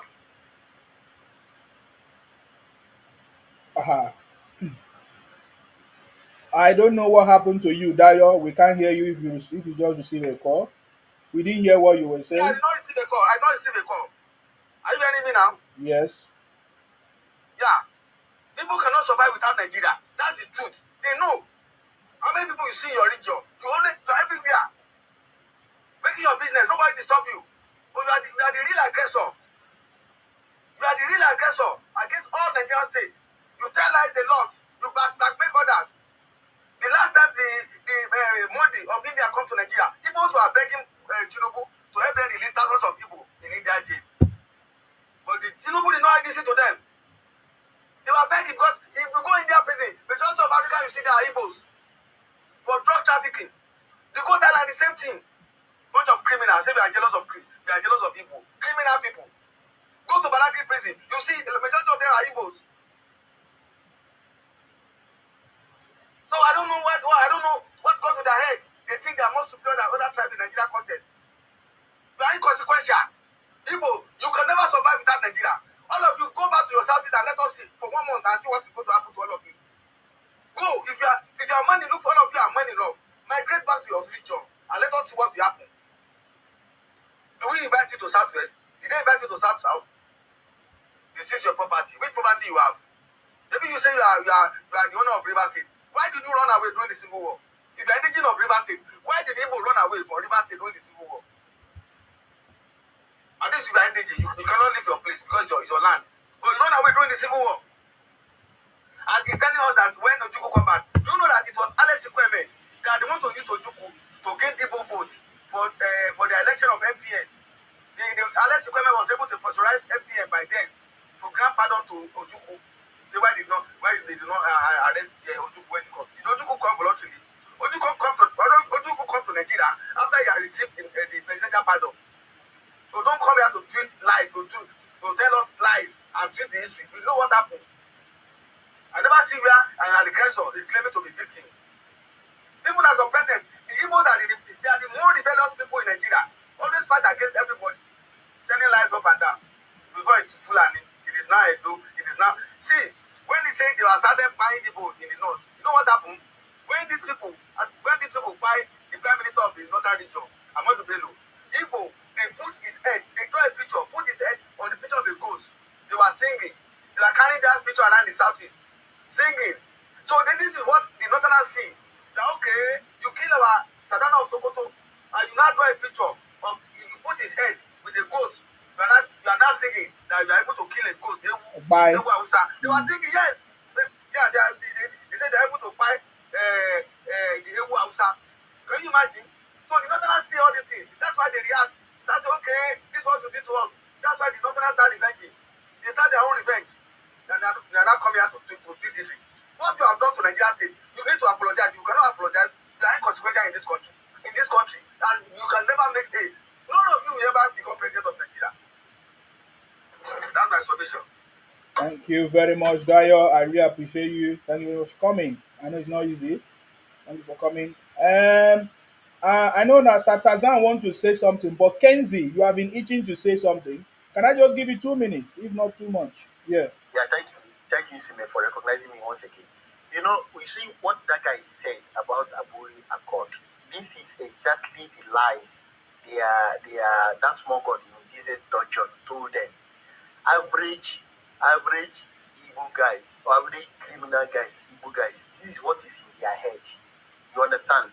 So if you ask them one question, what is the reference for that history he's saying? They don't have reference to it. The only reference they have is from Nnamdi Kanu. That is the information he gave to them. Yes. You understand? And he got that same Nnamdi Kanu who told them that Buhari then the then president is from Sudan. And all of them believe it. Yes. So you see that fabrication about the Aburi Accord. That's exactly what this guy was saying now. Yes. Unlike that do finance who was giving us a reference, giving us every bit of evidence that he was saying from history, where the reference it was. If you ask that guy, he doesn't have any reference, nowhere to pick other than the information he got from Nnamdi Kanu. Yeah. So these are the brainwashed. They have been brainwashed. So I'm not surprised with all those things he was saying. You understand? You see, when Dayo was talking, Dayo was giving reference. He was giving them what happened, giving them clear picture of history. So let us not be surprised. That's just what I want to say. Thank you, my brother. Thank you very much for that, Kenzie. Thank you for coming. Tazan, you are welcome, sir. If you are there, please go ahead and mute yourself. Yes. Yes. Good night to you. Good night, everyone. Good night to you. Good night, everyone. Thank you so much. Honorable Sima, I don't really have much to say. What I want to say now is just like a proposal for your consideration and the consideration of the members of the panel. And that is that whenever we are talking and discussing about the political situation in the 60s, 70s, and 80s, the configuration of Nigeria, our government system, I think we should try as much as possible to profile whoever want to make this contribution into this matter, especially from certain region. When persons from a particular region comes up to say they want to contribute, we should, as a matter of necessity, ask that person, how old are you? We must ask that person, what is your level of education? Thank you for that. We need to ask that person, how many books have you read about Nigeria? How many books have you read about the civil war in Nigeria? Have you read, like that guy that was speaking, I wanted to ask him, have you been opportune to read the resolution at Aburi? Because there was an official document from that meeting.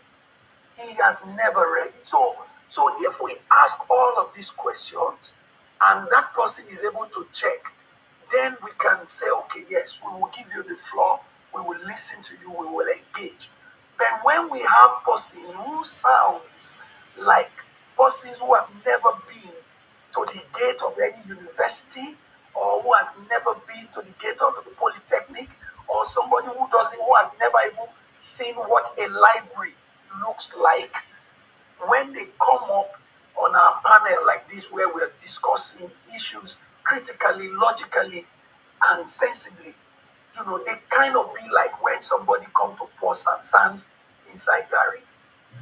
So my proposal is that if it finds favor with you, to first of all to check who is this person who wants to talk about this matter, because clearly that guy the other time, that Bobby guy that spoke, and I can tell you that guy has never been to school. He has never read any book on Nigeria, on the Civil War. He has never. So this is just my simple contribution, and it will be good. It will do this panel a very good favor if we can adopt it in certain circumstances. Thank you very much, sir. Thank you very much for your contributions, Atazan. I appreciate you always coming. Thank you. My brother, please, can I make a contribution if possible? Yes, you are next. Thank you very much. I'm so happy about this program. It's exposing a lot of lies behind the events that transpired before 1966, 67 Civil War that went as far back to the 70s. Yeah, that ended up in the 70s.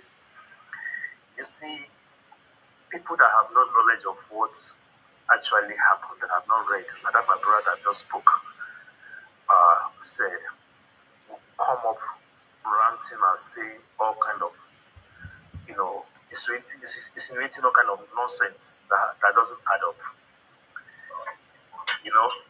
That guy that was just making noise there just now, I wish I've had time to respond to him. I was trying to join, I couldn't, So I would have had one or two words to tell him.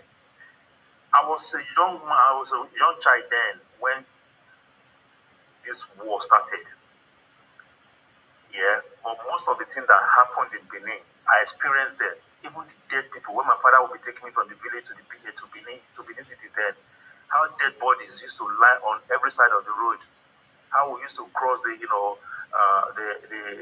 roadblocks, the checkpoints of the Nigerian military. Everything still stays up in my head tomorrow. How the people that were working for among the Igbos, they were not bad people, let me not, that were working for my dad then. How my mother sheltered there, how they used to come from the bush in the middle of the night to come and say, Sunday, they are dying. My mother would quickly give them food and they would run back into the bush. My father almost went to prison because of some of these people. When I hear them insulting the Benin today, I get really upset inside me and say, who are these people? They don't have knowledge of what's happened. They know nothing about this war. They just talk rubbish.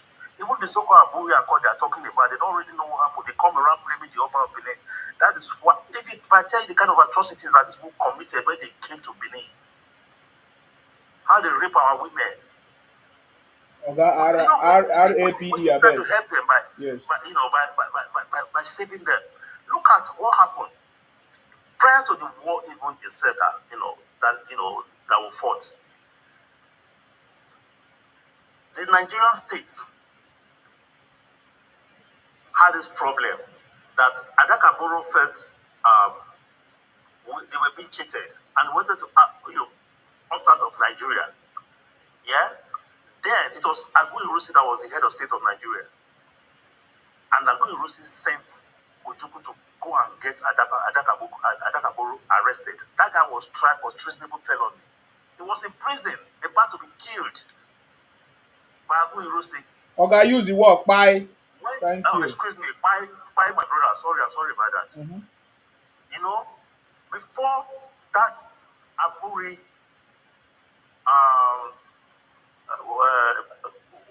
wherever the meeting that happened at Aburi in Ghana took place, when they came back and they disagreed.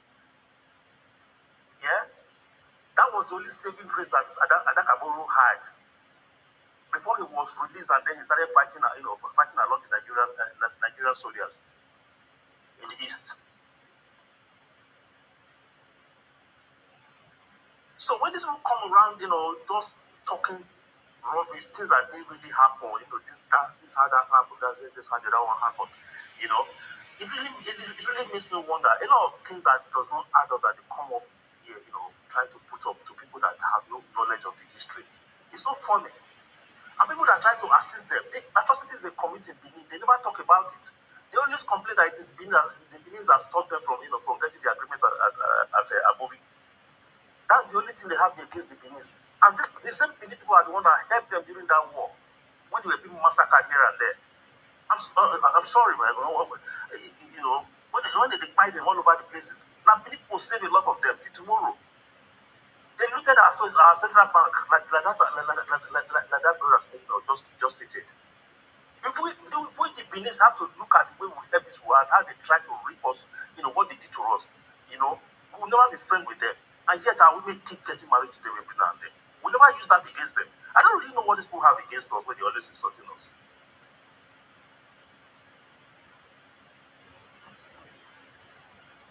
It's not funny. Okay, thank you very much for your contribution. I appreciate that. Yes, thank you. Udoka, do you want to say something now?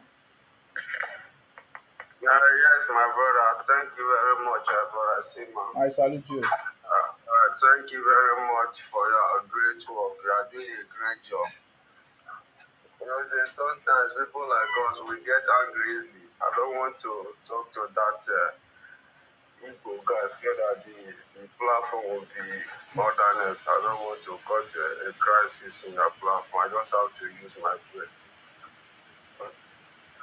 Some of Igbos, I have a message for you guys. Those who believe that Udoka is an Igbo name, just keep on dreaming and you will dream. You will keep on dreaming and you will never wake up for your slumber. Just keep on dreaming. I have a message for we, the South people, because our mission is South people. We know we have our enemy, which is the Igbos. They have made it clear that Igbos are the enemy of the South people. And this is the right time for the South people to wake up and do the needful.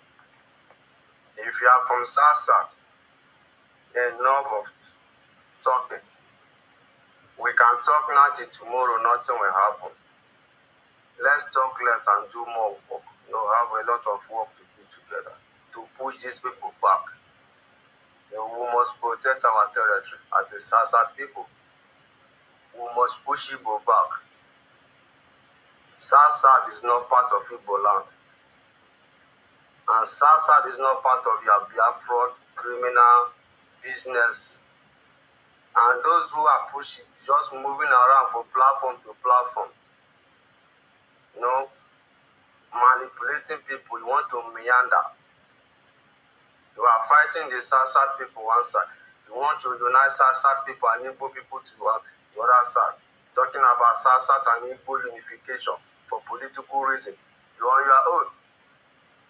We, the South, have made it clear to the Igbos who have no business, whether in politics or in anywhere, whether in the Biafra business, we have nothing to do with these people. We don't have any reason, no single reason for any reasonable South man to.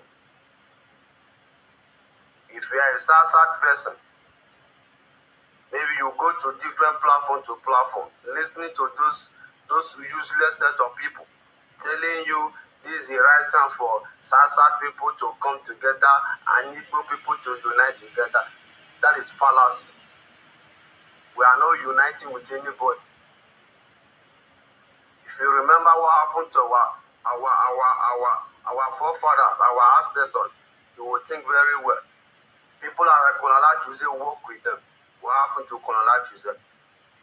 People are Philadelphia who work with them. What happened to those people? Those are our gallant soldiers. People like Chukumanzwa who work with them. We have so many people who have worked with them. Even this present generation, we have worked with them. People like Jojo Nibe work with this set of people. But they will betray you and they will keep on betraying our people. If you are still roaming around this Igbo Biafra set of people, these criminal-minded people, these evil people who have crossed their mind that they don't mean well for the people of the South and South, they don't mean well for Nigerians.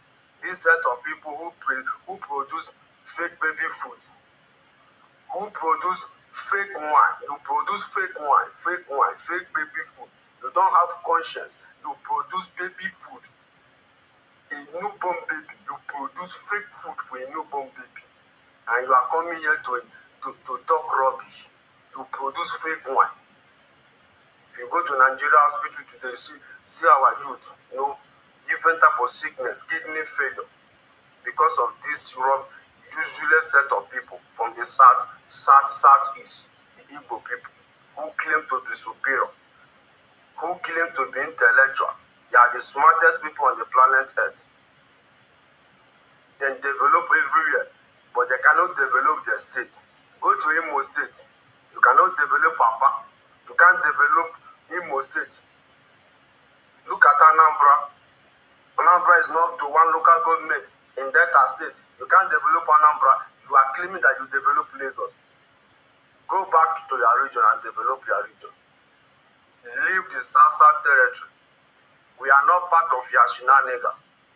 If you want to fight Nigeria, go and find a way to sort yourself out. We are not part of that shenanigan.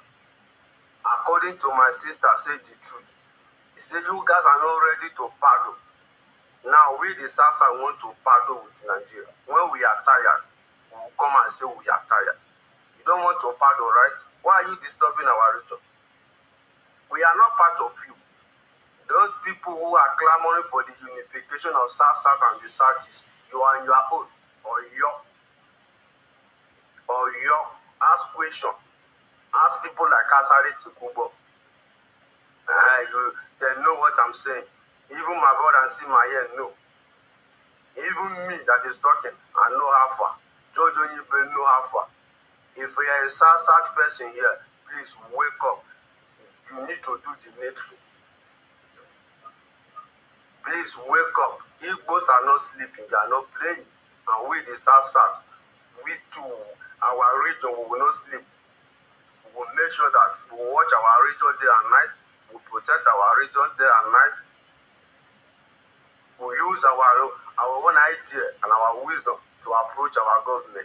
If there is anything we the South people are lacking, we are not going to fight the government. We will dialogue with the government to make sure that we disaster region development come to our region. Thank you and God bless you. Brother Sima, yes. Thank you very much for your great work. Thank you. More strength. Thank you very much. We are with you. No going back. Thank you, sir. Thank you, Udoka. Thank you very much for coming. I appreciate you. Thank you very much. Thank you very much. You understand me? So I always ask that simple question: why will the federal government continue to romance with the Igbos? Because that is what I feel is the biggest problem. First, the federal government compensated the Igbos and did not compensate the victims. Today, the Igbos are starting to do the same thing that they did in the past. That is the most important question.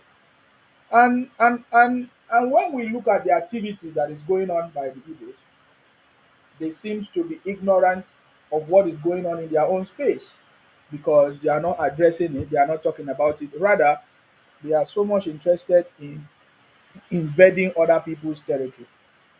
Now, Ned Nwoko has decamped to APC. Dayo, are you aware of that? Ned Nwoko has decamped to APC.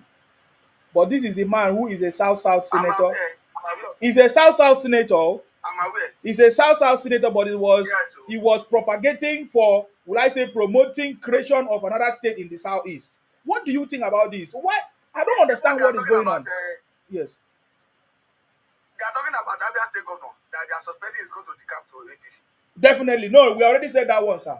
That one is not. We said it already. He can't survive without APC. No, he can't because the is it the Senate deputy Senate House whatever. He's also has been putting pressure. He can't survive without APC. Trust me. 4,000 people already come in Abia State to APC. So that is the way forward. That is, but I'm having this suspicion for Ned Nwoko. Why do you think Ned Nwoko come to APC? That is a suspicion because this is a man who is a Senate South senator, but he was campaigning for creation of a new state in the Southeast. There is something wrong there. So I'm suspecting him moving to APC. Yeah, Daya, what do you have to say about that? Yeah, you see all these people you see, they are now moving they want to move to APC. Some of them have been collecting this their constituency development fund for so long without anything to show for it.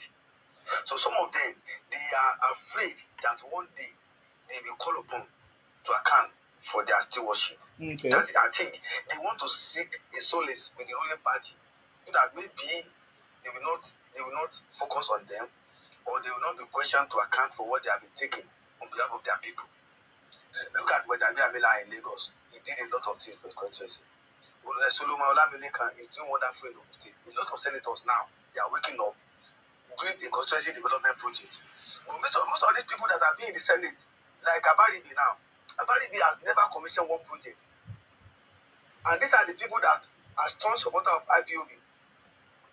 You see, they use this IPOB to I mean, I don't know how to put it, maybe to close the mouth of those people that will ask questions about their stewardship. Yes. You know, people are so emotional. You know, once you shout about Biafra, you have captured them. Once you talk about, you see, man, you start talking about Biafra now, you capture all the people. Some of them healing you. I know them now. They know me. I know them. Yeah. That is their way of life. So, Abari, they know how to get them. He knows how to get them. They never asked him that you have been in the Senate for almost 15 years plus. What is the contribution to your society, your community? Nothing to show for it. Nothing. They were eating their money, collecting their money. Even Abia State Governor, this Fulani Janja with their talking, he borrowed money for Islamic Bank. Almost $135 billion for infrastructure development. These people will never ask questions about how do you spend this money. But they are quick to see what is happening in Akwa Ibom. They are quick to see what is happening in Edo State. They are quick to see what is happening in Lagos State. The Lamata in Lagos acquire a land that they want to use for bus stop. Yeah. For Lamata bus stop in Isele Ijesha. This they are choosing church or not choosing church. So they revoked the land.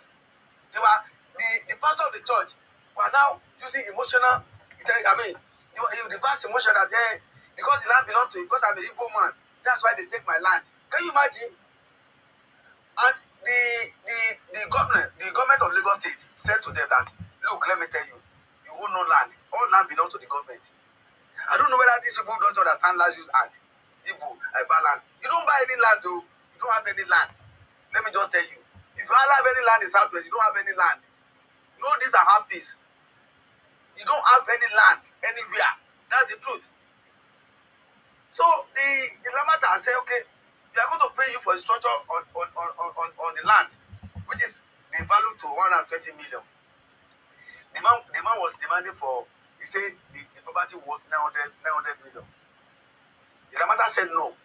What we are going to pay you is 120 because we are evaluating what is on the ground, and the land does not belong to you. The land belongs to the state, and any land can be revoked under law. So for the interest of the people of the state, any land can be revoked. So he was now using emotional blackmail. They see other people's land, did not take it because I'm a Igbo man. I'm not from this place. You know, that kind of thing. That's what they always like to use to blackmail people.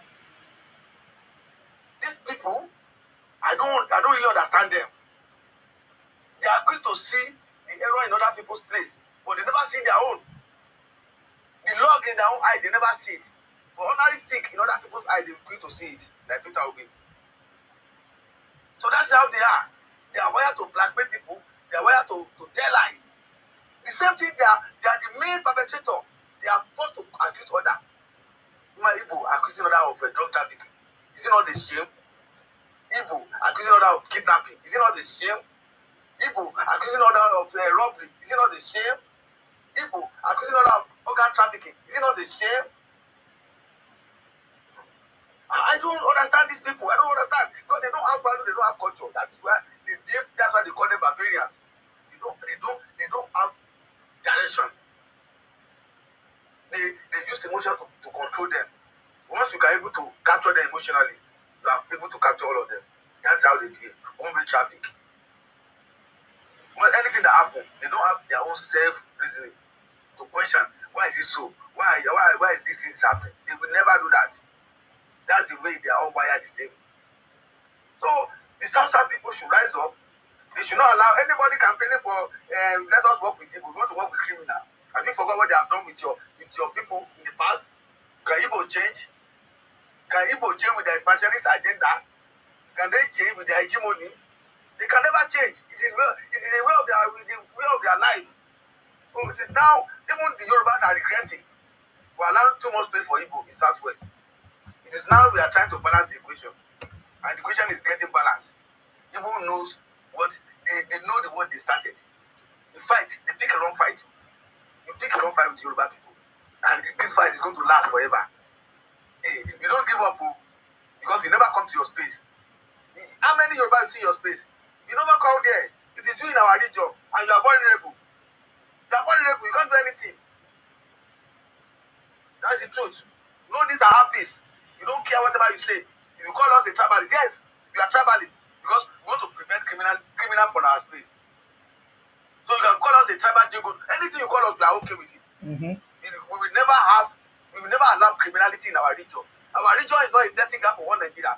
We want us to accept you as for one Nigeria so that we can accept your criminality. It's not going to work. Our land is not a testing ground for one Nigeria for criminality. We will never take that. And you will always see us face to face. If you see any Yoruba man in your region, when you get your Biafra, try Bambo. You see any Yoruba man in your region, when you get your Biafra, try Bam.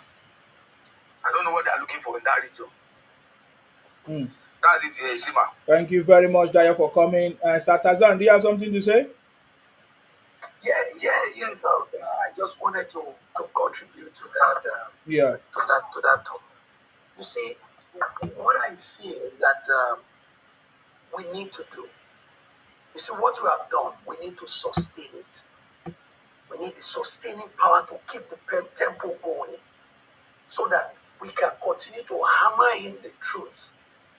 They will not hear, but we will make them uncomfortable with the truth. And so, like something just came to my mind that the next time that we'll be talking about, anybody will be talking about the Civil War, the Aburi Accord especially, we should get that document, like what that general played for us, what Nnamdi Kanu's recording.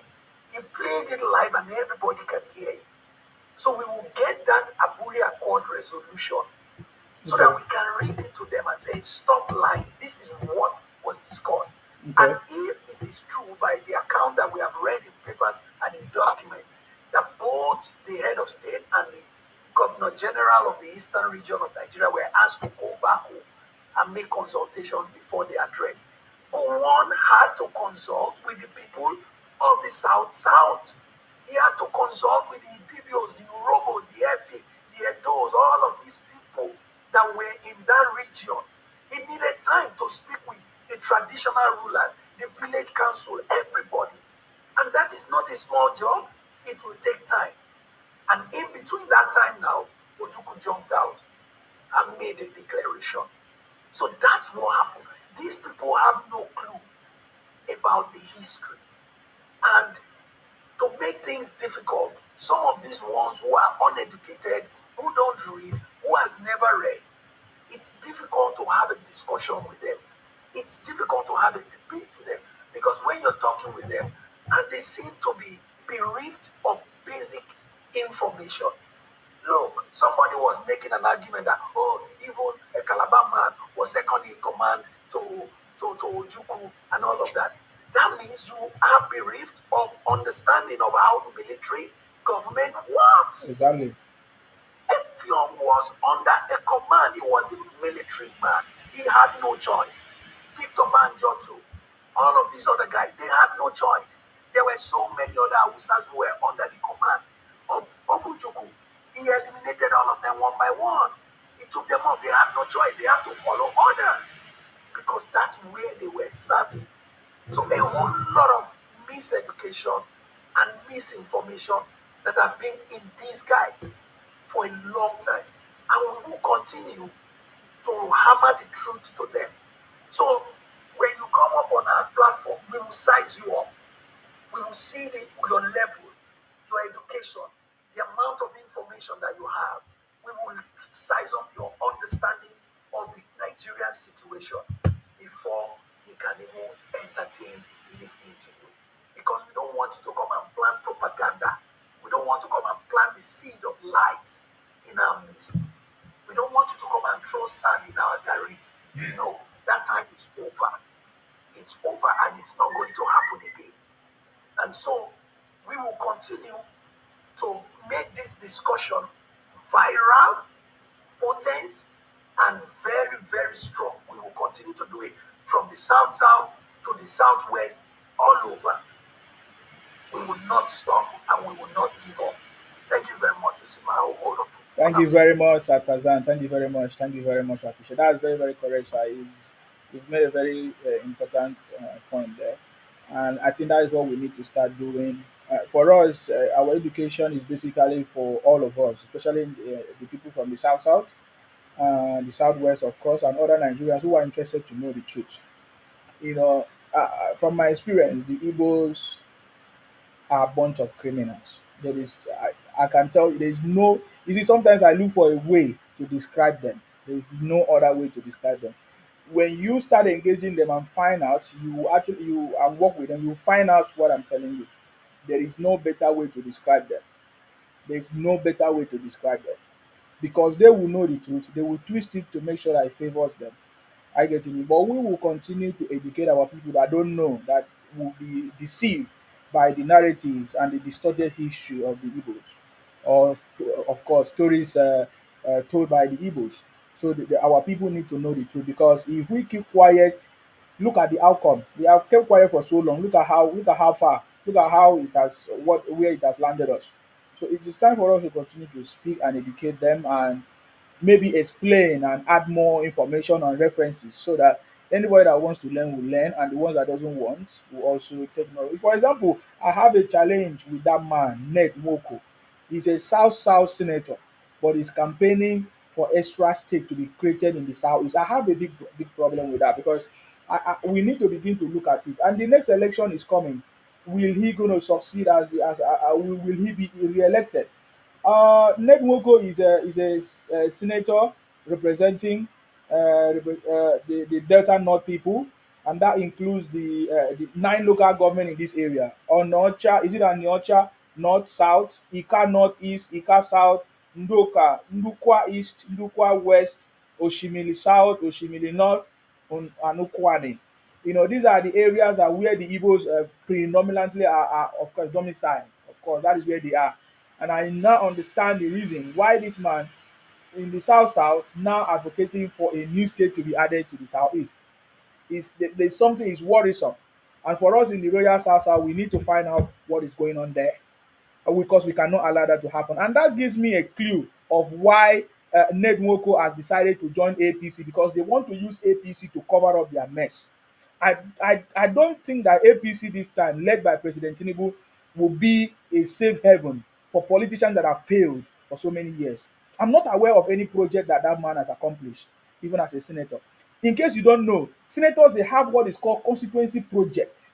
Money is given to them for them to carry out projects, improvement or development projects in their constituencies. Are you getting me now? So we need to do something about it. I need to speak with Udoka because this conversation is very. I think is mostly affected in that region. Udoka, that's Delta North. You understand? Because we cannot allow these people to continue. I don't think APC should be a safe haven for politicians that have failed and they will come to use APC to cover up. Because just like what our brother here have said, Olatunji, he said, in Sima, Senator Ned Nwoko decamped to APC because he knew he would lose his seat in the next election. APC are gaining ground under President Tinubu due to his remarkable works. Does that mean that failed politicians or leaders will now decamp to APC so that they are going to be safe? Is APC now going to be a safe haven for these failed politicians that have been there before and now they are not performing? You see, those are the kind of conversation we are going and we are going to be talking about. Are you getting me now? Because we need to begin to look at it. The South people, we need to begin to hold our leaders accountable because that is where the failure is. There is no, will I say, any known information that the federal government is owing any of our leaders in the South. There is none, or even in the Southwest, there is none. So if they have failed to perform, it's because these are wicked people, in power that have refused to do what they are supposed to do. Unlike the people in the southeast, that they cannot call out their own leader even when they know they have failed. Do you know that I was thinking up to today that the Igbos will rise up against Ojus Okalu even after he came on the national television to reveal to them how much he's collecting monthly. Yet there is no single development in Abia State, in his constituency. There is no single project in his constituency, and the Igbos kept quiet. I was expecting that Obi will come out to speak about what is going on in the Anambra State where he comes from. But no, Obi did not speak about it, and no Igbo man actually called Obi out. All of them just keep mute. This is why, this is why we cannot allow the Igbos to gaslight us anytime soon, because that's what they always. Obi, if you are there, unmute yourself and make your contribution. Thank you very much, Satazan. Thank you, Lagos boy. Sorry if you have any other thing after Obi, you can say something. Yeah, go ahead. What do you want to say? Thank you very much, Sima. Okay. Thank you for the audience. You're welcome. I want to use this opportunity to tell these Igbo people that I am an Oba man, and that whatever they are planning to carry out as a form of expansion agenda in our land, we are going to resist them. In fact, I want to tell them that we are not Ikweri. In fact, Oba is the elder brother to Ikweri, and whatever they are cooking, they are going to see it. We are ready for them. Let me go into the business of the day. So we are still talking about politics and how to hold our leaders accountable. It is very important that we, the South, use this opportunity to also start holding our leaders accountable, because we have seen it from the Southeast that they do not do that, and that is the reason why their region is failing every time, and it is even difficult for them to bring up someone who will be a leader for them. They lack leadership there. So this is something that we should use as a reference to, learn, because they say something does not have to happen to you before you learn. But in this case, I know that to some extent it has happened to us, but we still need to learn from it and then use the opportunity to hold our leaders accountable. And then if there is a way to bring them to book, but I know that to some extent, because of how the nature of the country is, we may not have all the resources to carry out that. I want to still hammer on these people, these criminal elements from the Southeast, because they are giving me headache. You see, there's something I want you to understand, Nesima. If someone like Ojus Okano, for example, come out tomorrow that he wants to become the president of this country, do you know that all of them from that Southeast will rally around him? Of course, now. Not minding that they already know the things that he has also committed, his level of incompetency, just the way they are also rallying around P2B, which we all know that he wasn't even competent to be a governor to start with.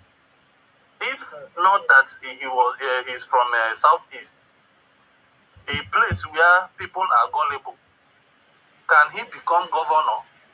Not to come out to start campaigning for presidency, and they want to sell such person, which we already know his antecedents. We have already seen everything that he has done for the 7 years he ruled Anambra State. Trying to, choke such a person in our neck. And because we refuse, you now want to cause civil unrest across the country. Because we did not agree, you start skyrocketing, price of things, causing inflation, and doing all manner of things to make sure that the present government is looks as if it is failing. But to God be the glory, the president is putting things into place. He has brought in so many policies that people that has made many people to start seeing that, oh, what we really thought about this man is not what he is, and he's doing well. It is positive. But I want to hammer and stop on this. First of all, I want to inform them from the southeast, especially those Biafra agitators, expansionists, that first of all, my name is Obi, and Obi is not Igbo name. And if they think they can come here, steal our culture, steal our nomenclature, and then try to make it look as if we are them, just the way they did to the Bibios. We are the Ernest Arochukwu and other places. We know all those histories. Let them desist from it, because all our people are not patient. It is on record. Let them go and check. We know how to deal with them very well. If they try us, in fact, we know it is on record. Let them go and check. Maybe some of them don't, they don't, since they don't always know history. Let them go and read and check, or carry out a survey, or come to Oberland and ask questions. Because what they are doing is they are trying to cause problem for their brothers who are living peacefully here. We are sending this warning to them. They will, if let them go. We are not patient like Yoruba people. We are not even patient like Ikwere. We are not patient like Ikwere. Let them know that one. I just pity their brothers, and if their brothers are here that are staying in these areas, let them go out and start talking to their brothers that are online, changing things, going to Wikipedia. You can imagine someone telling me that I should go and look at Wikipedia that he has already edited, as if he's talking to an illiterate.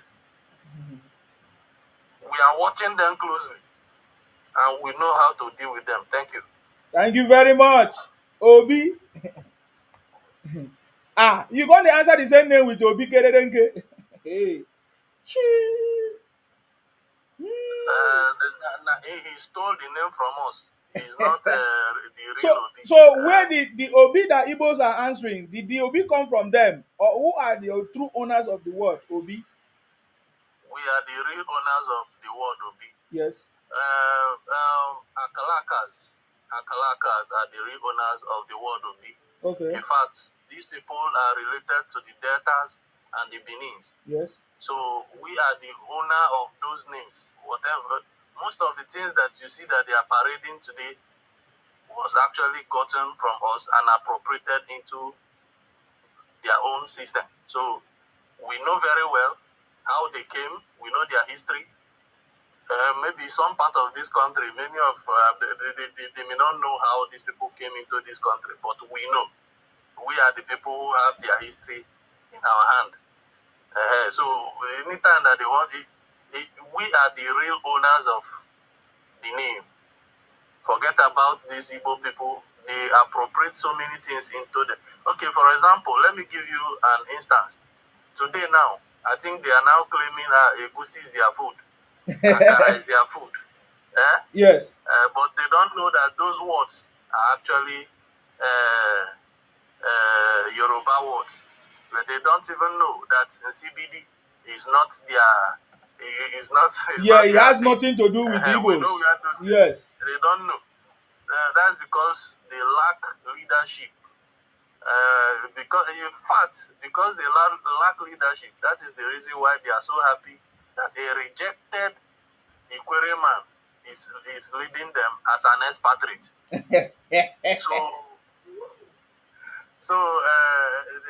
lacked leadership, so they hired a rejected Ikwere man to lead them. So, we are just looking at them. We are not Ikwere. I've said it before. Oba people are not patient. We are not. We don't waste time. And they know. They know. Maybe if they don't know, and it is difficult for them to cross to Oba land, let them go to Oguta and ask. Let them ask Oguta people how Oba people are. Let them go and ask some Haji. So that is what I will have to say. Obi is not Igbo word. We own the name. We own many of the culture that they have appropriated into their system. That confirmed that confirmed that Igbo language is a combination of every other languages. Yes. So that confirmed that Igbo was created. It was a creation. Yeah. It was an experiment. Yes. By the British people. So, and after creating them, they started, trying to force it on others. Well, we know how they came. That's all I have to say. We know how they came, and if they want to touch the scrotum of their diabetic father, let them not be surprised or get angry that the man will weigh on their hand. So you even make something that is very clear now, and I can see another of our brother here, Sir Martin's confirming. So Igbos claim that egusi soup, they are the one that owns egusi soup. They claim almost everything. So they never know that the word egusi is Yoruba. They are even hearing the word.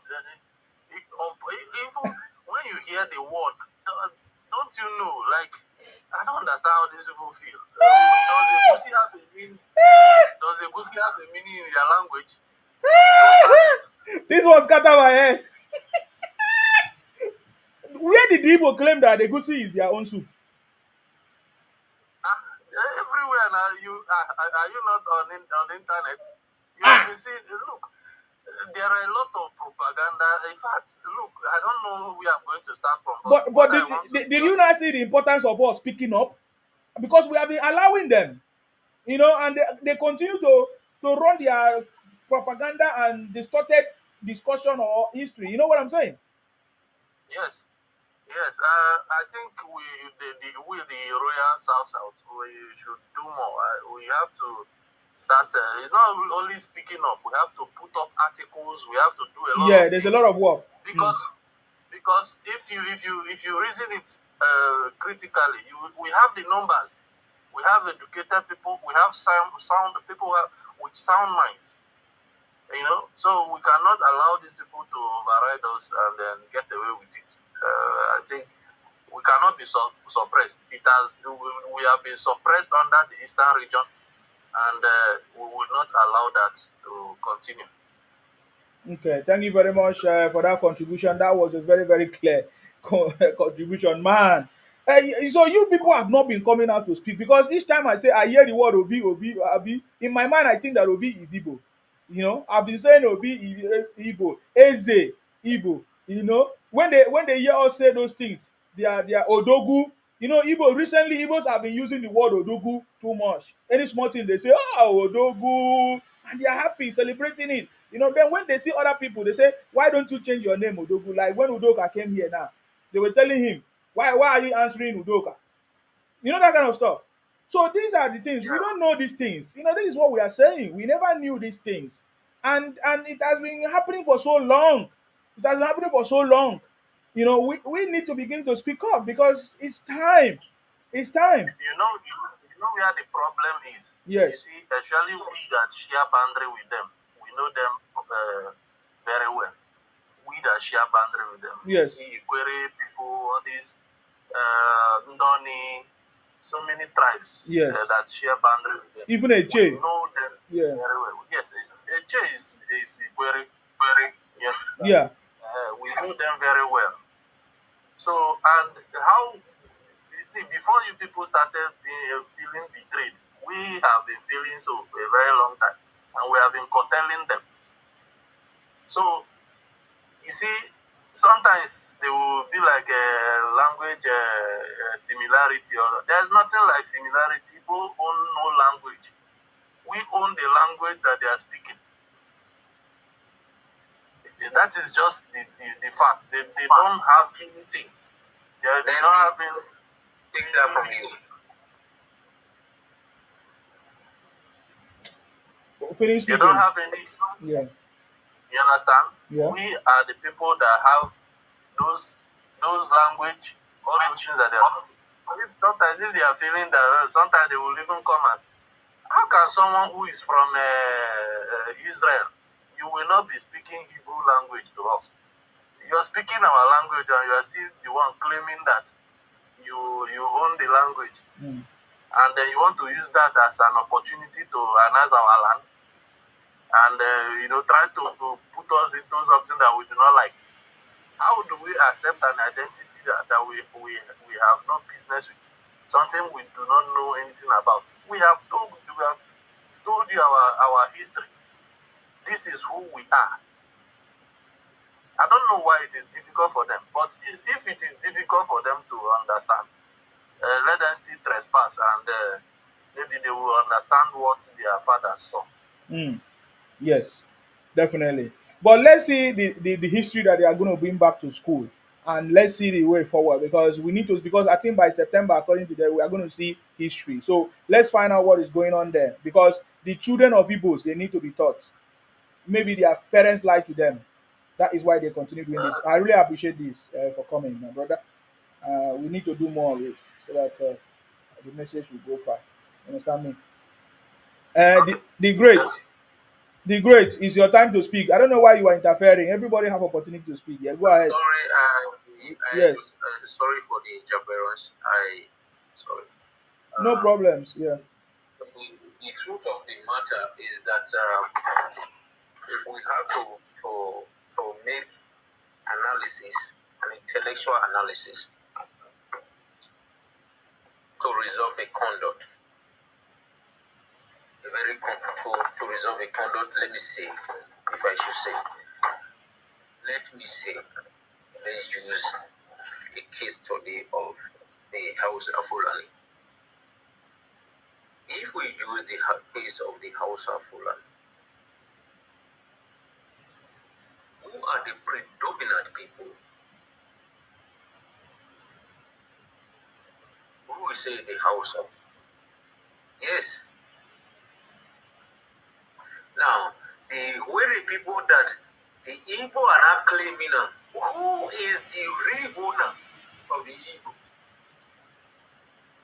Who is the real owners of their territory that the Igbos are not claiming? Where do Igbo came from? That is the question. And how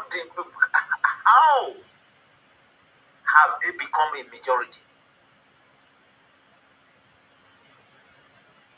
That's a question. If there is anybody that should be crying, not Igbo should be crying, is Ikwere. Ikwere has been Ikwere now. These people, they are gonna say they are minority. They are not minority. If they choose to be powerful and pursue them back, today, Igbo people are now very proud. Proud of what? Proud of their nonsensical invasion.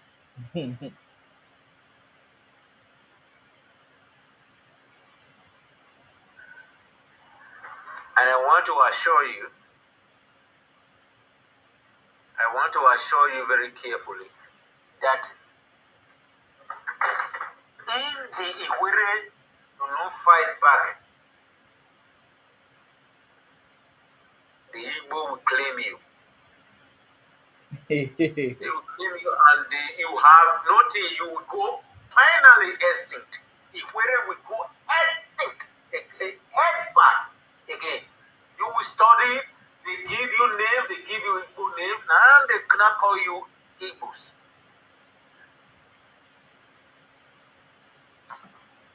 What do I know? Let me open my camera. Let's see you. Okay. This is We can't see you yet. Open up.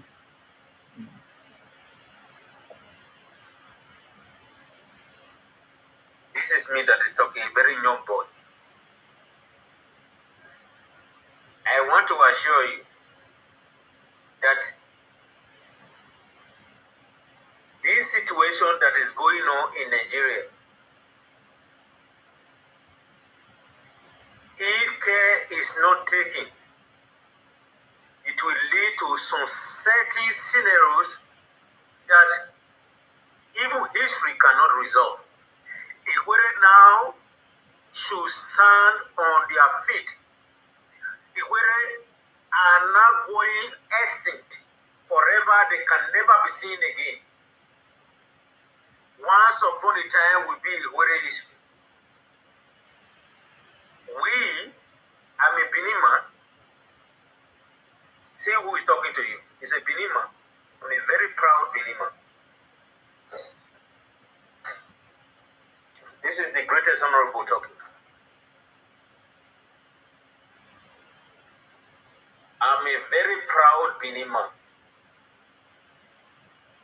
But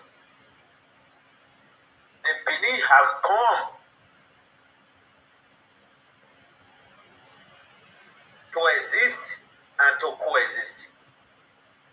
Benin has not even come to exist alone, or rather coexist alone. Benin has become the breath, the air that we breathe. But a lot of people do not recognize this. How we were the most powerful. We could reduce the standard to this nonsensical marginalization. If there is anybody that should be crying, is it the way? You have no choice. Who will become part of Igbo? If this agitation continues,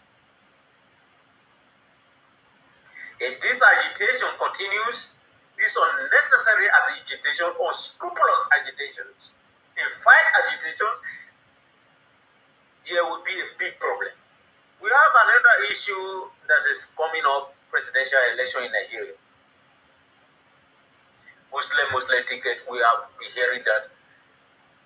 Please, the Ikwere should stand on their feet. They should stand on their feet. And if they should stand on their feet, a lot of massive people are going to help them. A lot of massive people, if they recognize where they come from, a massive people are going to help them.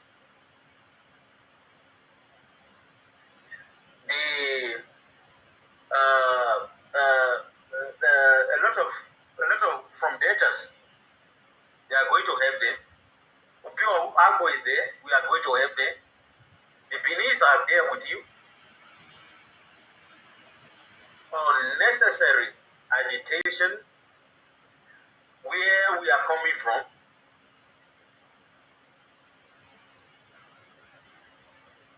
must be recognized. This is what I am saying. May God help. And if we really have to stand on their feet. Thank you very much. Thank you very much, Brother Lee. Thank you. You have sent a very strong message, and that is very, very understandable. I need to off my camera. Oh, okay. I will disconnect you, sir. Bona girl, you are welcome. Thank you very much, Bona girl. Bona girl, I salute you. I salute you, Mr. Zima. You're welcome. Thank you very much. Thank you. You're welcome. Thank you for the great work you're always doing. Thank you, man. Thank you for the untiring efforts. We know they tire. We know they tire. the project Nigeria. We know they tired. Definitely. It's the Biafra that will be tired, and it's the Biafra that will eventually be evicted from Nigeria. Eliminated completely. Yes, so yes, so they are they are unscrupulous elements, and they will be evicted from Nigeria. Nigeria belongs to us, not the Igbos. No, it belongs to us. Well done, Mr. Isima. Thank Please, you very I'm much. just this is just a big observation. Hmm. It's been so, as in I've laid it so. I really, I will really need to say thank you to wonderful President Bola Ahmed Tinubu Hmm. for the strategic restructuring of Nigeria. A subtle way that is trying to unbundle the Nigeria. I really love what is going on in the country now.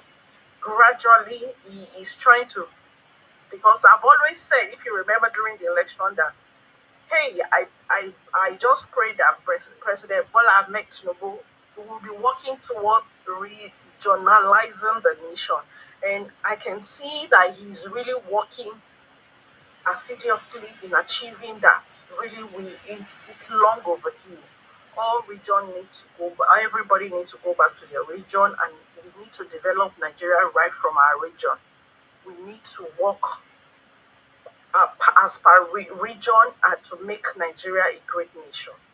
Thank you, President Bola Ahmed Tinubu. God bless you. And really, I this is just a little bit digression from what everybody has been saying, and it's actually an observation which has been so heavy on my heart in the last couple of months. I pray that the presidency and the well-meaning lawmakers in the country need to take the trend in which religious leaders are going in Nigeria. These elements, if care is not taken, they need to be their power need to be nipped in the bud. They are really a disaster to Nigeria. All the religion. I'm not probably saying maybe Muslim or Christian. All of them, particularly all these big top GOs. I'm a Christian. I'm not mincing word, particularly the Christian faith. All these GOs that amass so much wealth, they are becoming an authority and they are destroying the country. And really, they will use the resources they have at their hand if the government is not really strategizing to cut them to size. They would use it to destroy the country. So I just pray that the government will really look inward, and this sector of the economy need to be proper legislation need to be put in place to put them in their rightful places. Definitely. Proper legislation they need to be regulated. This body needs to be regulated. They are becoming a menace to the people and the economy of our country. They are a menace, not becoming. They are already a big menace, and they are working against the development of Nigeria. If the federal government needs to really take them as a big project within the even before the next election, because I know they are working, they have on the workings going on to topple the next election to make sure that it's their own um, candidate that is being brought in. So they are really working on the ground, and I want to believe the government will use their sixth sense in addressing this because it's a problem. The religion is a problem in Nigeria now. It's also one of our major problems. Aside of Biafra, is also one of our major problems. Yes. So I pray that government need to address that. Yes. Because I'm seeing some trend in the last couple of weeks And I can see that they are using some elements such as in the person of, I'm just making just one example, like what is this guy? This very dark man. That guy is, I'm serious, he has some sinister motive. The government just needs to unravel some alliances and some things. Thank you so much, Mr. Esima. God bless you. Thank you very much. I salute you. You have always made a point, and you have been hearing me talking about we are expecting this quarter. We are talking about security and electricity. You understand me? And I mentioned about the state policing and all of that. We are looking at our security architecture or system. I mean, is even pastors are abusing our security, our police officers. They are using people. They have church members who are going to their police, who are their church members, and they are using these people to intimidate other people. Ijele Speak was arrested by a policeman, and today has been kept in a incommunicado. Will I say, of course, he's not well, he's not okay, he's going through dialysis inside prison, and this is what is going on. And can you imagine men of God, pastors who are supposed to be preachers, forgivers? Pastors are now using police to intimidate people who call them out by their fake activities. Example, Paul Eneche. Do you know that Paul Eneche arrested his own pastor? Paul Eneche, a man of goat, because I don't know whether a man of goat. At the verse, if I was to be the president, I would ban all those nonsense. You understand me? In the UK, there is freedom of religion, but how come they are not using it to oppress people? These systems are already working, but Nigeria just allow everything open-ended. Nigerians will only intervene when when somebody don't buy finish. These police officers are intimidating our innocent people used by pastors. How can pastors be using their members who are police officers to arrest other people, to intimidate other people? This is a big problem. Ebuka Obi, a pastor, arrested in jail. Paul Eneche arrested other people, plenty people. There are so many cases, even involving Showere as well. We saw it. Suleiman arrested people. One pastor, Abraham, is it Abraham? What? So many of them, guys. I think we need to bring a list of it. Our government is aware of these things. Why will these same churches that they are not paying taxes? These same churches that are supposed to be NGOs that are not contributing to the growth of the country? These same churches that are using as safe havens or tax evasion or tax havens or vehicles? I don't understand. President Tinubu has brought Nigeria back on track. Therefore, these systems must be corrected. This system must. In fact, there was a time in the UK, I tell you, the police, they came into churches and they were watching, they were listening to what they are saying. Yes, because they will use all this preaching to invade people and to cause problems. These guys are a bunch of criminals. Since all our pastors have been praying, Muslims have been praying, mosques have been praying, there is no improvement in the country. Look at in the north where most mosques and Islam are everywhere. Kidnapping is the worst cases there. Who are those kidnappings? Doing kidnapping? Are they not Muslims? When you come to the south, oh my God, we have seen organ harvesting, we have seen ritualists, we have seen people. All these things are happening in churches and by church goers and pastors. What are we doing? What are we doing? I live in the UK. I've never seen that happen. But there are people worshiping God, religion, and going to their churches. Why is it different from the UK and Nigeria is different? It's because there's no system. There's no policy. So I'm calling on the team to look at this area. Security, electricity. I've always been saying this. That is the next phase of the country. Security. Because I know Nigeria is back on track. The systems are being put in place. Things are working. The policies are there. Of course, the restructuring reforms are, everything is working. Trust me, everything is working. Everything is back on track. Now, we need to fix these loopholes. Our security architecture, state policing, community policing, whatever they want to call it, regional, whatever. There has to be a change of system.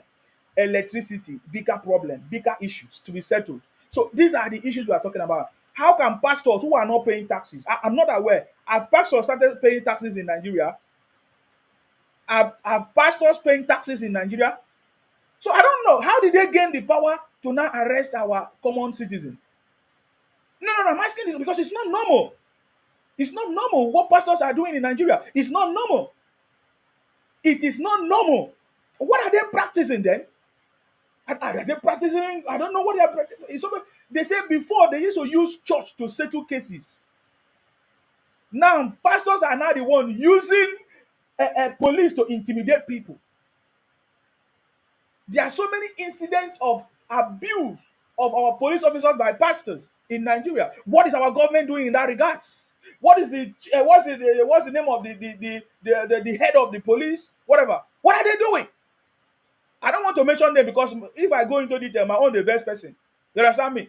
So I'm saying it now. Why will our police, our security system, forces allow pastors to intimidate the civilians or people, the common people, because they call them out? Because they call them out for what they are doing. Because it's obvious. These guys are just deceiving people. How can Nigeria progress when we have fake pastors giving fake promises to people, telling people to go and do this and that, but yet they are working with police. Police are protecting them. I blame the so-called congregation and followers. Anyways, that's how it is. But then, for us to progress, the government has to put a system in place. Because the last time I checked, these churches, pastors are charities. They don't even pay taxes. But they are executing the kind level of power that we don't understand what is going on. Except the government is using them. Because that's the only thing we can say. Because there's nothing that happened in that capacity without the knowledge of the government. I'm telling you. Even ordinary citizens don't arrest people the way pastors are arresting people. It's really getting out of hand. It's really getting out of hand. And it needs to be addressed. It has to be addressed as soon as possible. I know some people complain about police taking monies on the road and all of that. And there was a recent publication. There was a recent publication of announcement that reports any police officer who is trying to collect money from you on the road. When I want to do this church or pastor issue, I will cite issues so that you understand me.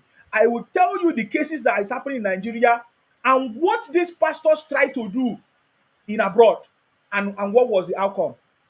I remember a pastor that tried to do the same thing in the US. What happened? Another one in the UK. What was the outcome?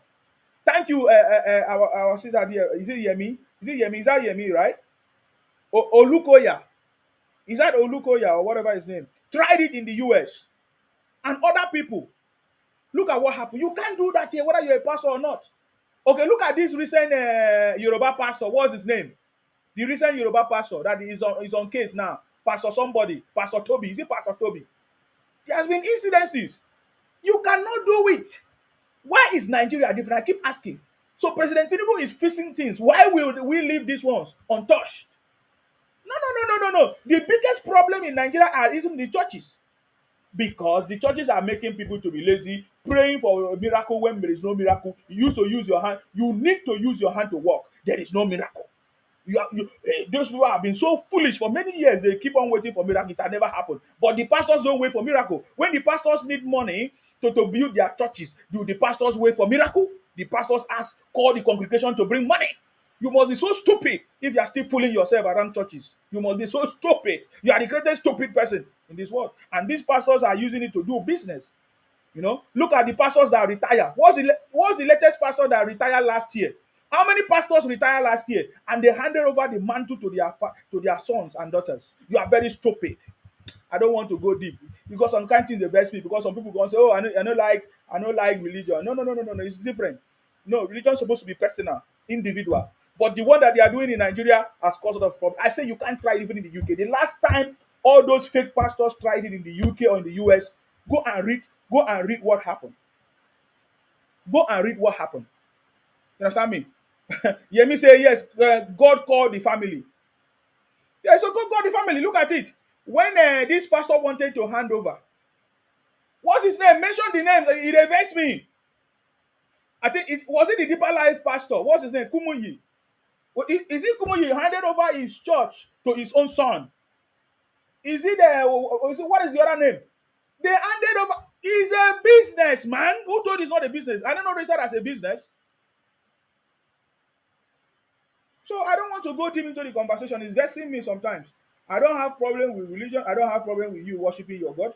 But I'm telling you that this is what is delaying the progress of that country, because many people have been misled.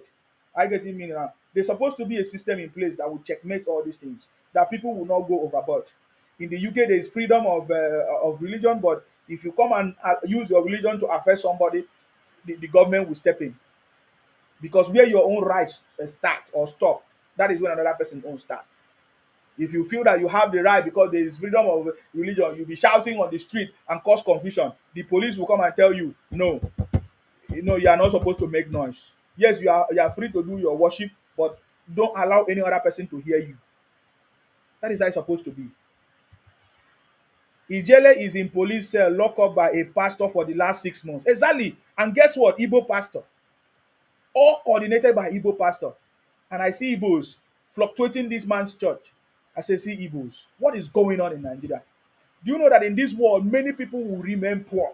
Many people are meant to be poor. And many people are meant to be poor so that others will be rich. I will repeat. Many people are meant to be poor so that others will be rich. Oh, okay. Many people are meant to be poor so that few will be rich or wealthy. Take note. So it is your choice to choose which side are you going to belong. Are you going to be part of the many people that will remain poor so that few will be rich? It has always been like that. Choose where you belong. So when I, for example, now this Igbo bunch of criminals and IPOB criminals, they'll come and say, "I told him he's dancing." What are you telling me? You're not telling nothing.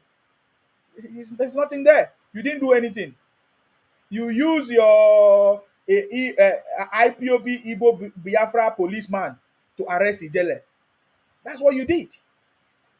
I saw the policeman that arrested Ijele. These are IPOP sympathizers and IPOP lawyers that they used to lobby. So what are you talking about? You are fighting Ijele because Ijele was speaking up against all these issues, plus these pastors who are supporting all these things. Is it what we are talking about? Anyways, let me leave this conversation. Today is not that. I don't have much time on that conversation. Let's leave it there. Those who have ears will hear. Don't concern me. Abi, you know if they do what they call it, assessment of yourself. Since you don't they do all this your mumu, pack your property, go give pastor, you use and they enrich himself. You come back home, you say, God bless you. You're a stupid person. Why God no bless him without why him no give you? Why your pastor no give you so that God go bless him? You don't get sense. But that's your choice. Igbo man said, Nelly, your girlfriend have sense more than you. See this one. You they talk anyhow. Can any Igbo man come to my front and talk something that makes sense? You can't. I've not seen any Igbo man that talks something that makes sense. Nnamdi Kanu was saying he was whiter than white. I mean, I was wondering how can an Igbo man be whiter than white? And he proved me right.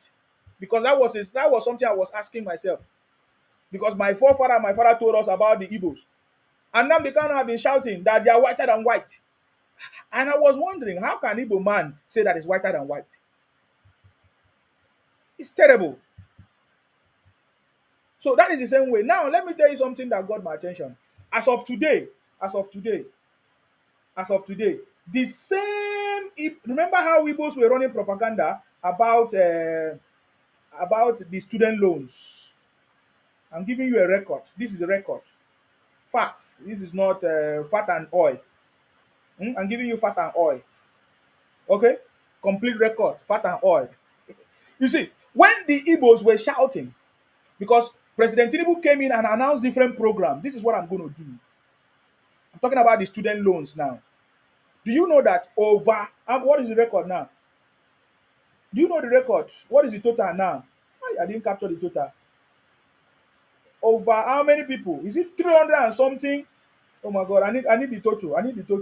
Over 360 something or 36 something has benefited from the student loans of President Tinubu. I'm going to give you the breakdown. Hold on, guys. The thing they sweet me, eh? You don't understand. If I dey talk something like the way they sweet me, it dey sweet me. It dey sweet me. You understand me? They sweet me.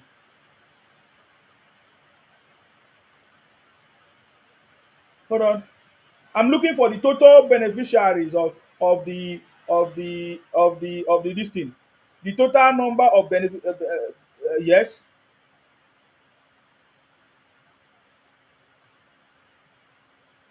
I want to give you the total record. My God, where is the total number of the beneficiaries now? Of people that have benefited from President Tinubu's student loans. 136,221 people, university undergraduates, have benefited from President Tinubu's student loan program.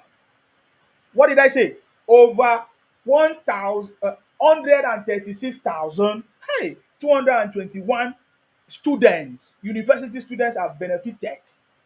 Just, do you know how long? It's not been just barely 2 years. Is it up to 2 years? 1 year and the launch of this student loan program. Over 136,221 students have already benefited from these student loans. And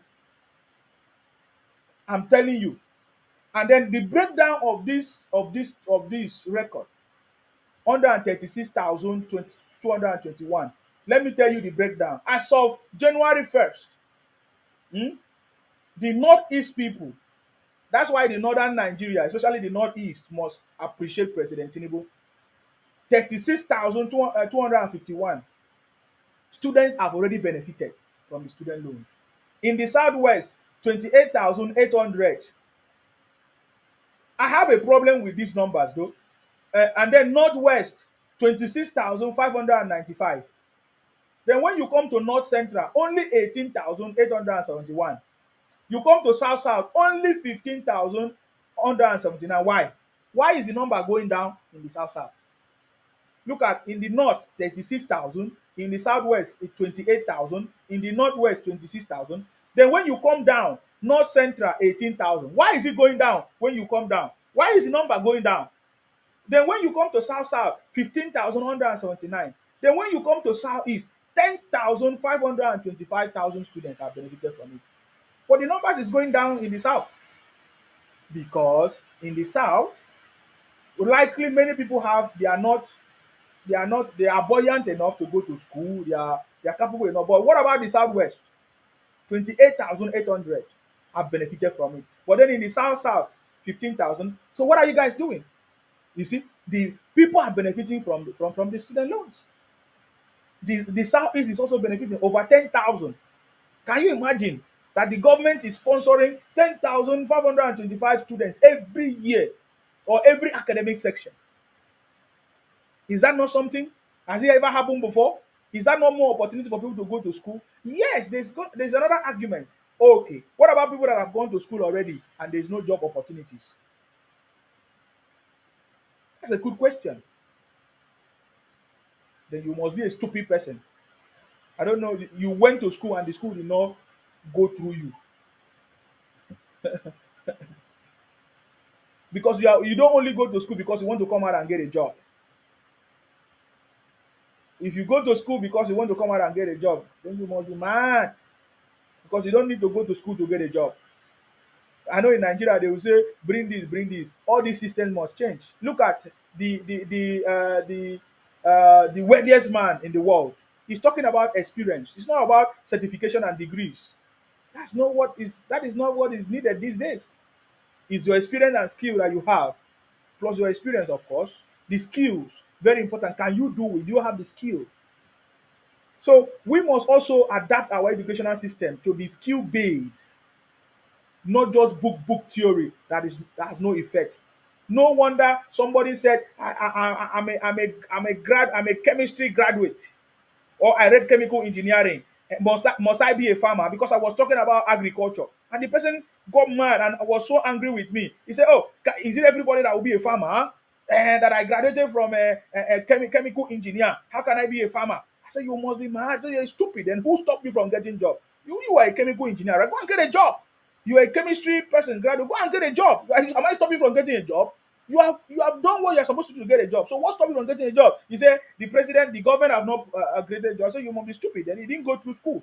Because if you have gone through school, school will teach you that it's not the government that will create job for you. It's not the government have never created any job for you. They will never be. You go to school. What did you learn? You are the one. What solution can you solve? That is your job. There's policies, there is a system, grants, and opportunities that the government has set up that will enable you to start up something if there is no job in that area. Go and do it. If you didn't do it, another person did not do it, your brothers that graduated last year did not create job, did not start a company, how will you come out? Who will employ you? So if everybody is looking for a job, who is going to do it? Who is going to establish the business? Who is going to establish the company that will now be able to employ people? The highest the government can do, civil servants, civil jobs created. Bam. What else? Individual must be responsible for creating jobs. Companies must be started by private entities, individuals. So to be able to create jobs. So if everybody come out from school and you are not started your company, you are not doing anything, and you are looking for a job, you must be stupid, man. No pity, man. I don't pity criminals, boy. You go to school, you don't get a job, you're a criminal. Quote to me. You go to school, after you go to say you come out and there's no job and you don't create a job, you're a criminal. You are wasting our resources. You're one of the stupid people. We need to close down that school that you graduated from. Go and learn a skill. That's how they do it. Man, what are we doing? Education in Africa is supposed to be designed for entrepreneurs, for innovators, not for job seekers. Because there's no job in Africa. We supposed see. Let me. If it was in the US, in Europe, if it was Europe that do not have jobs, they could have designed their educational system to make sure that any graduate that comes out, even before you graduate, you must have been able to create a job or start a company. But in Nigeria, you copy things without any way forward. That is nonsense, stupid, man. We have ministers in these areas. They don't just care. They sit down in Abuja. They don't care. They don't do anything. Dilapidated educational system that is not producing results. Look at in the UK, there's cold. They designed a system to combat the cold, the weather. In Nigeria, what do they do? If it was in Nigeria, cold for the finishers. It must be stupid. Our system is stupid, man. Sometimes it get me angry, man. How can we go to school? You go to school to come out, there's no job. And the professors in schools and the lecturers in school have not adapted the system. Oh, okay, when you go out there's no job. Okay, we need to begin to teach our people to know how to create jobs. And then somebody just typed now. I thought you say Igbo is a problem. Igbos don't have universities. Igbos don't have universities. Okay, you say you have business. Fake businesses that is producing fake drugs, fake baby formulas. What are you saying? Igbos are not exempted. That's what we are talking about. So we need this system to be in place. We need our ministers to do their job, not just to be telling us stories. Not just for a long time now. Our power was the power supply minister. Don't they talk story for too long? So me, I just give you a signal because those are the things that are supposed to be said. We have the resources, the monies are there. What is stopping the ministers? What is stopping this thing not done properly? Somebody say, if not for Igbo, you know for even see fake. You see what you're talking about? You don't know the danger of fake, of what you are doing, what you are producing. The increased rate of diseases and issues and health problems is because of your fake products. And you are happy about it. And you are telling me, if not for Igbo, you will not see fake. That's why I say you are very Igbotic. Average Igbo man, so wicked-hearted. So wicked people, their mindset is corrupt. They are only after money. They don't think about other people. Now, just like I said before, we have seen that Soludo issue a communique. But before then, let me listen to Sir Patrick. Hello, sir. Are you there? Yeah, what's going on? Very good, sir. How are you doing? even Tinubu said it. Yeah. Tinubu said that he's checking on in the universities for those people who got the scholarship, the courses they are taking. He said innovation, technology, and job creation. Okay, you go out there. Nigeria has a lot now.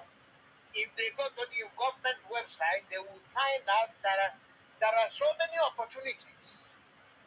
Okay, for you to create it, for you to pick up a loan, small business loan, business loan, to go and open up jobs. Okay, if you look in America here, the president that just died, Jimmy Carter. Okay, he was a graduate of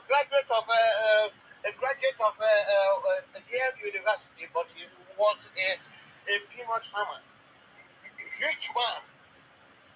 Okay, who tells you, okay, that Nigeria, Africa in general, they downplay agriculture. Okay, you're not going to be, the educated guy, is not going to be the guy who will be digging the ground and put it. You go and buy tractor and back in mechanized agriculture and hire people. Exactly. That's the bottom line of your education. Your education teaches you how to do things on your own without depending on people. And not only that, okay, the education teaches you how to behave in the public, like all these run around criminals, these books. It teaches you how to behave. If you see all of them that are running around doing all these criminal activities, if you check them out, none of them finish high school. None. Okay? None of them. So I will tell you one thing, Tinubu is succeeding. That's my interest. Okay? He will actually stabilize our economy. You see all these guys running around like Obi. Obi is not very well educated. If you check, dig down and investigate him. He's not well educated. He's not. He pretends to be educated. You know why many of these people, politicians, are speaking? Because of our colonial language. They taught us well. Because we have so many dialects and languages in Nigeria, they insisted that everybody must learn English. That is why you see most people, they come out here speaking, okay? So many of them, okay, talk themselves. There are people in America who teach themselves. If you cannot go to university, to 4-year university in America, you can do certification, job certification like IT, cyber security, and all that. Auto mechanic, you can be certified and you'll be making money you'll be making a lot of money. So these guys would tell you that why would I be out there? Okay, sit down there in your house and die and go sell powder and you make money. Why do they start selling powder to make money? They want to make money rich as possible in a day. So they don't have patience to go to school. Now, another thing they will do in Nigeria is that they have to create more technical schools. The economy is changing very fast all over. The economy is changing very, very fast in all over the world. People are embarking in their own businesses. Nobody wants to sit there and work 9 to 5. You work 9 to 5. Can I tell you something, man? You get a lot of gray hair in your hair. You know, no money. That's a fact. Am I right? Yes, boss. Okay, this tax team must go through. If it goes through, they are crying in the north, but it's helping the north. It's helping the north. because they have all the mineral resources. They had a look at that guy who spoke during what they call it again, during that Shehu from that guy. I don't listen to him. Shehu. Oh yeah. From you remember that guy, that northern guy? Yes, yes. He spoke. Yeah, we'll talk about it. Yeah. Mm. Gaba or something. I don't know his name. The guy spoke. And he indicted the northerners and tell them, listen, if you anything, you have to thank Tinubu because Tinubu is helping the northerners to live and survive because we have what it takes. Okay, you've got to get off your seat, get off your comfort zone, and go out there and teach your children the right thing. That's what it takes. So we are moving on. I tell you, when Tinubu finishes his 8 years, I'll tell you one thing: Nigeria will be international. Our monetary exchange and everything, our money itself, naira, would be internationally accepted by banks. That's what this guy is fighting for. Do you believe it that you go to the bank in the US here, you tender the naira, they say, what is that? Am I right? Yeah. Our currency used to be powerful. Oh my God. Very powerful. When I came into this country the first time in America, okay, I had $4,000, and that $4,000 is dollar to one. Dollar to one. 1 to 1. Okay? Tinubu is bringing it. All of this will work out very fine. He doesn't make no noise, and I love it. He don't say nothing to them. He just do what he has to do. If you want to talk, go to him and bring your problems, and he will challenge you. That's the deal. Let's keep going, man. Tell the world, tell these fools the truth. Someday they will wake up and smell the coffee and they come along. Come along. If they don't come along, they are dead. They will be dead in the water. So thank you, my friend. Thank you very much, Sir Patrick. I salute you. I always like to hear your contribution. God bless you, my brother. Thank you. We are Tinubu. God bless Tinubu. And God keep him alive. Thank you. Because nobody else can do what he's doing. Nobody. No president has ever accomplished what this guy is accomplishing. Definitely. No president. They all know that. Jonathan, Basanjo, I don't want to criticize anybody on your radio so that it doesn't look like that's what we do. Yeah. What we do. Yeah. But we must speak the truth. Definitely. The truth. Definitely, boss. Call anybody who is an idiot out. Call him out. And we back you up and continue the conversation. Thank you. God bless you, my friend. Thank you very much, sir. I appreciate you. Yeah, thank you. Stay blessed. Stay blessed. Stay blessed. So, because we have been calling out Soludo, the governor of Anambra, a professor, I fire him very well because I was thinking that Professor Soludo should be the answer to Igbo problem. Though I've already predicted that Soludo government will be worse, there was a reason. I've been calling out Soludo so many times because I feel like Soludo, who is a professor, supposed to know better, supposed to have a better way, educated system to save Igbo land. It's been long overdue. So just few hours ago, of course, it's already late here. I would say on Saturday, yesterday, in Nigeria, 18 January 2025, Soludo launched what he called the Anambra Homeland Security Law and the launch of special security operation called Udokachi. In fact, he titled it Agune Chamber is born and Udokachi. So Udokachi is the special security operation launched by Soludo in Anambra to fight the will I say the self-inflicted Igbo kidnapping unrest in Anambra State. Hopefully, we will see this yield result. Because I'm saying this because of my knowledge. We have had a similar situation that was launched by what's his name, the former governor of Ebonyi State, Dave Umahi. It was called Ebubagu. In fact, that time it was a network of security across the southeast, according to them, Ebubagu. But it did not yield any result. Because you tell me that if Ebubagu yielded any result, why is this insecurity happening?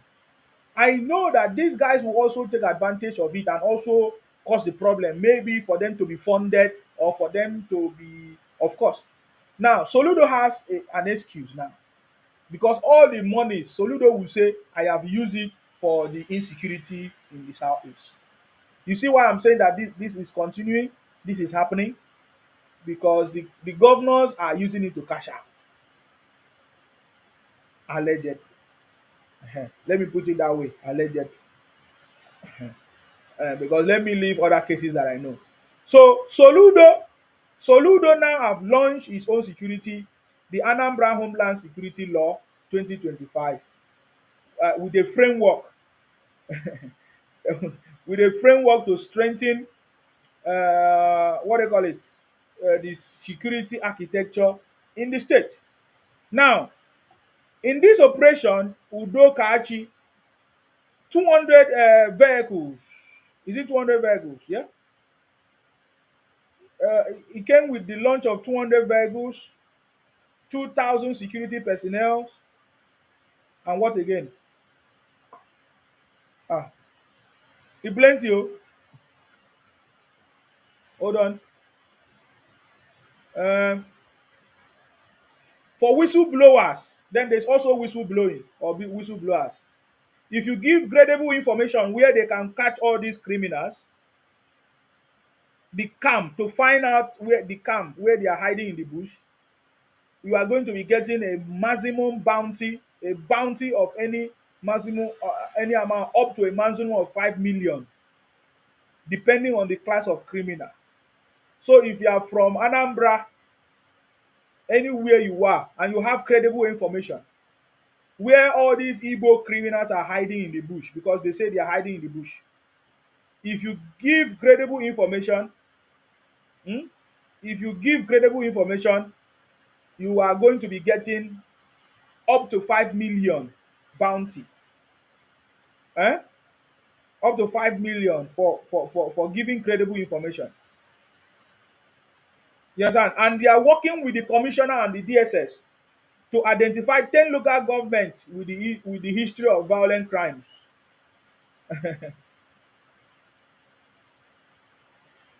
Wow. And they are going to pay a monthly bonus of 10 million for every month that any of these local governments record zero violent crime. I'm telling you, monies are flying. Monies. Money just dey fly. Soludo, I call you because you don't do this one. So 200 vehicles for the security, 2,000 personnel, whistleblower, 5 million, 10 million for every community that there will be no violent crimes.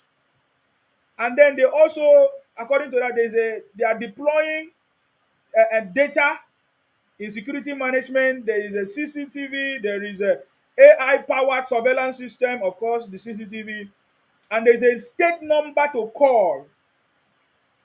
They're calling to them, they say it's toll free lines, 511 and some other lines like that,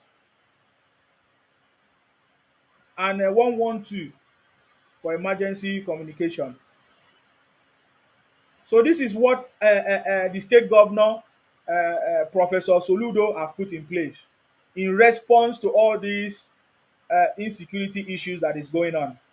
As I'm talking to you now, this was launched just this Saturday. Today is already Sunday, of course, but that was yesterday. So let us see the result, the outcome of this security outfit that Soludo have put in place. It is worth mentioning. I mean, if you criticize somebody and somebody try to do something, let's talk about it. You understand me? And then I see a lot of comments under because he posted this on Facebook. You can go and look at his Facebook. You will see it there. I'm just getting the information from his Facebook.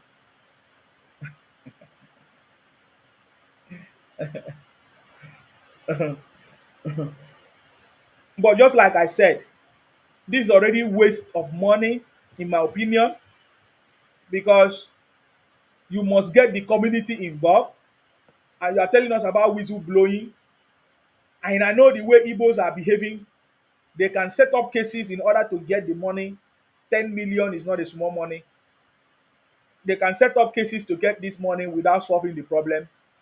Community policing, state policing is the only way forward because the communities we know the where because these people live in their communities. They stay in their bushes.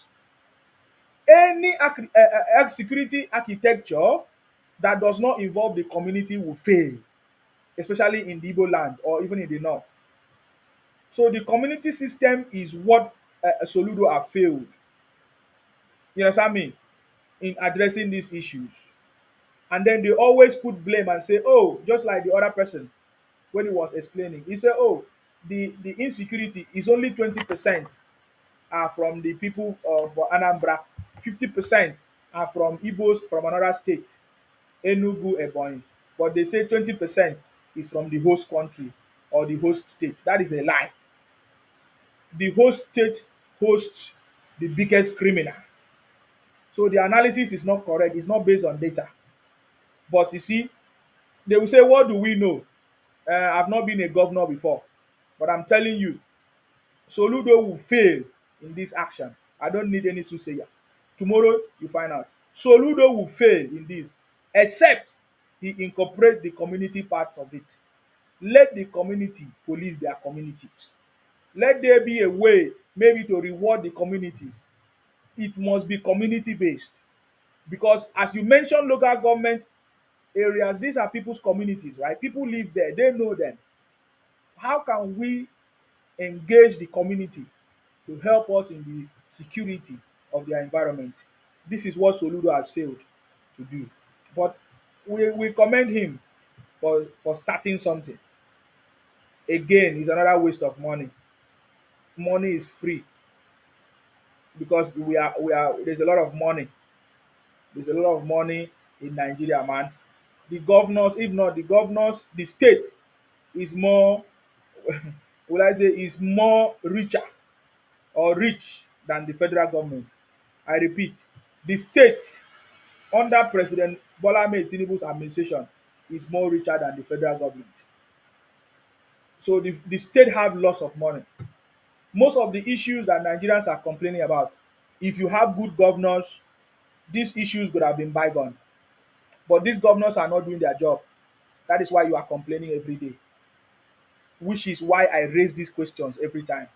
If your governors who speak your language from your tribe, ethnic, from your group, some of them are church members, pastors from the same, will I call it religion, or beliefs and systems, those governors don't care for you, don't provide for you, don't subsidize petrol for you, don't do anything for you. How much more do you want to put your blame on the federal government who is very, very far from you? I getting me now? That is the truth. So under President Tinubu's administration, the state governors are richer than the federal government. I getting me now? You may not accept it, you may accept, but that is the truth. So hold your governors accountable this time. Hold your leaders accountable because that is the way forward. Don't allow people like Obi to deceive you. There is no way forward for Obi. We have not seen any gaslight. Sorry, that's it. Any green light where Obi can become president. Do you know why? That is why many of these politicians they are gradually decamping to APC. You see my topic. Many running to APC. I said President Tinubu is on the throne, and so many people are decamping to APC. Do you know why? Because they are beginning to see the success. They are beginning to see the policies. They are beginning to see things coming together. And And I love what this person said, because I'm going to my next conversation, right? We have spent how many hours? I don't know. Guys, do we still have more time? Please let me see. Should we continue or we end it? Should we continue or we end it? Now, this person gave a very good analogy. I might not be able to play all of them, but he said that Nigeria is back on track, and President Tinubu have taken the right steps, and the worst is over in Nigeria. That President Tinubu has taken the right steps. People are now seeing what President Tinubu is doing. People can now see that there's a direction. There's a direction, there's a place, there's somewhere. President Tinubu is going somewhere. And by the way, there's this news I saw that that Nigeria have joined BRICS. Is that true? Is that a confirmed news? It was just announced. Was it some few hours ago? Cynthia Edo say yes. Thank you very much, Cynthia. Omo George say continue. Yemi, I see you. And bad influence say Mumu. No problem. I'm okay. Emoso, thank you very much. Don't worry about Igbo criminal. Don't worry about it. So it means that Nigeria is back on track. And there's a lot of opportunity in Nigeria now, especially all those areas where there is no jobs, where people are saying no job, all those areas where you think there's supposed to be a solution and there is no solution. That is where you come in. That is where you come in. And we are already prepared to set you on that motion. I've been announcing this thing because I'm preparing you. 2025 has come. Let it don't just come and go. It doesn't matter where you are. Most of us were in the diaspora. All of us in the diaspora, we have a say in the progress of Nigeria. We can give Nigeria a direction. Join the global think tank for sustainable development. You have a part to play. You have a say. Do you know how you have a say? Especially to those our brothers back home in Nigeria, because you help them in terms of financial assistance and everything. So you have a say. They can listen to you if you tell them something. There is a greater part that we can play for the total development in Nigeria. All of us in the diaspora. That is why I get angry when I see Igbos in this state. That is why I get angry when I see Igbo land not developed. Upon the number of Igbos abroad, upon the number of Igbos making noise with degrees and certificates. That's why I get angry. Because Igbo land is supposed to be the best. But where is Igbo land today? When I call them out and talk about it, they get angry with me. They say, Nsima don't like us and hate you. You are very stupid. Any Igbo man that thinks that Nsima hates them is a very stupid, is a criminal, is a confirmed criminal. Because I give you the truth and reality. We have a part to play, all of us in the diaspora. We have a part to play to give our people direction back home. Those areas that is lacking, those areas where people are complaining, no school, no job, no this, no school system not working, you can create something. You can create a solution. Set up a system, start up a business, find solutions. Now, this is where we come in. If you don't know how to set up this business, how to set up a startup business, or set up a system or a program that can solve the problem, that is where we come in. So we are launching our mentorship program, coaching and mentorship program, that will give you the opportunity to set up a business, to start up a business. It doesn't matter where you are, whether you are in Nigeria, whether you are in the US, in the UK, in Europe, anywhere you are, this opportunity is for you. You can participate in it. And trust me, you will never regret it. Trust me, you can never regret it. This is completely different from government funded. This is not government funded. This is a business, which means if there's a business, it means business come with profit, business come with so many other things. It's a serious business. It's a professional services that we are offering, and you have opportunity. So our coaching program, mentorship program is launched very soon with opportunity for you to set up your business, start up your business. We have 4 major areas that we are focusing on. Agriculture, which is we call it farming to farming system, agriculture, If you don't have any land, if you don't have even any experience, we are going to show you, we are going to teach you, and we are going to provide the seed that you can plant, and we can also buy the product from you, and we'll provide the funding and the stipend. So, especially if you're in Nigeria and you want to start this farming and you are thinking how you're going to survive, we are going to provide you with the funding. If you don't have a land, we can help you in renting a place, or we can provide alternative way of planting, which is you can plant on top of water. We are going to provide you with the seed. I'm talking about the plant, the seed that you are going to use to plant. And then we are also ready to buy the product from you during the harvest period. We are going to also be part of the business. We are going to be shareholders in the business. So we are not going to allow our money to be wasted. You get the point now. We are not going to allow, because we are going to be the one to provide you with the funding and also give you monthly stipend to sustain you. Now, but we are going to have a share, a stake.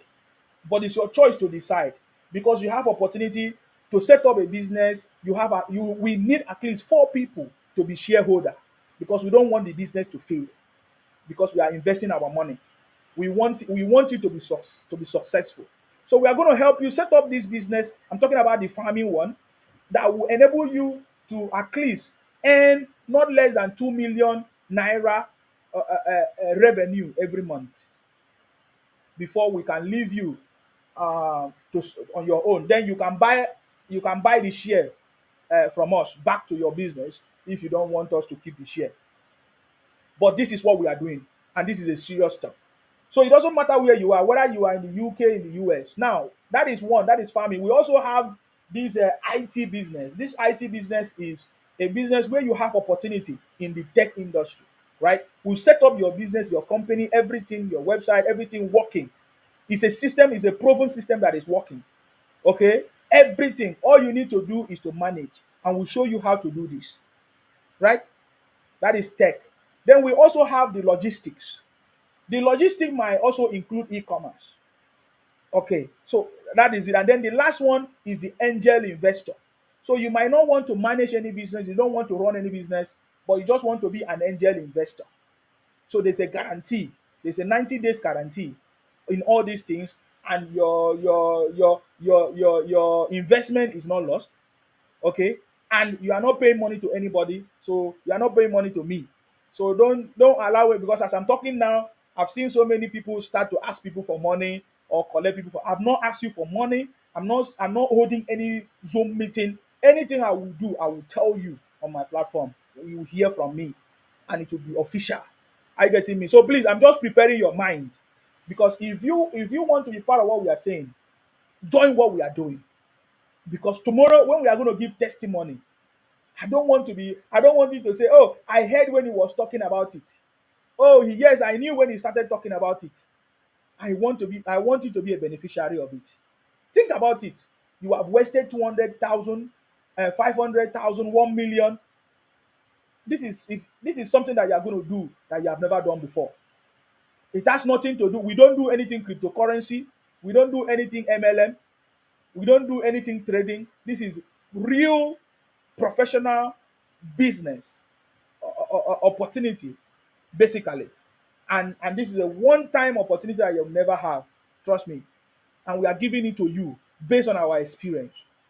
So if you want to be an angel investor, you can find out what it means to be an angel investor. An angel investor is an investor that invests in people's business and ideas, usually when they are at from new beginning, at startup levels. So you put your stake on it, and you invest in that person's idea, and you start yielding after the agreement. It can be 6 months, 3 months agreement. Okay. And there's a guarantee of what you are doing. So if you want to be part of it, you can sit tight and get ready when we are going to launch. You can follow my page, you can message me, I'll give you more information. But what I'm telling you is a reality. If you are from the south region of Nigeria, those are the people from Edo State, Delta State, Bayelsa, Cross Rivers, Akwa Ibom, all those areas, River State. Join us in the Royal South South Summit. You can go to the website uh, southsouthmovement.com, right? South South Movement. Is it southsouthmovement.com? Hold on. salsamovement.org.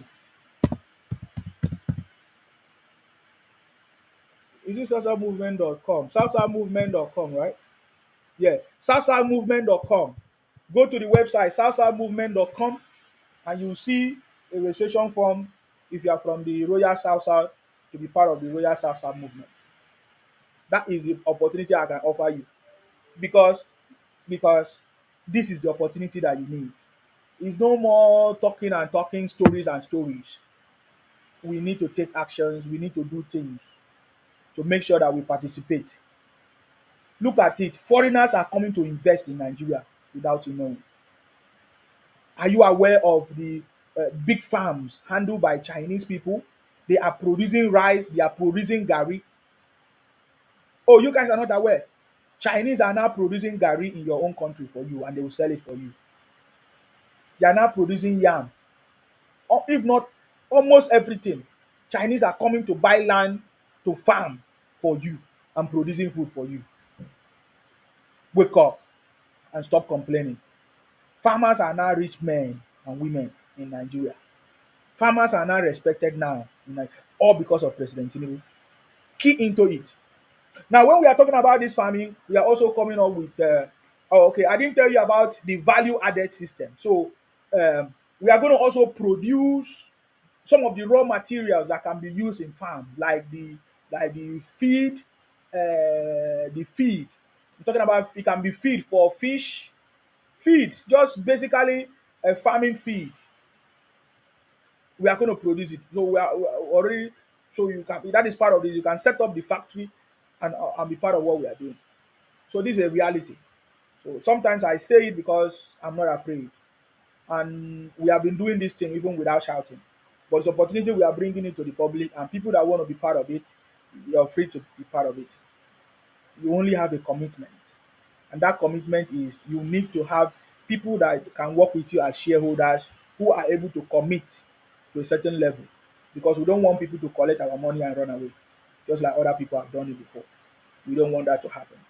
Olatunji said Nigeria beginning to take shape under President Tinubu. Thank you very much, Olatunji. If the Southeast governors and politicians are not ready to work, President Tinubu should impose a direct rule from the center. You know, I've said this before. The Southeast governors continue to collect money from the federal purse, yet they are not doing anything about it. For how long will this continue? Okay, Bona girl, I don't know if you are there. If you are not there, I'm just going to bring you down because we need to move. Now, we have seen,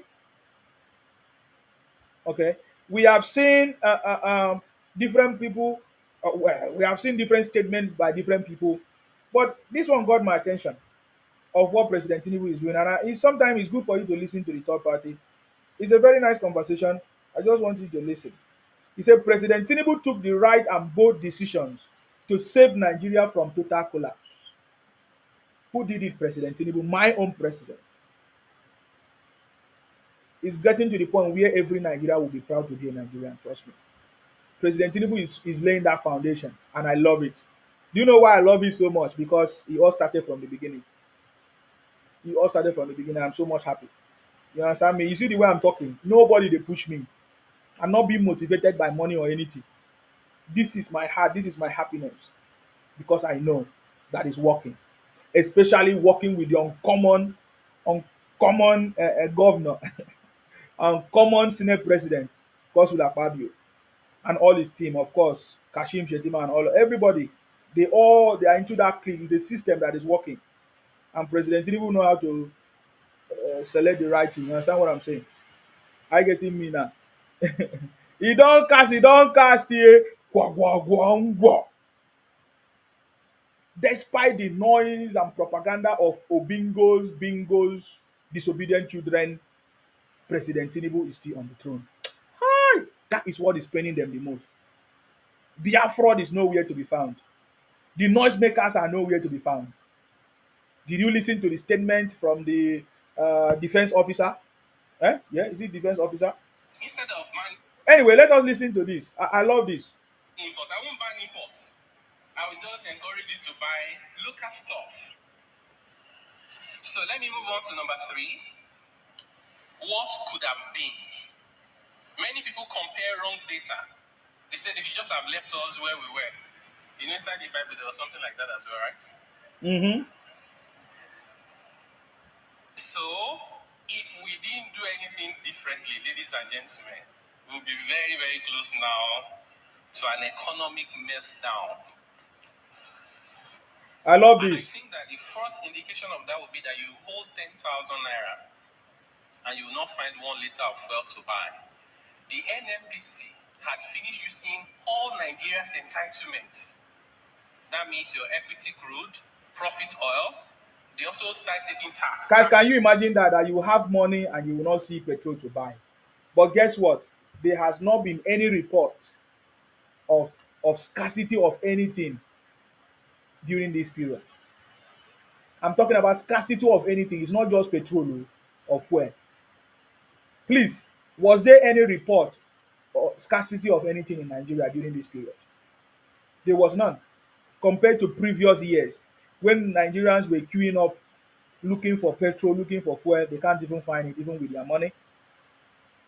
Some people complain of shortage of food, rice, tomatoes, all those things. In fact, I saw a report of tons of rice that have just arrived. Are you getting me now? So there has not been any report of scarcity of anything, of any food. Yet we have not seen people like Obi who always criticize and looking for bad news. We have not seen Obi appreciate what President Tinubu is doing. We have not seen Obi appreciate that President Tinubu have sent over 10,000 Igbo youth to school under the student loan. I keep repeating it, the student loan is a free money now. It's a free money. Yeah, you pay back. That's if you start working and you are earning a certain salary. Are you getting me now? So we didn't see Obi appreciate President Tinubu for all these things. No scarcity of anything. That means that there's progress, right? Before you have your money, you will stand on a very long queue looking for petrol to buy. Omo George say he could be forgiven in the future. Yes, it's possible. It's free money, man. President Tinubu have empowered people. I'm telling you, 2027 is a legacy. You may not understand. You don't know how this thing works. Many beneficiaries of these student loans by 2027. And then talking about the empowerment of the grassroots level. Do you know what that means?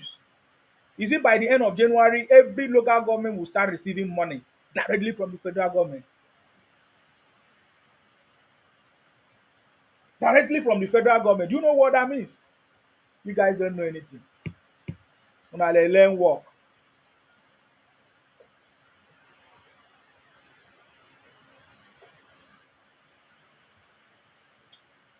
President Tinubu is the city boy. He's a leader. If you people understand what that means, you will not try President Tinubu. By the end of January, every local government will receive funding that they never received before. It means the grassroots is being empowered for success. And as long as the grassroots is being captured, there's no, this one I say, though I walk through the valley of shadow of death, I fear no evil. That is the path that President Tinubu is laying. That's the foundation.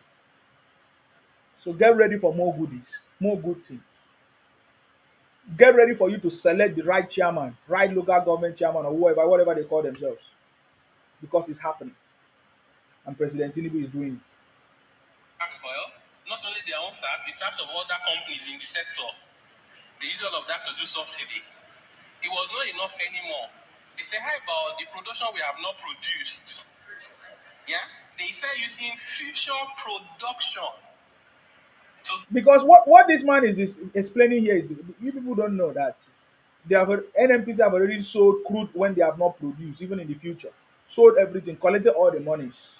So whatever they are selling now or doing now, there's no remittance or so whatever because money has been collected, which means that we are supposed to be in a very deep shit. But Nigerians don't even feel much impact of that because of President Tinubu's policies and directions and sorry systems and ways and strategies and reforms that he has taken. Many of you don't know. It's just that this government is not giving proper information in that regards. Because you know so many things would have gone wrong, but it's quite different now because President Tinubu is on the throne and is doing it like never before. I getting it now. Trust me, guys, he's doing it like never before. If you want to be a president, get ready. But after President Tinubu's 8 years, there's no doubt because he's going to set the foundation. As I'm talking to you now, do you look at Lagos? The blueprint of Lagos was created 30 years ago, if not mistaken, 20, 30 years ago. The blueprint of Nigerian progress has already been set, written by President Tinubu. Trust me, Nigeria is on the path of continuous growth and progress because President Tinubu have set the foundation. Nigerians will remain will always remember President Tinubu's contribution for the success, would I say, growth or persistent growth of Nigeria. You may not understand it. I get it now. You may not understand. Do you know that I happen to know that Igbos to subsidize. Hold on. I happen to know that the Igbos produce this rice called the Abakaliki rice. But how far have they made progress in that rice? If it were to be other people, they would have found a system to make it better because some people complain of stones and all of that. So if you are from Abakaliki and you are ready, we can set you up to produce a better grain of rice in Abakaliki or anywhere. Do you know that you don't need to be in Abakaliki and you don't need to have big factory? You can just have one machine that is going to, is it detox or what do they call it? The husk. And make sure that, and do selection and make sure that your rice production is clear. It can be parboiled and just bag it and send it to you and you just mill it in your machine. So if you are from that area, or it doesn't mean you don't need to be from there, you can order the already harvested rice grain, cooked, and then you can dehusk it anywhere you are in the country. But the Igbos have been having this Abakaliki rice, but I don't think there has been progress or improvement. And many people are running away from the rice because of sand. No proper processing system in place. Yet Igbos are saying no food, hunger. Yet Igbos have governors in this place. Do you know that Igbos have coal and other mineral resources, which I don't think that Igbo land is supposed to lack electricity if these resources were to be properly tapped. The same thing in the South. From our refineries that produces all the, what do they call it, gas flaring and everything that's supposed to be used for alternative source of energy or yes, generation of electricity and even the other products from the petrochemical. Who are those that are doing it? The governors, I don't care. The senators, I don't care. The politicians, the other leaders, I don't care. That is the truth. We have not have the the leaders that we need at the state and grassroots level yet. We have just gotten President Tinubu and his team, maybe ministers or cabinet, what they call it. But when we have the right leaders that are thinking, innovative at the grassroots, or I'm talking about the local government level, at the state level, there's going to be very little dependency on the federal government. Trust me, that is what is missing. These things are not too much. We just need somebody that will coordinate it for it to work. I get me now. Okay, let's go to the next one. Current subsidy consumption. Just imagine that for a minute, what that even means. When you keep using the future production, right, it will get to a point there's no future production again. That is when you hold 10,000 naira, you will not find 1 liter of petrol to buy. When it gets to that point, you will not have an orderly manner to reform the economy. And people don't know that the middle class are lucky. You know, when people say that these are people they're not aware they are this, they vote for the wrong person, they are blaming the wrong people. That's their capacity. Those people are not the ones to hold government to account because they do not know what the right thing should be. The middle class are the ones to hold government to account. When those people below middle class want to hold government to account, the government they see is not the people in National Assembly or their governor. Anybody that is doing better than them is part of them. So they hold government to account by burning down everything on their paths. That's not what we want. So what would have been is that if we didn't do that, we'll get to a point where you will not find any dollars to buy. For so long, NMC was not remitting anything. You will not find dollars to buy for anything, whether you are importing inputs or assets or equipment or even food. Inflation will be hyperinflation. In Tanzania, and I think I brought the money. In Tanzania, not Tanzania, Zimbabwe, apologies. Zimbabwe perfected the act of printing money to spend.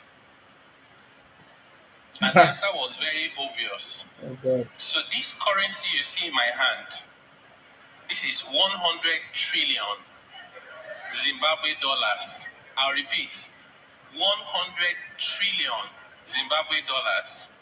That's not the end of the story. It is that this money, as at that time, could barely buy a loaf of bread. So I got this from my partner friend who was in Zimbabwe. At the time, we had an event in Cape Town, so I usually like to ask people about what's happening in their country. So the guy said to me, I said, how is your inflation? How you cope? He said they are not coping. And it was being real. He said, we are not coping. I said, how?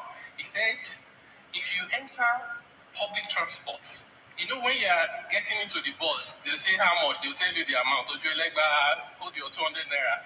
In Zimbabwe, they were not telling you the amount because it was a waste of everybody's time. The amount when you get on the bus is different from when you're getting down. So we tell you the amount when it's time to get down. If you don't come down quickly, we hold you back because the price has gone up. And I'm not joking. I'm not joking. The percentages were no longer 1 trillion percent. It was more than 1 trillion. 6 trillion percent was their inflation.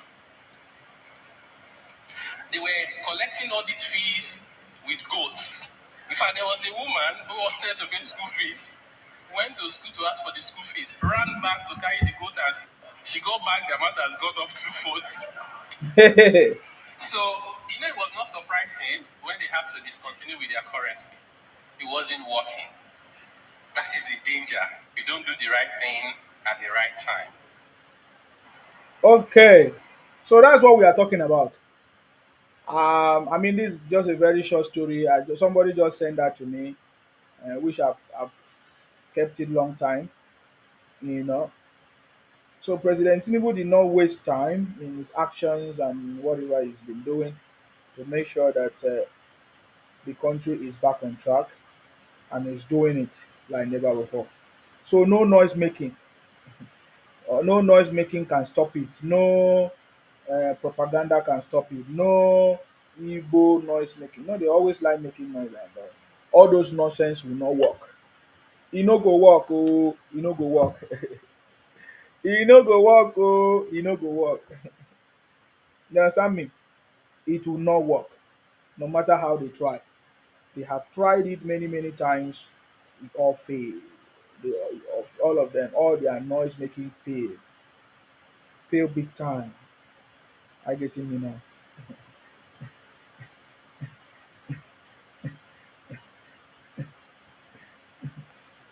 You know something that got my attention? Somebody said it to me.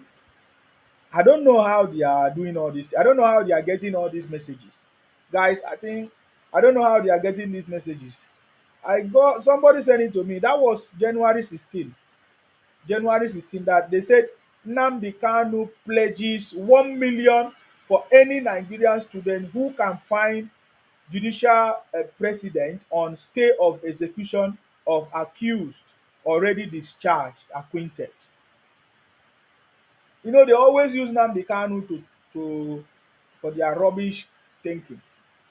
And this was on Sahara Reporters. Sahara Reporters. Somebody sent it to me. I checked that this is on a Sahara Reporter.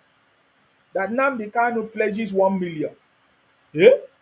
So Nnamdi Kanu reach well, oh. Even inside DSS for after 4 years, Nnamdi Kanu is still rich up to the point that he has 4 million naira, 1 million. Did I say 4 million? 1 million.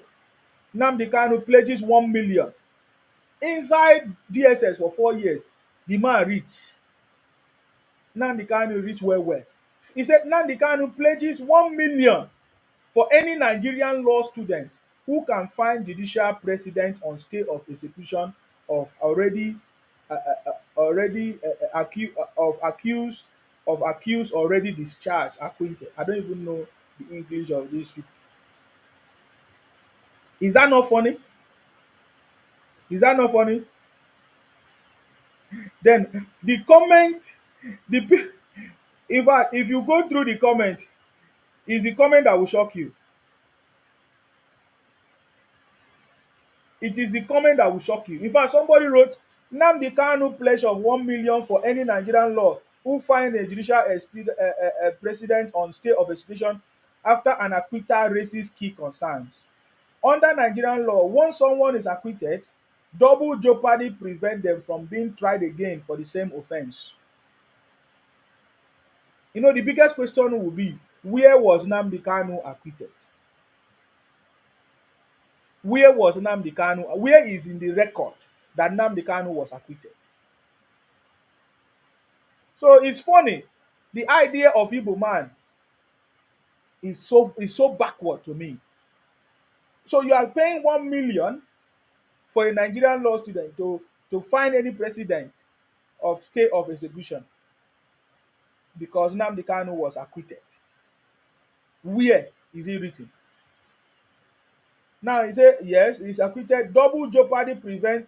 He said typically doesn't apply after an acquittal as the case is considered final. However, this challenge highlights the deeper issues within Nigerian legal system, which suffers from corruption, inefficiency, and political interference. These systemic failures contribute to the perception of Nigeria as a failed state, where justice is often inconsistent and unreliable. So, can you see an Igbo man saying that Nigeria is a failed state? So, Nigeria could have not been a failed state if they allow Nnamdi Kanu to go. Nnamdi Kanu that commanded so many people to buy to go. I'm asking you. So you see the idea of an Igbo man. He said that Nigerian legal system is full of corruption, inefficiency, and political interference. So because Nigerian legal system is full of corruption, inefficiency, and political interference, so that means that Nigeria is a failed state to an Igbo man. Igbo sense don't work. At the end of the day, they will not say, oh, they want this thing to be done. This is it. The stupidity of Igbo man has not been studied. Because Igbo man, they are so stupid, yet they feel they are educated. That's why I always say that they think from Yash and they talk from Yash. And I love the contribution of someone. Somebody said, Kanu's case is sui generis. I don't know what that means. This because he is being tried for a capital offense. At this stage, even his application for a bail pending appeal will most likely fail for the reason I stated supra. His acquittal is being appealed against by the state, so no release date soon for him.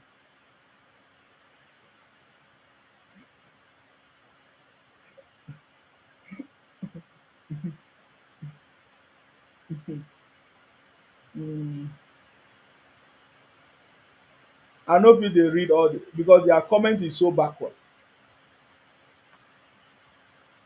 I don't understand. I don't understand how this thing works because somebody was making command that took the life of so many people, and because he's being tried for making such commands and whatever,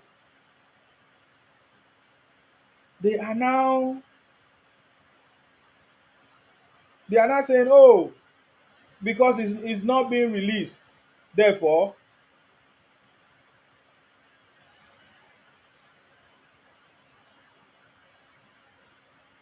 Nigeria is a failed state. What a shame. What a shame. So wonder shall never end in the hands of the Igbos.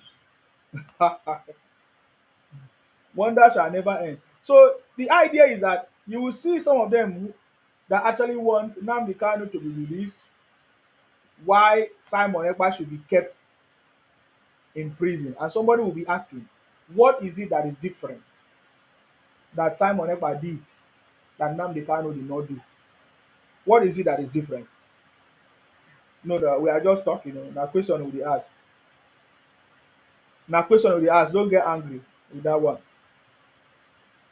Me, I'm not in charge of the court. I'm not in charge of the what do you call it? I'm not in charge of the prison. I'm not DSS. I'm not in charge of it. If the DSS wants to release that, they should release him. If they want to free him, they should free him. That is not what I'm saying. I'm not stopping. What I'm saying does not stop. But I'm saying, are you telling me that if they have released or they should release somebody who actually give command for people to buy, and many people actually buy, so you are saying that we should release such person? I'm only asking question. Olatunji said the three arms of government is working in Nigeria under Tinubu.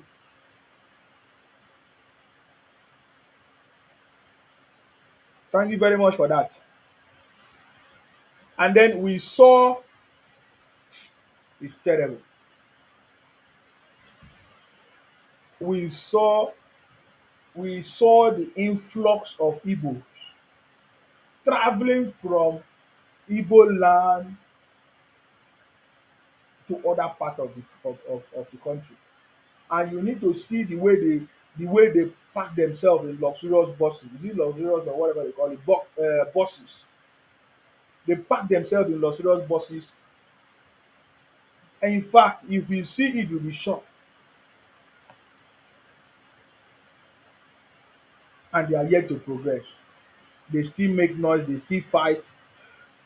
You know, all these people continue to do what they are doing. I don't even want to talk about the kidnapping that happened among themselves. So, kidnapping themselves. So, is that not terrible? And somebody will come to my inbox and be talking nonsense.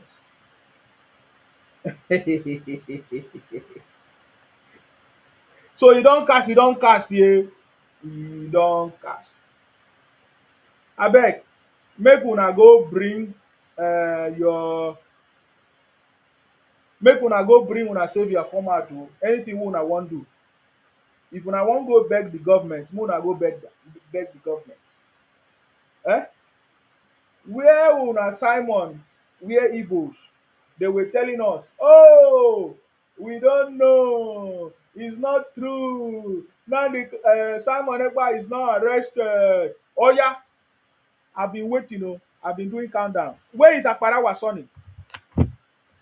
Where are all those Igbos? Oh, Simon Ekpa is not arrested, he's being detained just for questioning. Where is he? How many weeks now?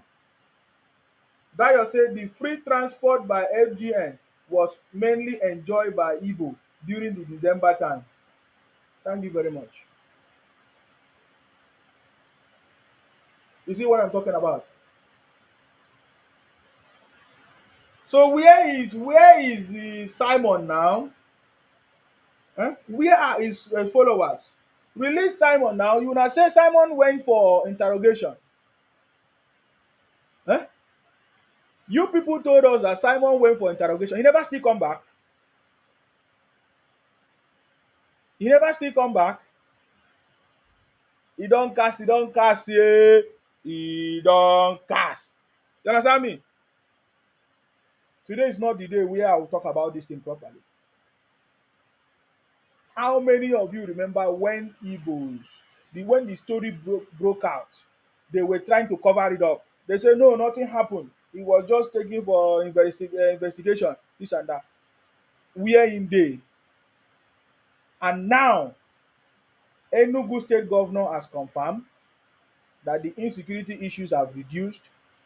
Business is back to normal in Igbo land. The chief of staff have said it as well. Is it chief of staff or security officer?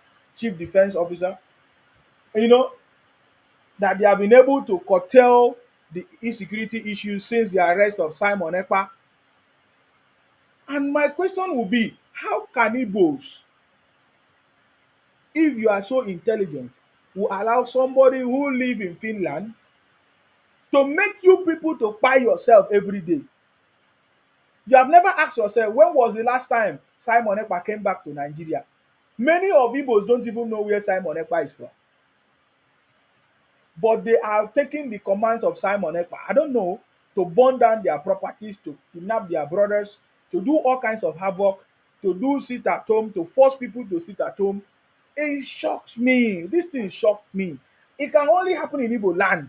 There is nobody elsewhere that can make such command anywhere and it will work the way Igbos are so foolish to the point. So if not the interference of the federal government, this is how Igbos could have been mumu themselves for years, just like the way they did to Nnamdi Kanu for years.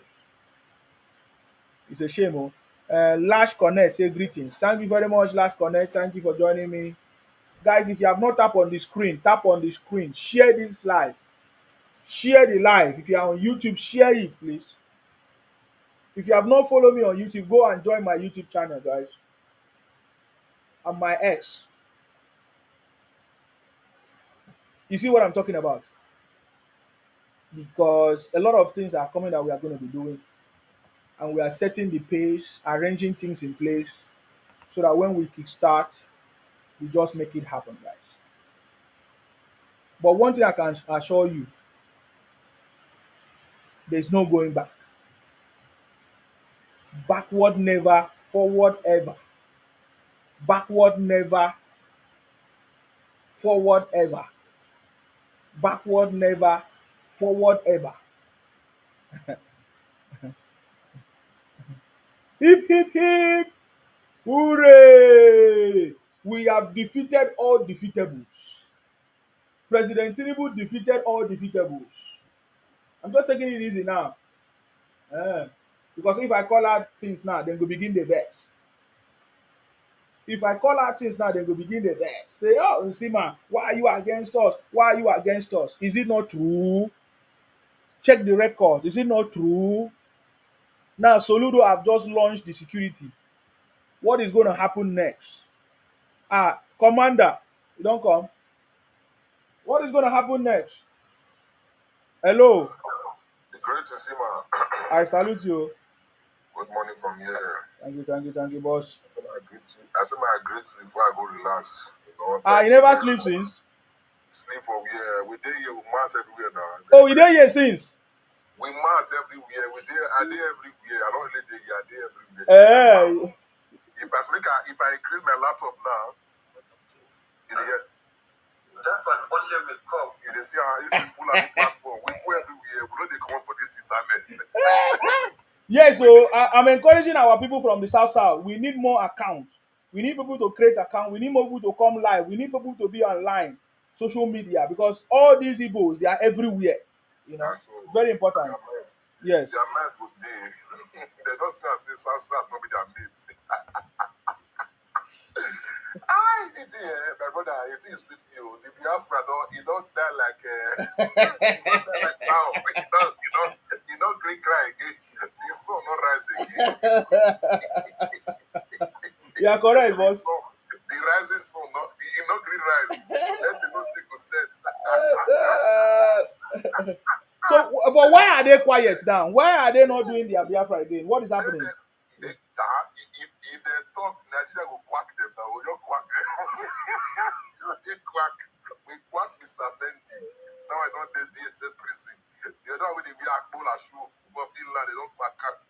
Anybody when you talk now, you're quack side pocket. None of them be talk again. Now, they have now resorted to explaining. Now they are not explaining on social media. What are they explaining? Because nobody is sending me. What They is are that? not trying to explain why they are criminals. This is what they are not doing.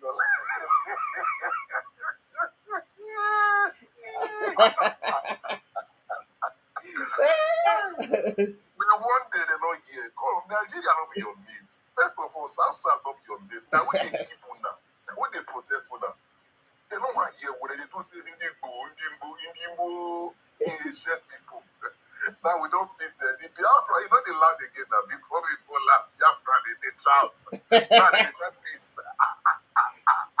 Oh, so they say when they ask them what is Igbo, instead of them to give the meaning of Igbo, they will say we are Ndibo. What is Indigo? Indigo is Asian. Where do you come from? He said we are Asian people. We are Iri. We are Arotuku. We are from Israel. We are from Sudan.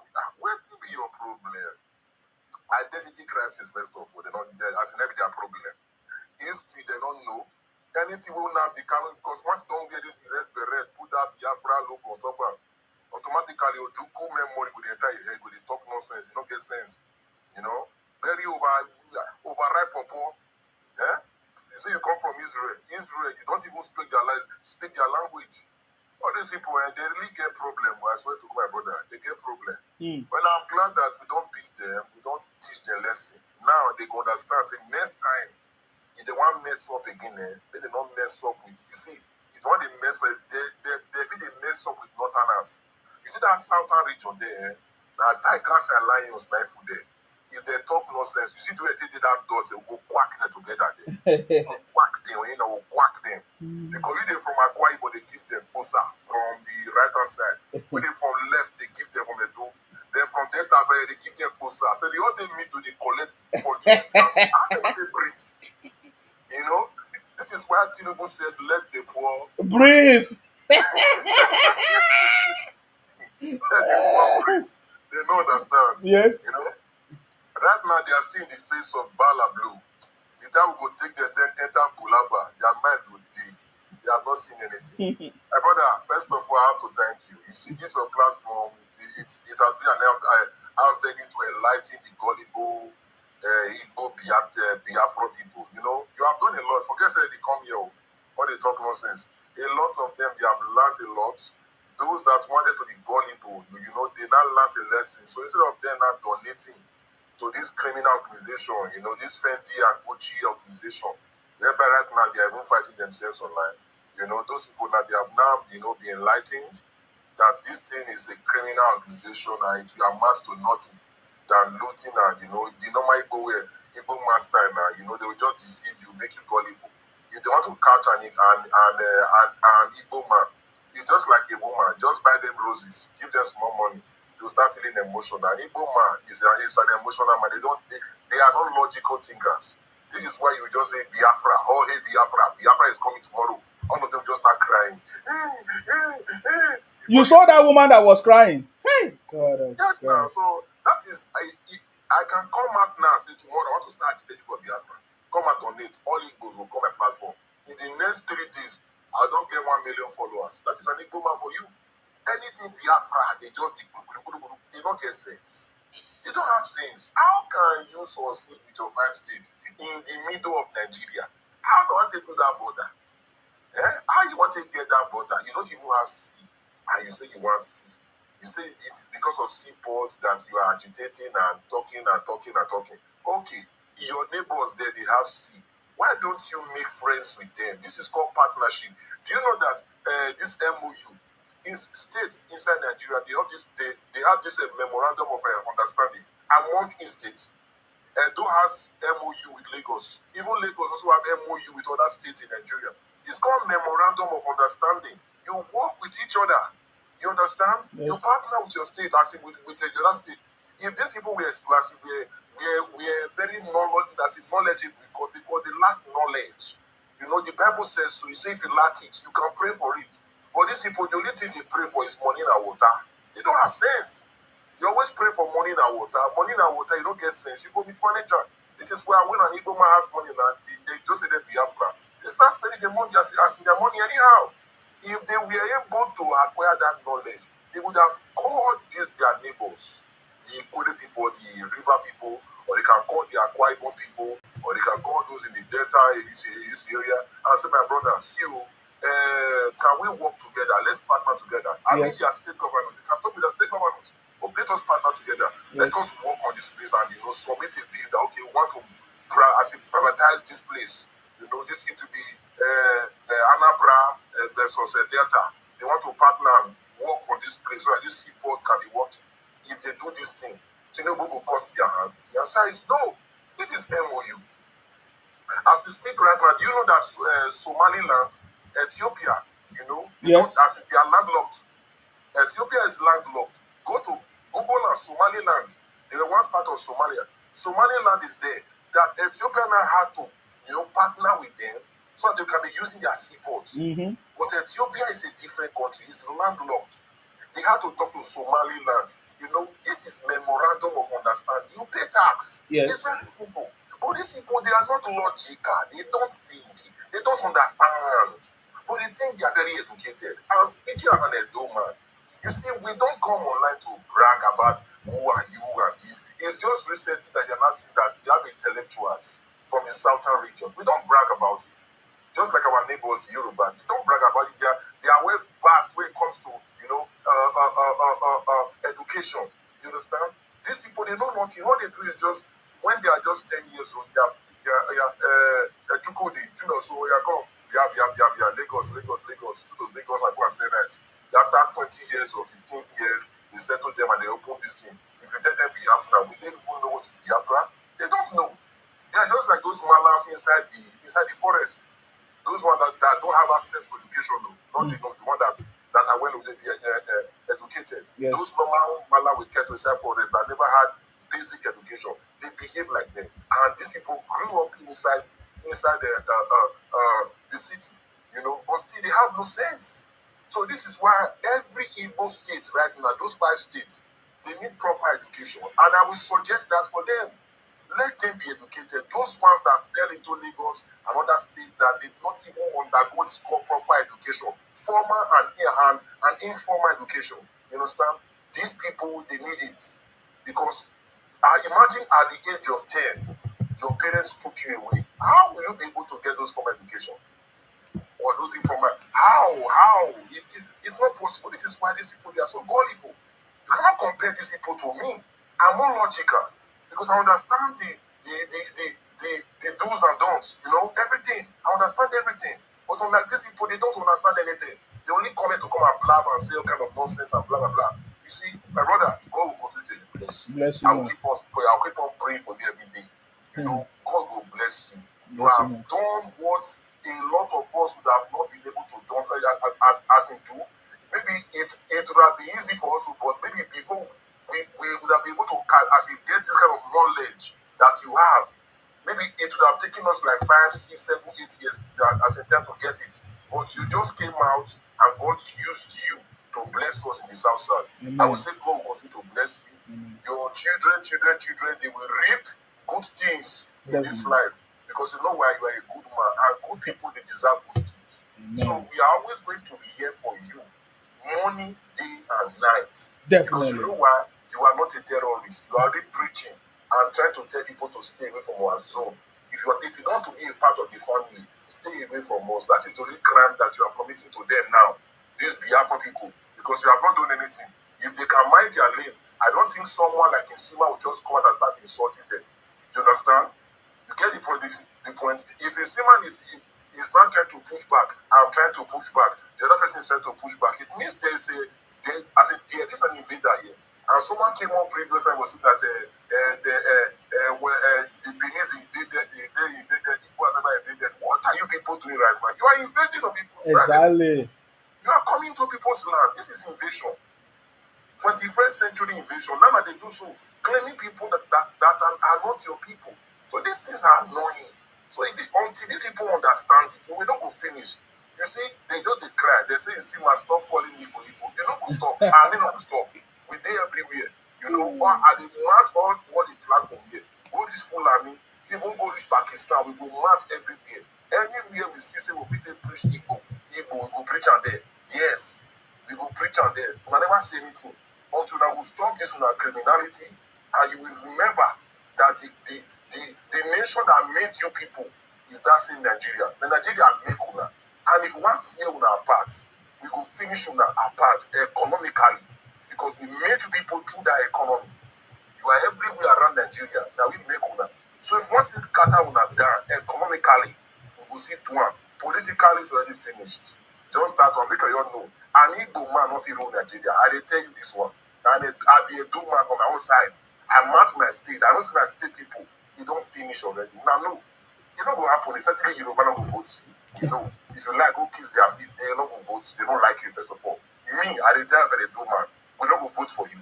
Fulani person, forget that story. Hausa, forget her. You see the South South now, people, your best neighbors, now don't provoke them now. When I see election, bring somebody from that southeast and test it. Just test the water and see what's going to happen. And don't deliver the last time now. This time around, if you see 5%, when I will thank God. And then don't man right now go give a vote to a Fulani person. Even if they go around say I go vote down. Now for me to vote for an Igbo man right now, it not go happen. Because when you disrespect friendship, boundaries go there. And that boundaries not there right now. So more they see each other, they laugh, open fake teeth for each other. But it's not going to happen. And that's the truth. We like to tell you the way we are. We don't pretend. That's one thing about it though.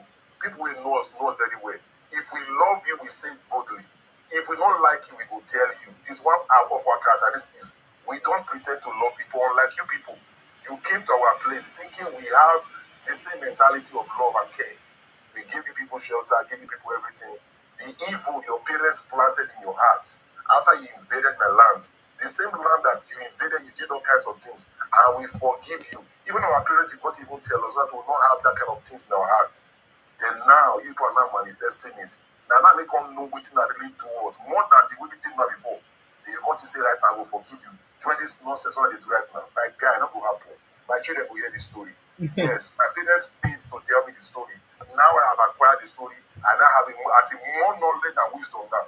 My children will hear this story, and I say it will be. And I also urge you people, you these invaders, remember, tell your other children, no, because if you don't tell them, when my children will react, the way they react right now, may not pay your children. Make sure you transfer this your hatred. When our parents, we not go better for them. We do all this evil, because Unamdi Kanu was not alive there. And the parents, as we go buy for fire, they push those evil things for their head. Just like all of you right now, so gullible online, looking for online country. You see that thing, you know, go come, the other no go come. It will not come, you will remain there. We go marginalize all of that country. If you pay no money, they there. For disrespecting us, we teach you a lesson. So that's just it. My brother, thank you very much. Let me go on the lance. God bless you. Thank you very much, Commander. I salute you. Benedict. Thank you very much. I'm going to soon end the live as well, guys. Yeah, my time is up, guys. My time is up. Let's leave it there. We'll come back again. Okay. My time is up, guys. If I stay more than this, now I'm say I'm not going to sleep again. You know what I mean? So, guys, we have seen so many progress. Thank you very much, Olatunji. He said South South region is well advanced than the Southeast region. Yes, definitely, definitely. The South South region is well advanced than the Southeast region.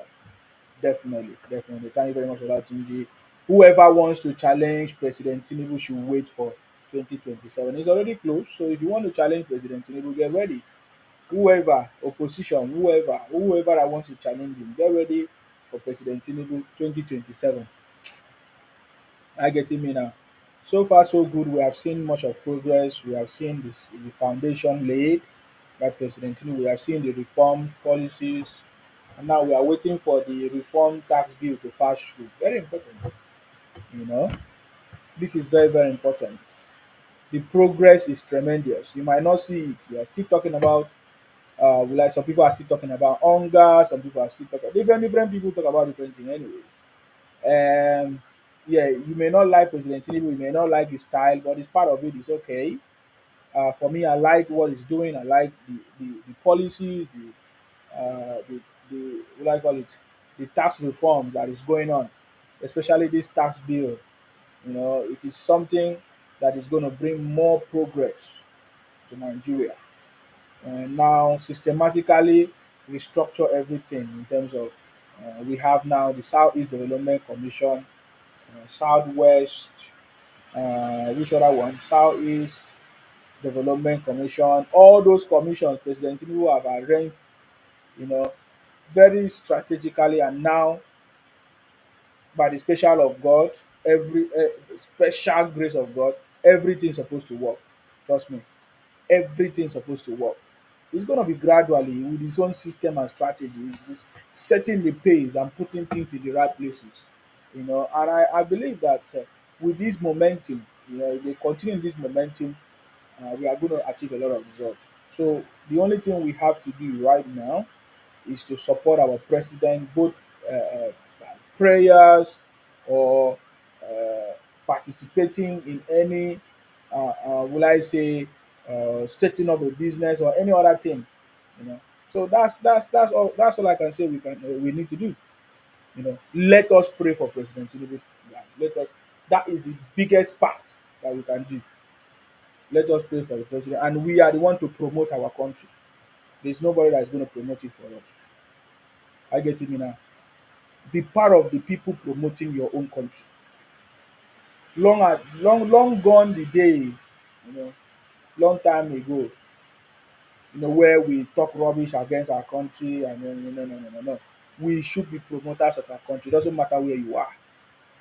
We need to take an active role in promoting our country and making sure that we also play the part that we can for the progress of the country. So may God bless our president, His Excellency Asiwaju Bola Ahmed Tinubu. And may God bless our Vice President Kashim Shettima. May God bless our Senate President, of course, Godswill Akpabio. May God bless all of you. Trust me, may God bless all of you. May God bless Nigerians. May God bless the Royal South South family, the Royal South South movement. May God bless you and all your family, all the patriotic Nigerians. May God bless the Federal Republic of Nigeria, guys. Thank you very much. Stay blessed until I come your way next time. Thank you, thank you, thank you. Bye bye for now, guys. Bye bye, guys. Let's leave it there. Good night or good morning. Stay blessed. Bye for now.